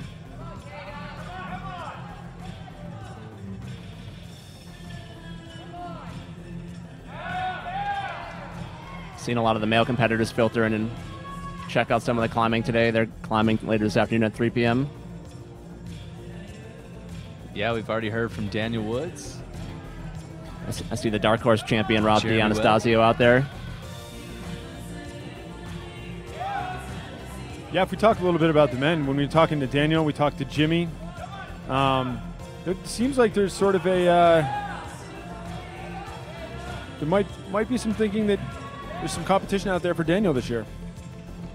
Yeah, I mean, Jimmy, Carlo Traversi, Rob D. Never know who he's going to bring. Jan Hoyer. Certainly got the power to compete with Daniel. Yeah, and there's Cicada making it happen on women's too.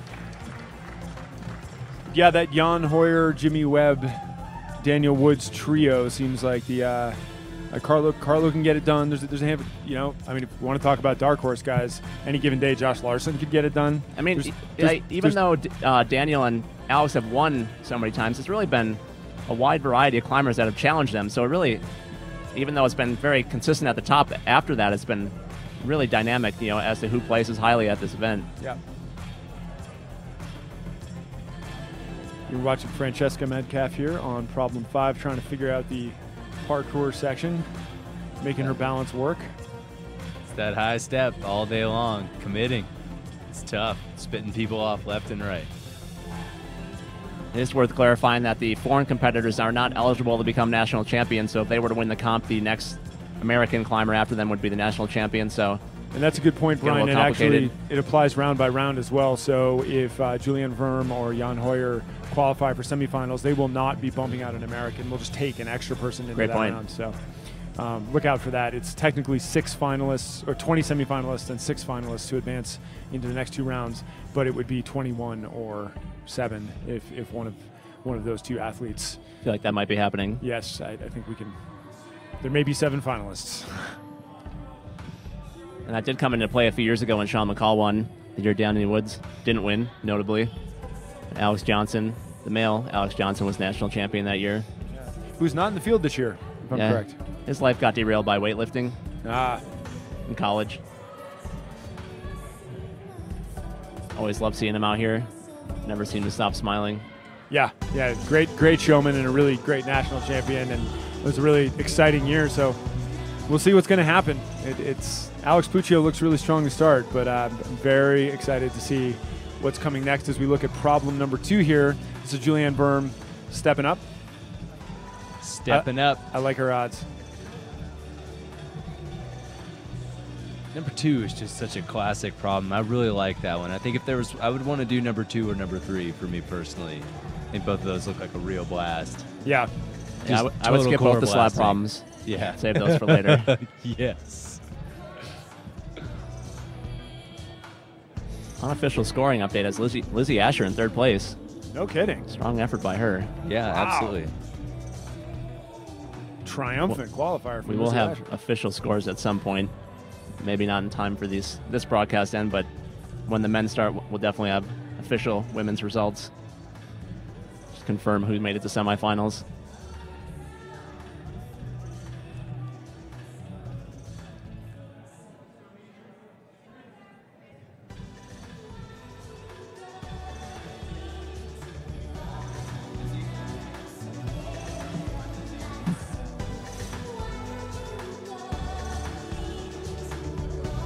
Julianne Worm moving into that crux. Yeah, she looks so composed up there.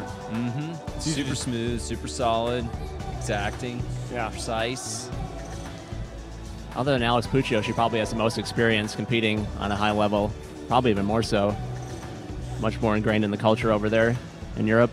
This is a great shot here we had there of Lisa Chulich and Julianne Verm there in the same shot. Keep you posted. Lisa's just off that campus move.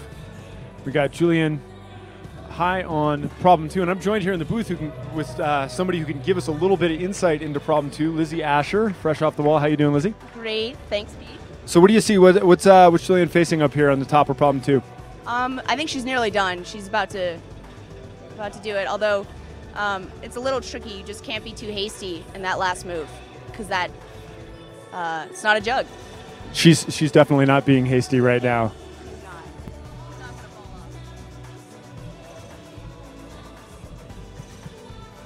Yeah, did you feel quite as comfortable as she looks when you're up there? No, but she's pretty strong, so I don't ever expect to feel quite as comfortable as she looks. You're humble and talented. So how you been? What have you been up to? I feel like you're always somewhere interesting, Antarctica, doing something crazy. What have you been up to this last year? Actually, lately I've been living in Boulder. I've been working at NCAR, the National Center for Atmospheric Research, doing climate modeling. Fantastic! Wow. Really cool. It's been great, and I get to climb with some of my old climbing friends, and it's been really great. So have you been climbing a bit more recently? I know that studies and work-related type things have taken a lot of time for you, but if you're living in Boulder, it's hard to not rock climb. I do. In fact, sometimes I go climbing before and after work. Outrageous. So talk us through, let's see, we're looking here, we were just looking at problem 5, and we've got Lisa Chulich here on problem 3 right here. So this section with the drop-down campus and this problem in general, talk us through your thoughts on that problem. It's pretty powerful, just in general. It reminds me of a climb you might find at Waco. And that section right there, I quickly identified that as being one of the 2 power moves, basically. I think if you keep your foot on and you cross down into it, you're much better off. If you use strictly campus, it's a lot of burl. Yeah, and it seems like that's one real differentiator, excuse me, and another one, probably the one, is can you deal with traverse on problem 4, which was just brutal. Give us your thoughts on that one. Yeah, problem number 4 is really tough. I've talked to a few people who are almost stumped by it, but we decided that the best thing to do is you should have just burrowed through it completely. There are a few different ways, like matching on that blue one, maybe crossing under. I don't know what to say about problem 4, except it's pretty hard. It might be V10. V10 qualifiers, no mercy from the route setting team. So give us a little bit of prediction looking forward. First of all, congratulations. You're sitting strong. I believe you're definitely top 5. I look over climbing Nark's shoulder, and I see you sitting in 3rd place right now, so I think we can confidently say we're going to see you climbing tomorrow. So congratulations there. But my question is, going forward, we got Alex, a 7-time national champion. We got Julianne Verm, who's climbing really strong. But what's it going to take for anyone, you, Julianne, anybody, to beat Alex?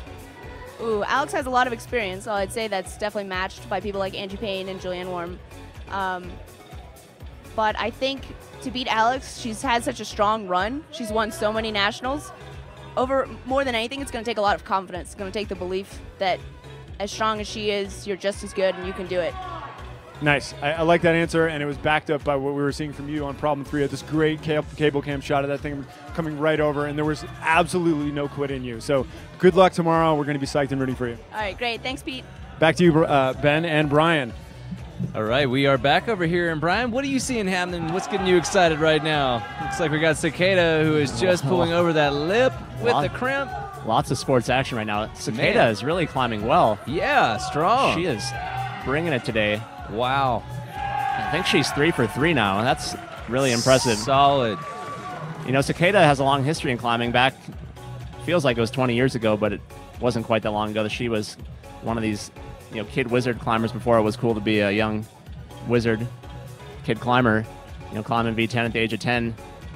She kind of fell off the national radar a little bit, but is still doing well in the youth circuit. So it's cool to see her out here today. Just climbing super strong.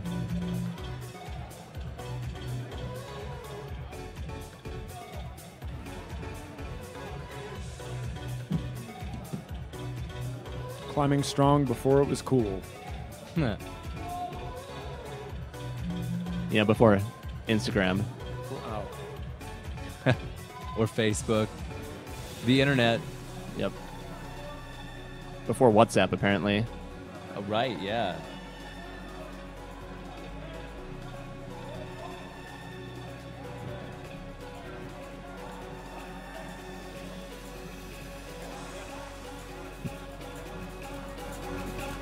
Got Dana Blyberg, women's #1, taking her trip up the Rainbow Brick Road. The Rainbow Brick Road. A bit of a struggle for some folks, that one. Yeah, but she's making it look pretty good. Seems like she's got it under control. I think it's an interesting problem in the respect that there are lots of holds up there that could potentially confuse somebody if they're nervous or not quite warmed up yet, and they can kind of get sucked into wanting to use more of those feet than they really need to. And most of those are just sucker holds that are for us to look at and not for you to climb on. Yep.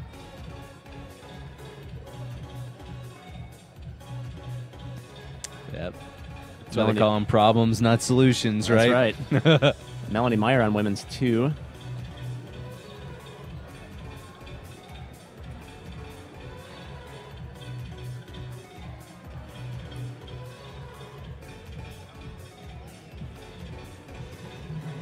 Juliana Price on women's 5. She is out of time. Nice work by her today.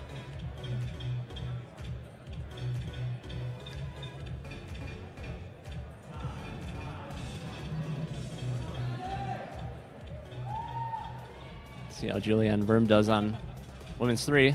That was Rachel Farmer stepping up to problem 1. We had a quick Dana Blyberg sighting there. Now sitting in the chair for problem 2. And Melanie Meyer on problem 2. Yeah, but we're going to learn a lot right now about Julianne Verm and see what she's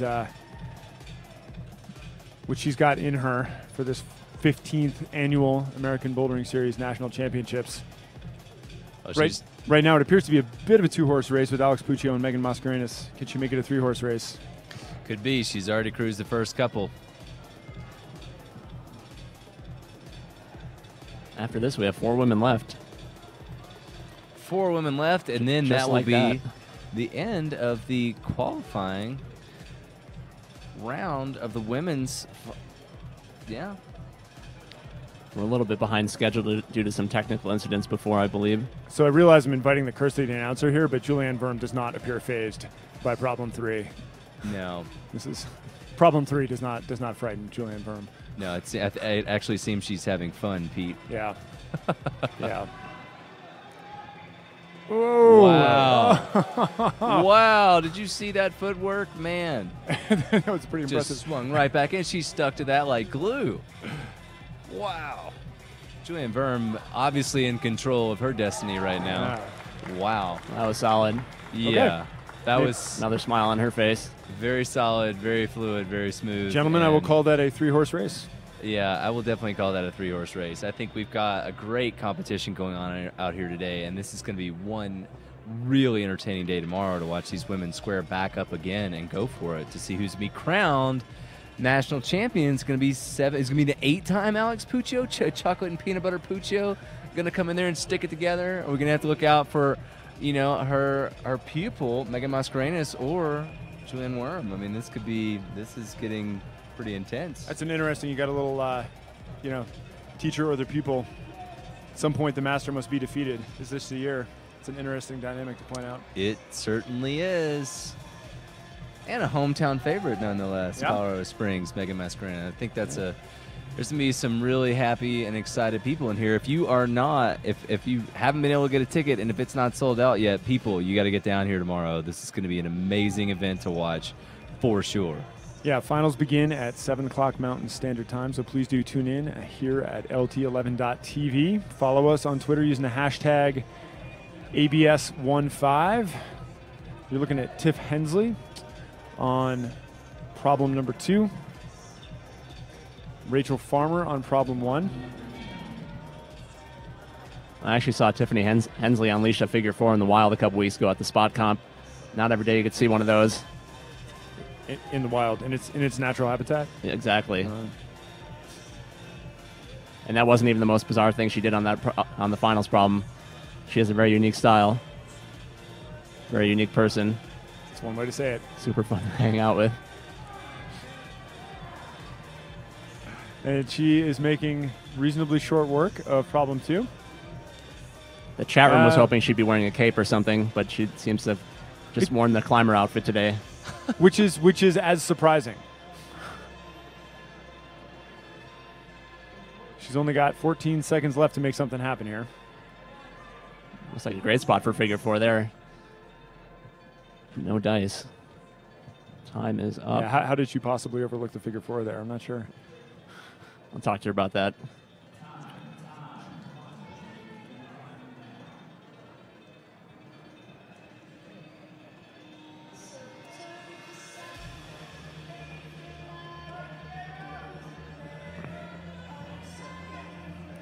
I don't think Julianne Verm has stopped smiling since she got off the wall. Yeah, I would be quite happy with that performance myself on that third one. I mean, she just absolutely just cruised it. She's in for a real treat on the next problem after this round.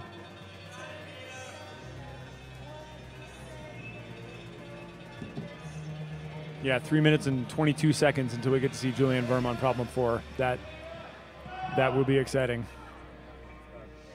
We're looking at Zoe Leibovich, excuse me, here on problem 1.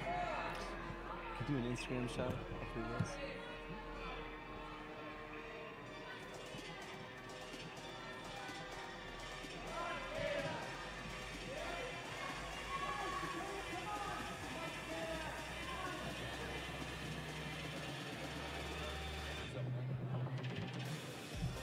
Awesome. Brian. Ready? Awesome, buddy. All right, all right.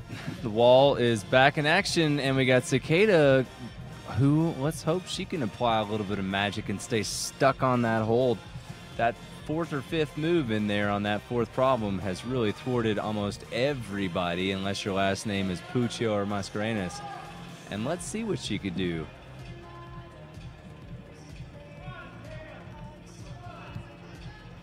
And she's off. She's thinking. Yeah, there's been very infrequent brushing so far today. Need to get the brush army out there. You got to brush 3 times daily, I hear, for really good health. I mean, I feel like there's a sponsor tie in there somewhere. Yeah, Colgate. Ladies and gentlemen, if you're just tuning in, we're reduced to the brushing commentary portion of the morning. We have pretty much covered everything except for the last 5 competitors. So we do solemnly promise we'll drink lots of coffee and rally hard for the afternoon. And speaking of rallying hard, that's Dana Blyberg on problem number 2. I do feel like you normally see more brushing going on. It's almost kind of like an obsessive thing that climbers tend to do, but hasn't happened much with the women so far today. Those brushes are heavy when you're trying to climb. I mean, for me, they are. I mean, there's nothing like a good brush pump to really blow your comp. Cut that out, guys. Don't let that out. Yeah, post. We'll deal with that in post again. Those brushes are really light. Brian Post Reynolds. All right, chat room, it's time for you to blow up and distract Brian Reynolds. Yeah, please. He's going fully off the rails. What should Brian be talking about right now? Brush pumps? Trying to check out Garrett Gregor's sign collection there as he walked by. It is, if you are into climbing celebrity watching, there is no better place than the ABS National Championships. It is a non-stop parade of people with strong fingers and big forearms. Steel tendons under those shirts.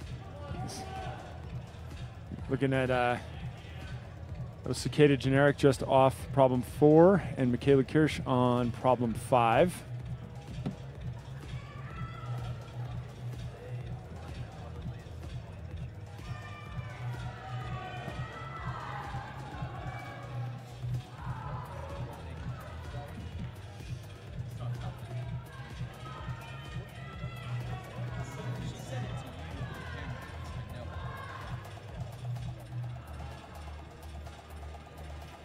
So we are 2 seconds away from an Alex Johnson sighting, and Alex Johnson had a temporary departure from the competition scene. She has had a tremendously productive last year, climbing really, really strong, and she's back here this year, obviously to see what she can do. She's one of the few people here who can say that she's beaten Alex Puccio head-to-head before. So the plot thickens as the qualifiers round draws to a close. On problem 1 right now, out of your picture, Alex Johnson making short work. And we've got Julianne Verm eyeing up problem 4. We got Tiffany Hensley brushing. Look at that. 3 times daily. Give her some points for that. It's Alex Johnson figuring out the Rainbow Road here. Wow, and we are definitely seeing Julianne Verm. Yeah, Julianne Verm getting it done here. Wow, there she's gotten to the crux. She's moving through it smoothly. She is the 3rd woman to do that sequence, and none have done it as elegantly as she is. This is something to watch. Nice heel toe cam there. Yeah, just taking some weight off. Crafty. And she's wow, she has nailed the sequence flawlessly. Always makes a route setter smile.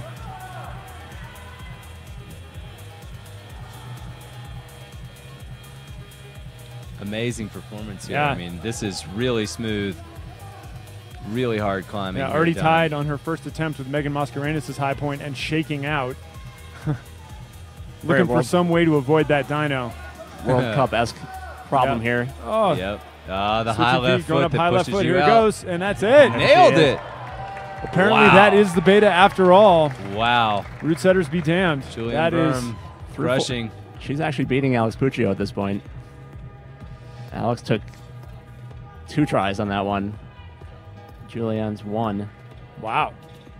So, ladies and gentlemen, we have a competition on our hands. This, you know, if you had plans tomorrow to go outside climbing, cancel them right now. Who needs the Olympics? Who needs the Olympics? America already lost the hockey game. Oh, we just had Lisa Chulich falling from a high on problem 5. She was looking smooth and in control. Could not keep it together. Looks like Alex Johnson fell on women's number 1 too. She's still looking at the wall. Yeah. Usually a sign that she wants to keep trying it. Or that she needs to keep trying it. Distracted, thinking that that's a bag of M&Ms that have been thrown against the wall. It's kind of pretty, people. It approaches lunchtime here at the ABS National Championships, and the commentators get Did you hungry. get that reference? I don't see any lunch, Pete. I don't see lunch. I see All I people see is- getting eaten up like lunch by these climbs. Well, that'd be fascinating to see if Alex Puccio has just gone from the prohibitive favorite to a slight underdog. That was an unforeseen turn of events here at the ABS National Championships, and really makes things quite fascinating. Provided I'm assuming here that Julianne Verm can hang on and do problem 5, will be interesting to see. I think that's why you got to do this live. This is definitely going to be anybody's game at the top right there. Yeah, that, as they say, is why they play the game. The game is not played on paper. On paper, Alex Puccio is a prohibitive favorite. Here at the ABS National Championships in the City Center Auditorium in Colorado Springs, things may be slightly different. You're looking at Alex Johnson finishing up problem 1. Meat hook that thing. The meat hook. Some people asking about Alex's dog in the chat room. I don't see Fritz anywhere, but doesn't mean he's not here. Little Chihuahua. Fritz is a she, I'm being told. The LT11 fact-checking department is all over you, Brian, watching you like a hawk. Be careful. Tough times. Your little brushing rant there has brought you under suspicion, my friend. Yep. There will be no misidentifying the dog's gender. Nope. I can mispronounce anybody's name, but you got to get this dog's right, Brian, okay? It's the little things. Let's just be clear here. We strive to get the details right here at the LT11 broadcast booth. I mean, if you can't keep it together. Anyways, back to climbing. That's Cicada Generic on number 5. Dana Blyberg's about to set off on problem 3. Zoe Lipovich on number 2. And Melanie Meyer on problem 4, getting into the business. The biz. Where the results of this competition will be determined, or at least this round of it.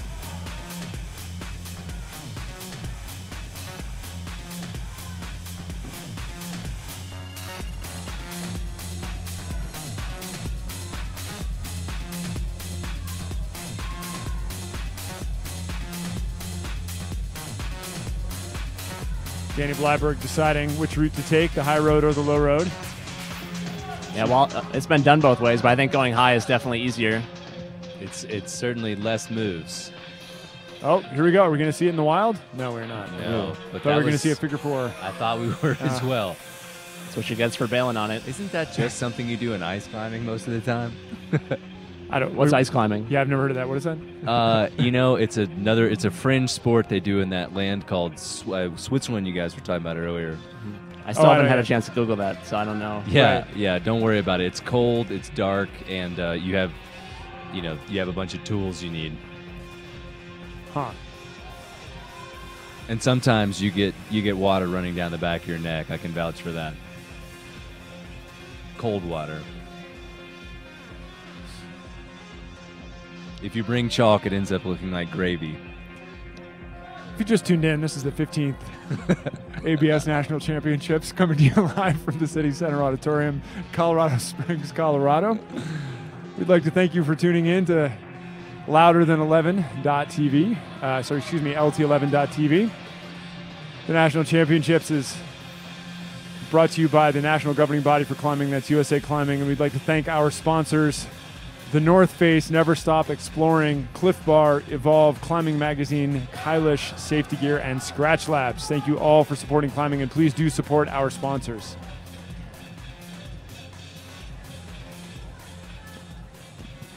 Worth pointing out for people watching at home, if you missed anything, just rewind that YouTube player, catch up on everything you missed. A lot of great interviews with these athletes as they come off the wall today. It's been good to hear their thoughts about how things went. I've talked to some of the men too, Jimmy Webb and Daniel Woods. Yeah, make sure you go back and listen to that. Ooh. Oh, Cicada Generic using the Puccio beta. Yeah. Yep. As it's known. Big move.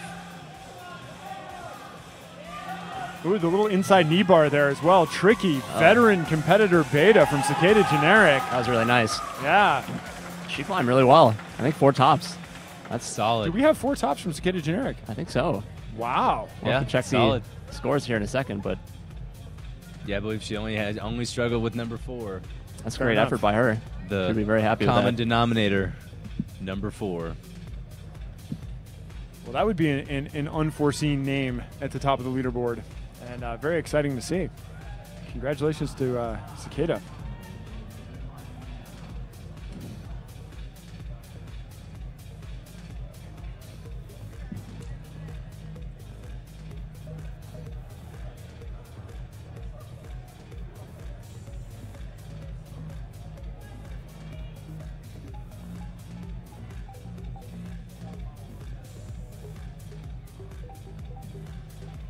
All right, Julian Verm about to do the 5th problem. Going to be interesting to see if she goes for the Puccio beta. I think she's going to. Wow, and she sticks it first try, no hesitation. I think she's going to be on the top here. Really impressive to see her do that on her first try. Like Alex said when she talked to Pete, she kind of had that in the back of her mind that she'd try after she tried, what was the more obvious way, her first try, and see Julianne just do that right out of the box. Impressive. She's barely even climbed today. Yeah. Yeah. Least energy expended. That award goes to Julianne Verm. So she will be our number 1 qualifier. It sure seems that way. Yep, 5 tops. I think 5 flashes. The bar is set high. It's going to be fun to watch this work its way down to finals tomorrow.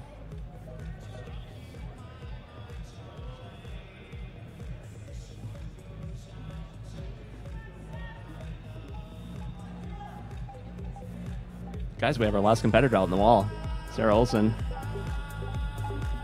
Actually, we have a Courtney Woods sighting there in the chair. I wonder if she just got bumped back to the end of the running order there. I stand corrected, yeah. Yeah.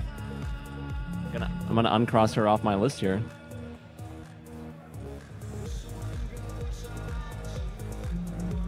You know, Courtney and Daniel, they just bought a house, and Daniel was saying that he hasn't even been to it yet. He's been on the road so much. Yeah, or he just went to it recently or something. I think that's one of the dynamics we're going to have to watch in the men's competition, that a lot of the top men haven't been climbing in a gym for a couple months. So it'll be curious to see how they are able to do. I think they'll do pretty well, but they haven't been at home training for this event like some of the women climbers have been. That's a really good point, Brian, and especially for these route setters, because so many of the top climbers, regardless of their hometown, are based in Boulder, Colorado. And so a lot of the route setters have a bit of an advantage that they see some of these climbers training day in and day out, and so they really understand the barometer where they're at. I wonder if that'll be the case going forward. I'm sorry, if that'll be the case with the men, if they have that understanding of where they're at.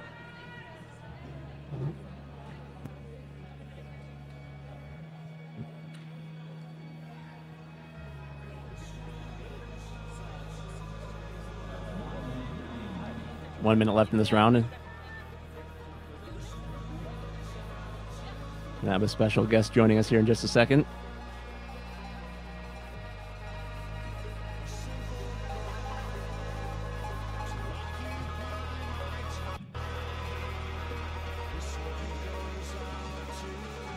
Our top qualifier is going to be joining us here. Pete? Sorry to keep you waiting, Brian. Everything is due time. I'm sitting here. Had to get her nickname right. I'm sitting here with Eula Verm As we've been saying, that would be Julianne Verma if you've been listening to me before, but we'll call her Eula from now on. Congratulations. Right now, it looks like unofficially you're sitting in our first qualifier spot. How'd you feel out there today? Yeah, it feels really good, and I'm really happy about it. The boulders were really pumpy, and like after the second one, I was like already so pumped. And I thought like if I do like several attempts in the third and fourth, I will die on the fifth, but it went out well, and I'm happy. Yeah, it didn't take very many attempts at all. And this wall seems to really reward a complete climbing skill set, right? We have the slab on either side and then these much steeper problems in the middle that are very athletic. The second problem, which requires, I think, a lot of core strength. And it requires a really well-rounded climber. Is that something that when you're training, you focus on the entire spectrum of skill sets? Yeah, recently I focused more on overhanging bouldering because I'm kind of weak in overhanging stuff, and I'm always scared of... No, not really scared, but I'm like, can I really make this boulder? And so I focused on like more overhanging bouldering and didn't do slabs at all because I'm quite okay in slabs. Yeah, that's what I'm training. Yeah, well, you looked really comfortable on all styles. It looked really good. So how long are you here in the U.S. for? We arrived here like 10 days ago, and we've been to Waco tanks before, and arrived yesterday here. We flew to Denver. And then we stay 1 more week in Boulder and then go back home on 1st of March. Well, it's not a bad trip. And if you're going to go to one place, if you're going to go bouldering in one place in the U.S., it's got to be Waco Tanks. How did you like Waco? Yeah, it was really cool. It was my first time there. And yeah, so much stuff to do. And we haven't even seen all the areas. We only have been to East Spur and North. And yeah, it was really cool. I'd like to go back there. Well, yeah, it was a very good first visit for you, winning the Rock Rodeo, if I'm correct. Is that right? Yeah, it was fun, yeah. And what did you think about that event? For people at home who may not know, the Waco Rock Rodeo is a long day of climbing where all of the top climbers are there competing, so to speak, on real rock, doing lots of hard problems. And what was your day like there? Yeah, it was a really cool day. It didn't really feel like a competition, actually. I ran around with Mina Leslie-Vujestic, and we had really fun together, and she has already been to East Spur where the competition was, and she kind of showed me all the boulders, and yeah, we shared the betas, and yeah, it was really fun. It didn't feel like a competition. Well, Waco Tanks has so much climbing. You could go there many times every year for the rest of your life and still be finding new things. So hopefully this is not the last we'll see of you. Thank you for joining us, and good luck tomorrow. Thank you. All right, back to you, Ben.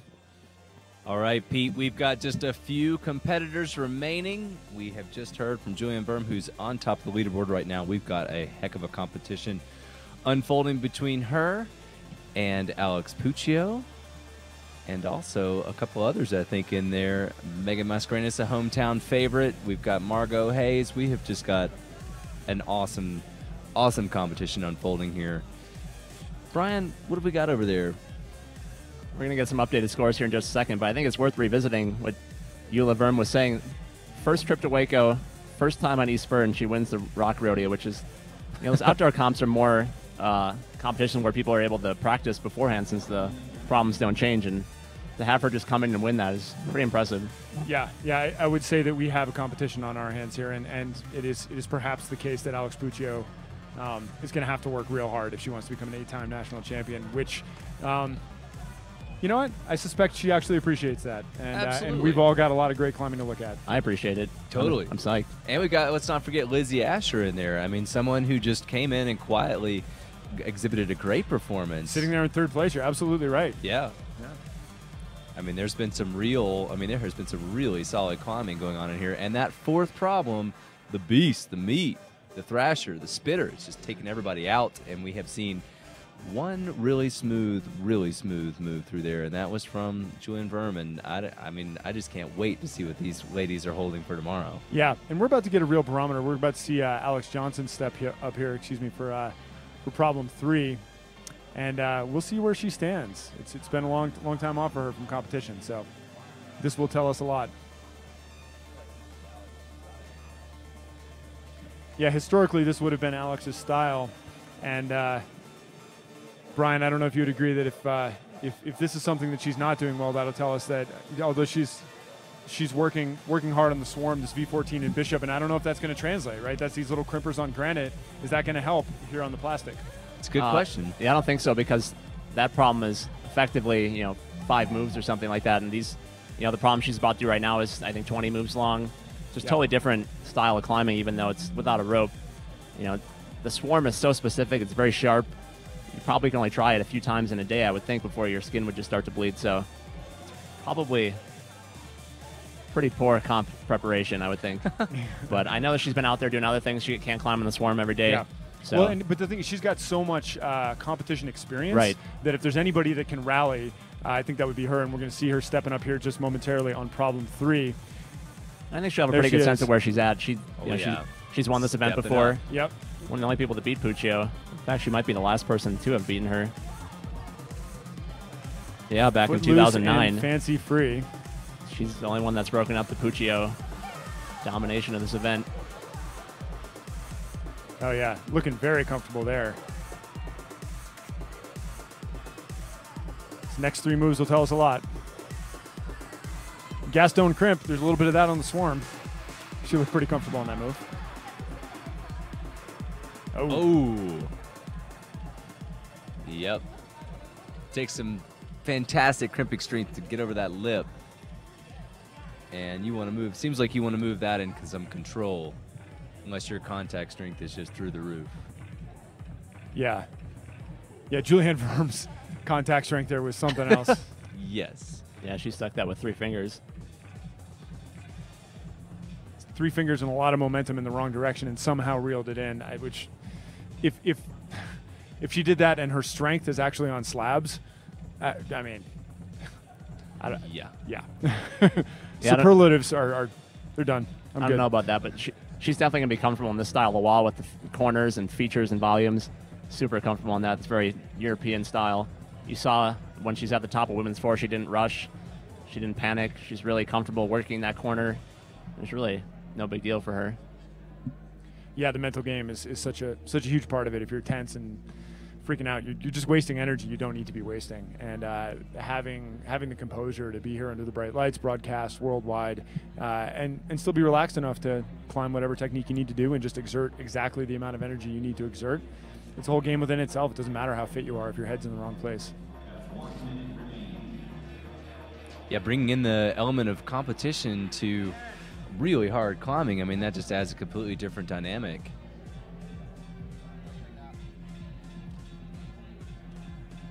Good and bad, I think. Some people, you know, it really helps them. It really helps them feed.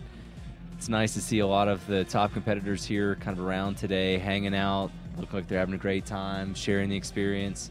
Yep. Definitely a good vibe, good energy in here today. Well, as you said, it's kind of up to you as a competitor whether it's good or bad, right? Can you use the bright lights and all the energy in the room to raise your game? Or is that something that holds you down and holds you back? And that's an independent battle that each of these competitors needs to win or lose for themselves. Yep. And it's a very real thing. And just trying to move back into that present moment where you know you get all that energy, and then as soon as you touch that wall, it's time to just focus, be in the present, get it done, and you know what? Commit. Don't hesitate. God, I gotta leave. I gotta go climbing, guys. This is too much. It's over the top now. Well, you're going to have in about half an hour or so, we're going to have a break until 3 o'clock Mountain Standard Time when the men's qualifiers will begin. So if you want to take a quick trip over to Garden of the Gods, you could do that, Ben. There's some... I could. I think I might just sign up for this comp. You should. Yeah, I would. You thought you were going to climb in Sasha Julian's spot. I mean, you guys look almost exactly alike. I think pretty similar, yeah.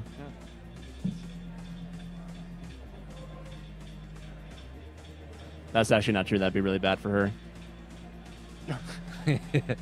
I mean, you know, if you were to suddenly come in and just sweep this thing, I'd be pretty impressed, Brian. Yeah, the expectations would be high, so. Yeah, I mean. I can't let people know that I'm actually not that good at climbing. Oh, wait. I just said that. Well, again. We can distract everyone by pointing out that Courtney Sanders is on problem number 2, trying to figure out the various compression movements here.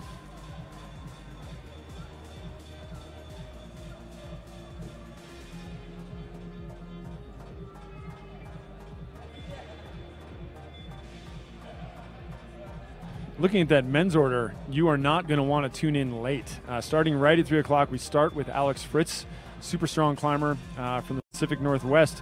And 2 climbers later, we have the 7-time national champion, Daniel Woods, climbing at 3:08 Mountain Standard Time. So Tell your family, tell your friends, tell your next door neighbor, tell their dog. Tune into LT11.TV at 3 o'clock Mountain Standard Time for the men's qualifiers. And tell your boss this is the first Friday you're working late because you'll be glued to that computer screen. Bring your from boss to 3 the room. o'clock on. Introduce him to rock climbing. That's right. A few other high points there. We got Jimmy Webb at 5:16. Jan Hoyer at 6:48 Mountain Standard Time. So we got a little pre-dinner entertainment, little dinner entertainment, little post-dinner entertainment. I don't know when we're going to eat dinner, but we're having beef Wellington tonight, aren't we? Some I kind don't of know really what Dana amazing. Bleiberg is doing over there. Ooh. No, I think that was our first Asana moment, Pete. yeah, we had an Asana moment with the dismount there on problem 3. Yep. Everything looks okay. Left 1:18 Mountain Standard Time. A little bit later than I thought it'd be. Brian, you'll be happy to know that Courtney is brushing problem 2. Nice. Pretty excited to see the brushing level really get raised. Brush daily as 3 it's gotten times. later. See you.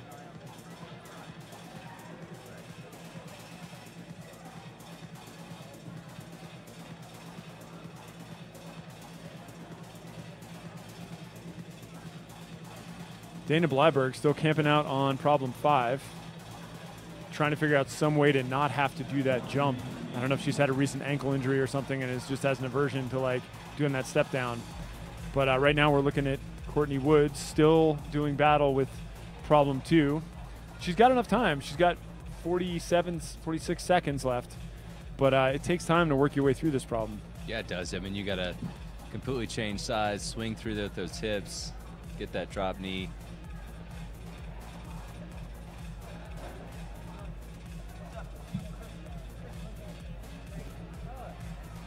Oh.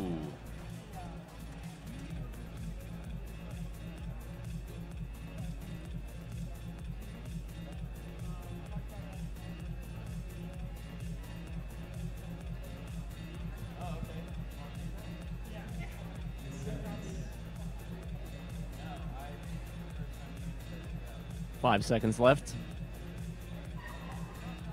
We're all done on women's 1 and 2. Those problems are history, never to be climbed on again. 1 and 2, the rainbow Skittle Road over there. Yep. It's going to take Max Olatukin about an hour just to get all those screw-on footholds off. If I was part of the route setting team, you put him up, son. Yes. You got to take him down. There's And lots over here on problem 4, we got possibly our last serious threat to make some progress here with Alex Johnson. Yeah.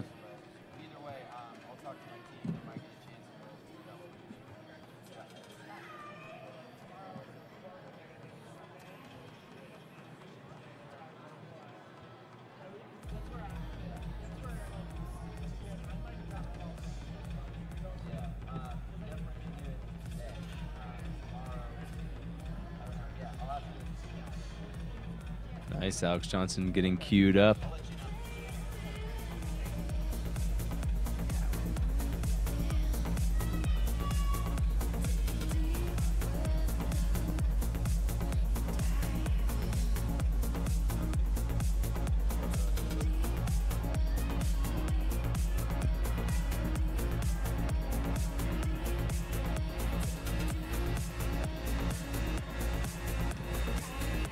See if she figures out that cross under move. That blue sloper in her right hand just seems so miserable that nobody wants to commit to it. No.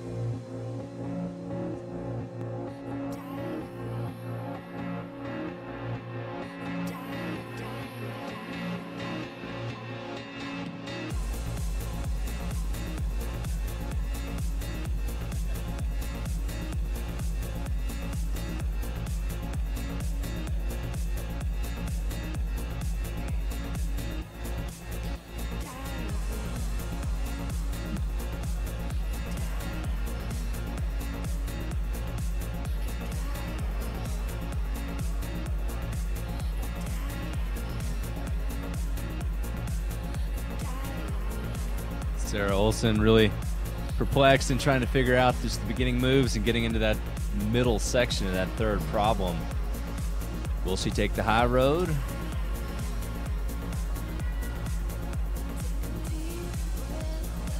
Yeah, with a minute and 30 seconds, this has got to be Alex Johnson's last serious attempt on this problem. Yeah, it looks like she just doesn't have it right now in terms of power. Yeah, gentlemen, looking up and down this this men's start list for the qualifiers, it's just stacked.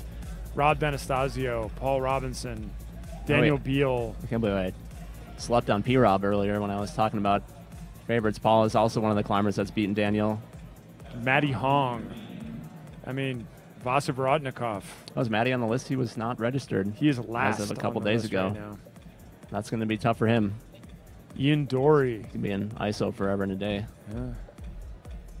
ISO for days, Pete. You took the words out of my mouth. Winning.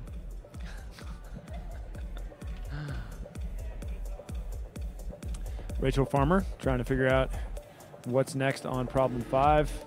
Alex Johnson, this will be her last attempt on problem 4. Ooh, taking some new beta here. She'd have tried that earlier in the round. I wonder if she would have had the snap necessary to get it done.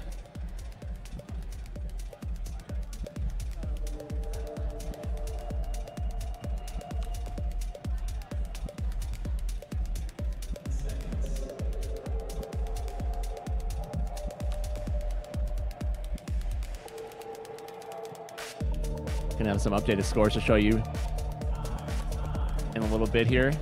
We have a new first place qualifier, like we said. Yeah, tell us more. We did not see this coming. Maybe we did, maybe we didn't. Maybe not quite this perfect of a score for Julianne Verne, but she's got 5 for 5, 5 flashes. Doesn't get any better than that. Alex Puccio, just behind her, flashed 3 out of the 5 and then did the other 2 on her second try, so basically dead even. Megan Mascarena's still in 3rd place. Cicada Generic in 4th place. That's a pretty impressive performance by her. 4 tops. The only other climber to get 4 tops besides our top 3 qualifiers at this point. Lizzie Asher after that. Margot Hayes still up there. A bunch of climbers knotted up at 3 tops and then 2 tops. It looks like 2 tops is going to get you into semifinals. Look at these unofficial scores. We'll see how these last 3 climbers do. But you know, Angie Payne was pretty disappointed with her performance, but like we said, you just have to see how it shakes out. Looks like she's going to be all right. Yeah, shook out in her favor, and that's that is a murderer's row looking at semifinals. Yeah, that is isn't it? There's nobody missing from that list, and if you want to advance, you're going to have your game face on tomorrow. Yeah, a couple really snuck in there. You know, Kasia Pietrus kind of quietly made it in there.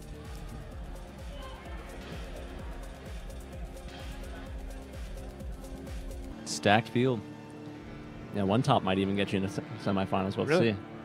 Could sneak in. So you're saying there's hope. Brian, I think you can do it. I think if you go up there and you're going to take Sasha's spot, you top out that first problem, I'm rooting for you, buddy. Hashtag ABS15. Join the conversation. Should Brian go and, sub himself in? A little breakdown of some of these problems. We have 2 tops on women's 4.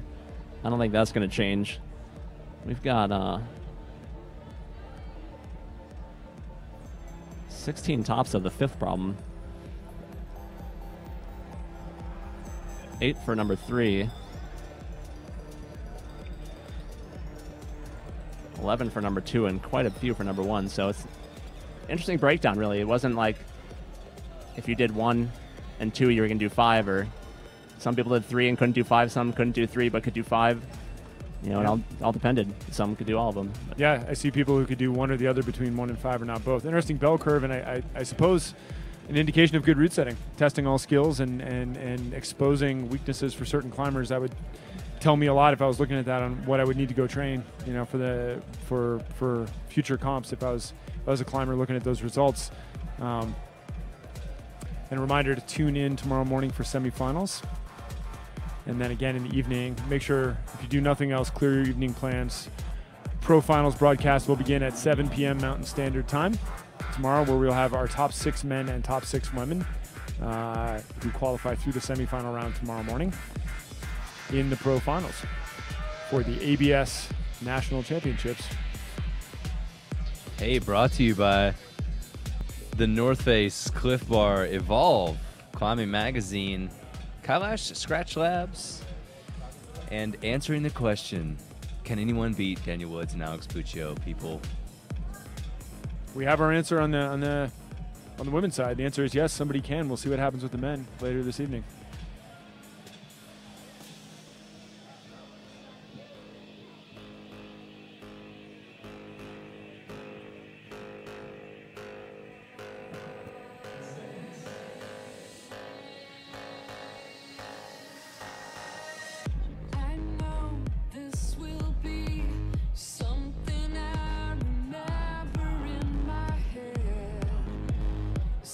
Getting down to those dog days of the comp. Only a couple climbers out on the walls. We're going to take a look at some scoring.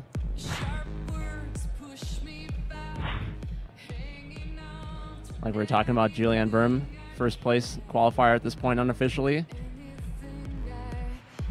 It'll be interesting to see where the cutoff shows up for the top 20 going into semifinals.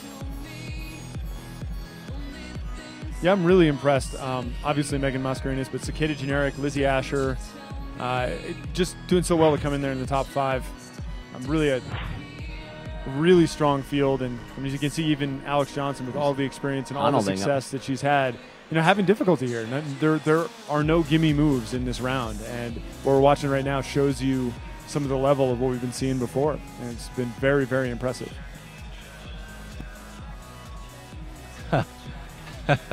we every now and then some really great stuff kind of flies in here.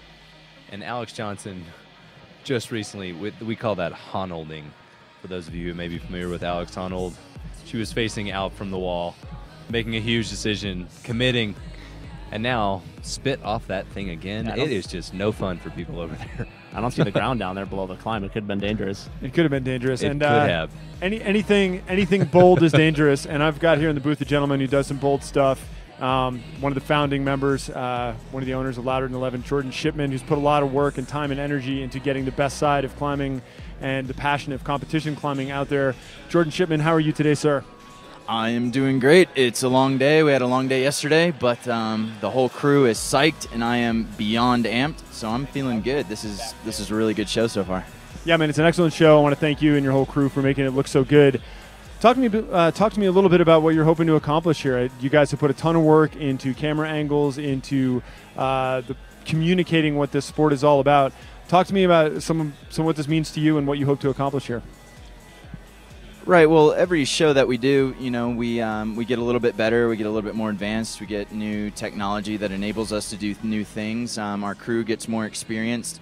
And, whenever we get more experience, that's less hats that we have to wear, and we're able to execute a better show. But, really the goal is to create a structure and a framework where we can really dive into the storytelling aspect side of things and really, humanize these athletes, dive into who they are, provide context for where they are, and, kind of give everybody a reason to engage, to connect with these people.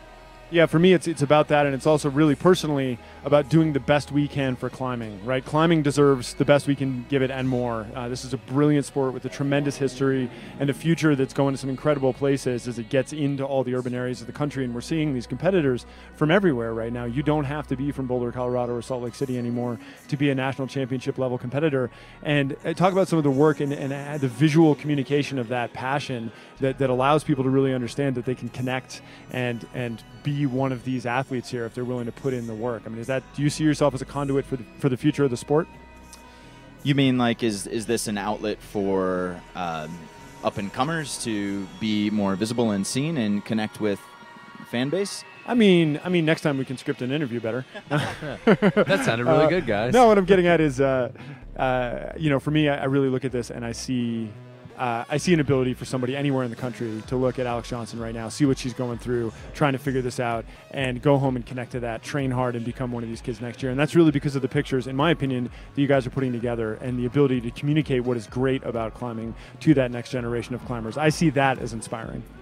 Absolutely, yeah. Sorry about that. I misunderstood a little bit. I'm still in radio in one ear and talking to a microphone in the other. So, yeah, absolutely. I agree with everything you just said, and I think that's one of the best parts about, doing these live shows and these broadcasts. I think it's great with how we can connect people all over the world. We've got, I can't wait to look to see what our international audience was. We always have a really great turnout. Yeah, I think it's fantastic conduit. Well, you're doing a killer job, man. I really appreciate all the hard work you do, and we will check in again later this afternoon. Thanks, Pete. And I just want to say one more time, I am incredibly proud of the work that the entire team is doing right now, and but without all you guys, so thank you so much for your hard work. Hallelujah. All right, Ben and Brian, back to you as we got Courtney Woods on problem number 4 here. Courtney Woods is swinging through there, trying to get to that crux, and let's hope she can hang on. Just a nasty pinch there, and then, ooh, off. Another spitter. Brian, what do you think about that thing? Tell me some stats on how many people have completed this so far, and what is the likelihood that someone can complete this problem? I think we've probably seen the last top of this problem. 2 out of 55-plus women were able to top out that problem. And in reality, I think only 3 or 4 even got past that move that Courtney is on right now. So it's maybe a little bit of a bottleneck from the root setter perspective. It's a really challenging section there that, obviously some of the women were able to figure out, but, the vast majority were not. And what do you think, how does that favor for, this particular competition? What do you think is so unique about that one particular spot? That's a good question. I don't know. It always confuses you when you see some of the really strong climbers do that move and they make it look easy. Mm-hmm. And then the climbers, before them just really struggled mightily on that. I think it's just a matter of being able to hold on to those holds just a little bit tighter and kind of keep the core tight and sweep under to that red kind of fang of a hold. Tricky footwork, too, to stay in place. But this is where, Alex Puccio or Verm were just able to reach under with their left hand. They just have that pinch strength on that right hand where they can hold on and not fall off the wall as soon as they let go with their left hand. Because like you said, the toe hook there really lets them take a lot of weight off. But as soon as they let go with their left hand, they're just off the wall. They're not taking enough weight with their right arm and their toes. Where do you think you need to have the most amount of strength in order to keep it together to even execute that move? Just to get over to that pinch. It seems like an upper body thing because the footwork is pretty straightforward there. The holds are pretty big.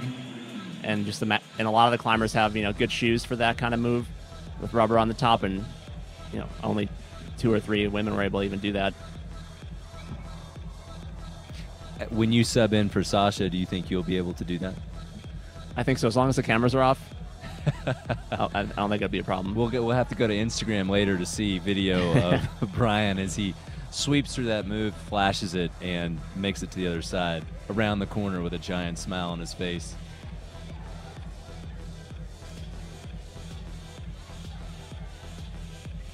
All right, folks, so you are watching the last couple of competitors in the 15th American Bouldering Series National Championships, the U.S. National Championships for bouldering. Pete Ward, Brian Reynolds joining me. I'm Ben Clark, and we are going to go to a commercial break here in just a moment. Make sure you are staying tuned. There's tons of action coming up later.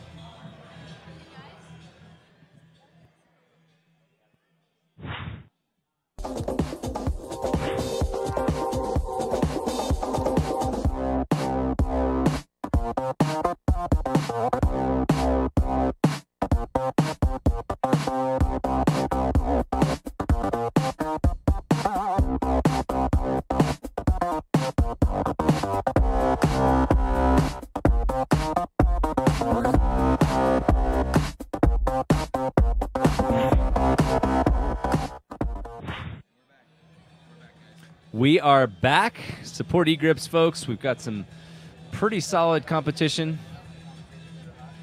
that has been coming on and going today. We have got we had some fantastic performances today from Alex Puccio. Julian Verm snuck into the top, flashing all 5 problems. And, we got Margot Hayes, we got Megan Mascarenas, a local favorite, and we got Pete Ward, Brian Reynolds right here. Guys, have you ever been this excited about a comp? This is a big deal. It's a lot going on. Well, I'll tell you what, I was very impressed with Juliana Verm and what she did.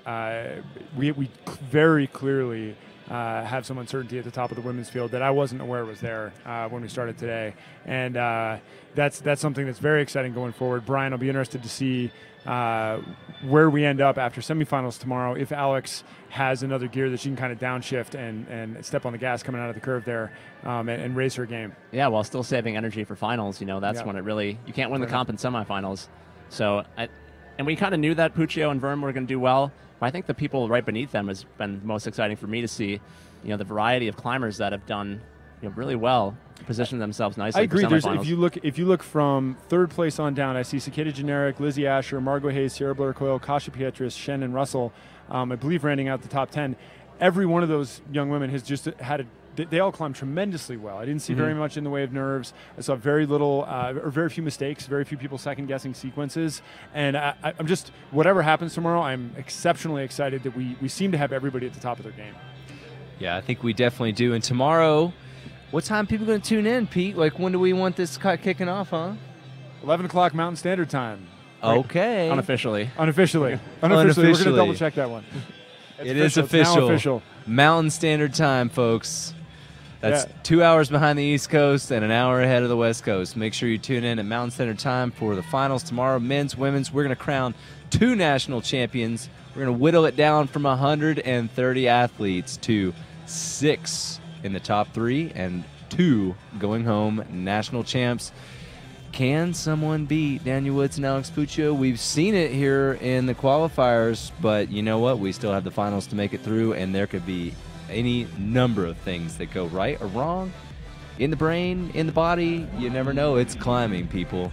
We might be setting up for a nice Germany versus U.S. battle in men's, like we are on the women's as well. Ooh, that's a good point. And she can't. If Julianne Verm won, she can't take home the title. Correct? Yeah, she gets you. I believe that she wins the prize money, but she is obviously not the national champion. So obviously in that case, and as Mr. Nark over here points out, Mr. that Nark. that's the case. I mean, a derogatory Mr. Nark over here.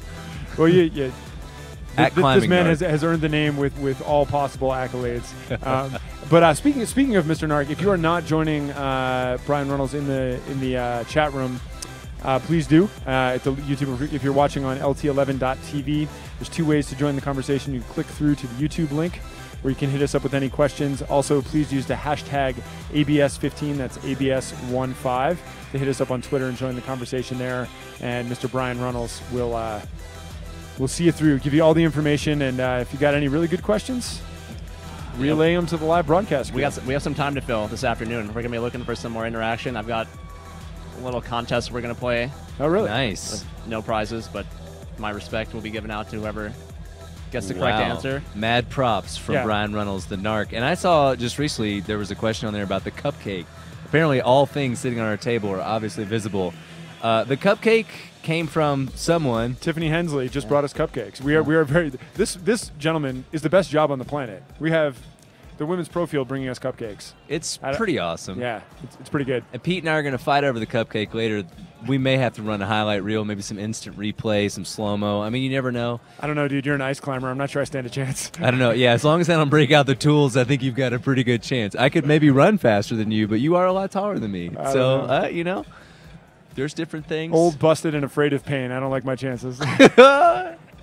That's how it goes, buddy, sometimes. So we got Courtney Woods, who is queued up, and she is trying to work her way through the lower sections. This is our last competitor of the morning, actually. Well, actually, now we're high stepping and having to trust that right foot, as everyone has. And I think the level of commitment and hesitation that continues to come from that one move has been perplexing, and much the result like that, folks. It's been hard. None of these are easy, and we are looking at 130 in this whole deal here. 130 of the best climbers in our country that are showing up, competing, and giving it their all. And in this venue, definitely feeding off some high energy, a great crowd, and we're hoping. I think it's only going to build through the evening as we get the men's qualifiers, and we are going to have an absolute blast watching those guys. Yeah, and again, to bring it back to something we were talking about earlier.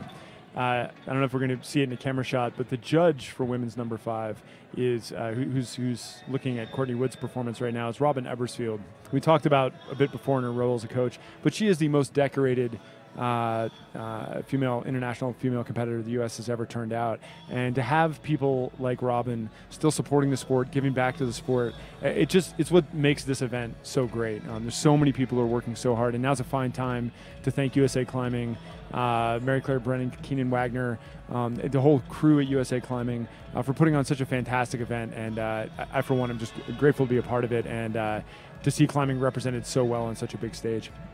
It's pretty awesome. Having been a climber for a long time, it's 17 years now. Isn't it just so great to see our sport and this whole new emerging generation of people coming in here and doing things that when we started, I mean, I could never have imagined. Yeah, it's outrageous, and you can do it anywhere in the country, right? All you need is a climbing gym, and you can be one of these athletes out here. So, kids, eat your vegetables, go hard, go hard in the paint. We have 1 minute left before these problems are history and never to be climbed on again. Always an interesting aspect of these competitions that these problems are very ephemeral in nature. They exist for a very short period of time, and then all that hard work is gone. And I have a feeling there's going to be a couple competitors today that are ready to say good riddance due to that. I don't think most of the women are going to be sad to see number 4 go away.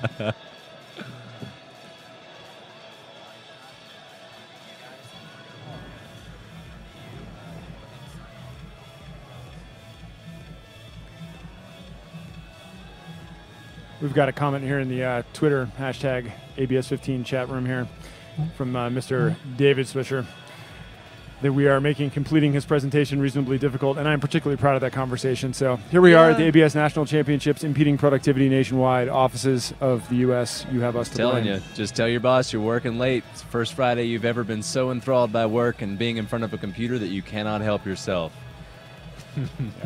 Nothing like the American Bouldering Series National Championships. Well, that's the end of our round of competition. Yes, it is. All right, folks. Well, you have been watching the qualifying round for the women's in the American Bouldering Series National Championships. I'm Ben Clark signing off with these two awesome guys, Pete Ward, Ryan Runnels. You guys ready to sign off or what? Let's do it. Thanks for tuning in. We will see you this afternoon at 3 o'clock Mountain Standard Time. We will be here for, what's the math, 6.5 hours of rock climbing. So please hit us up in the chat room. We're going to have lots to talk about. And there is a murderer's row, a stacked field. So if you love rock climbing at all, tonight's the night. Tune in. We'll see you then. Check it out.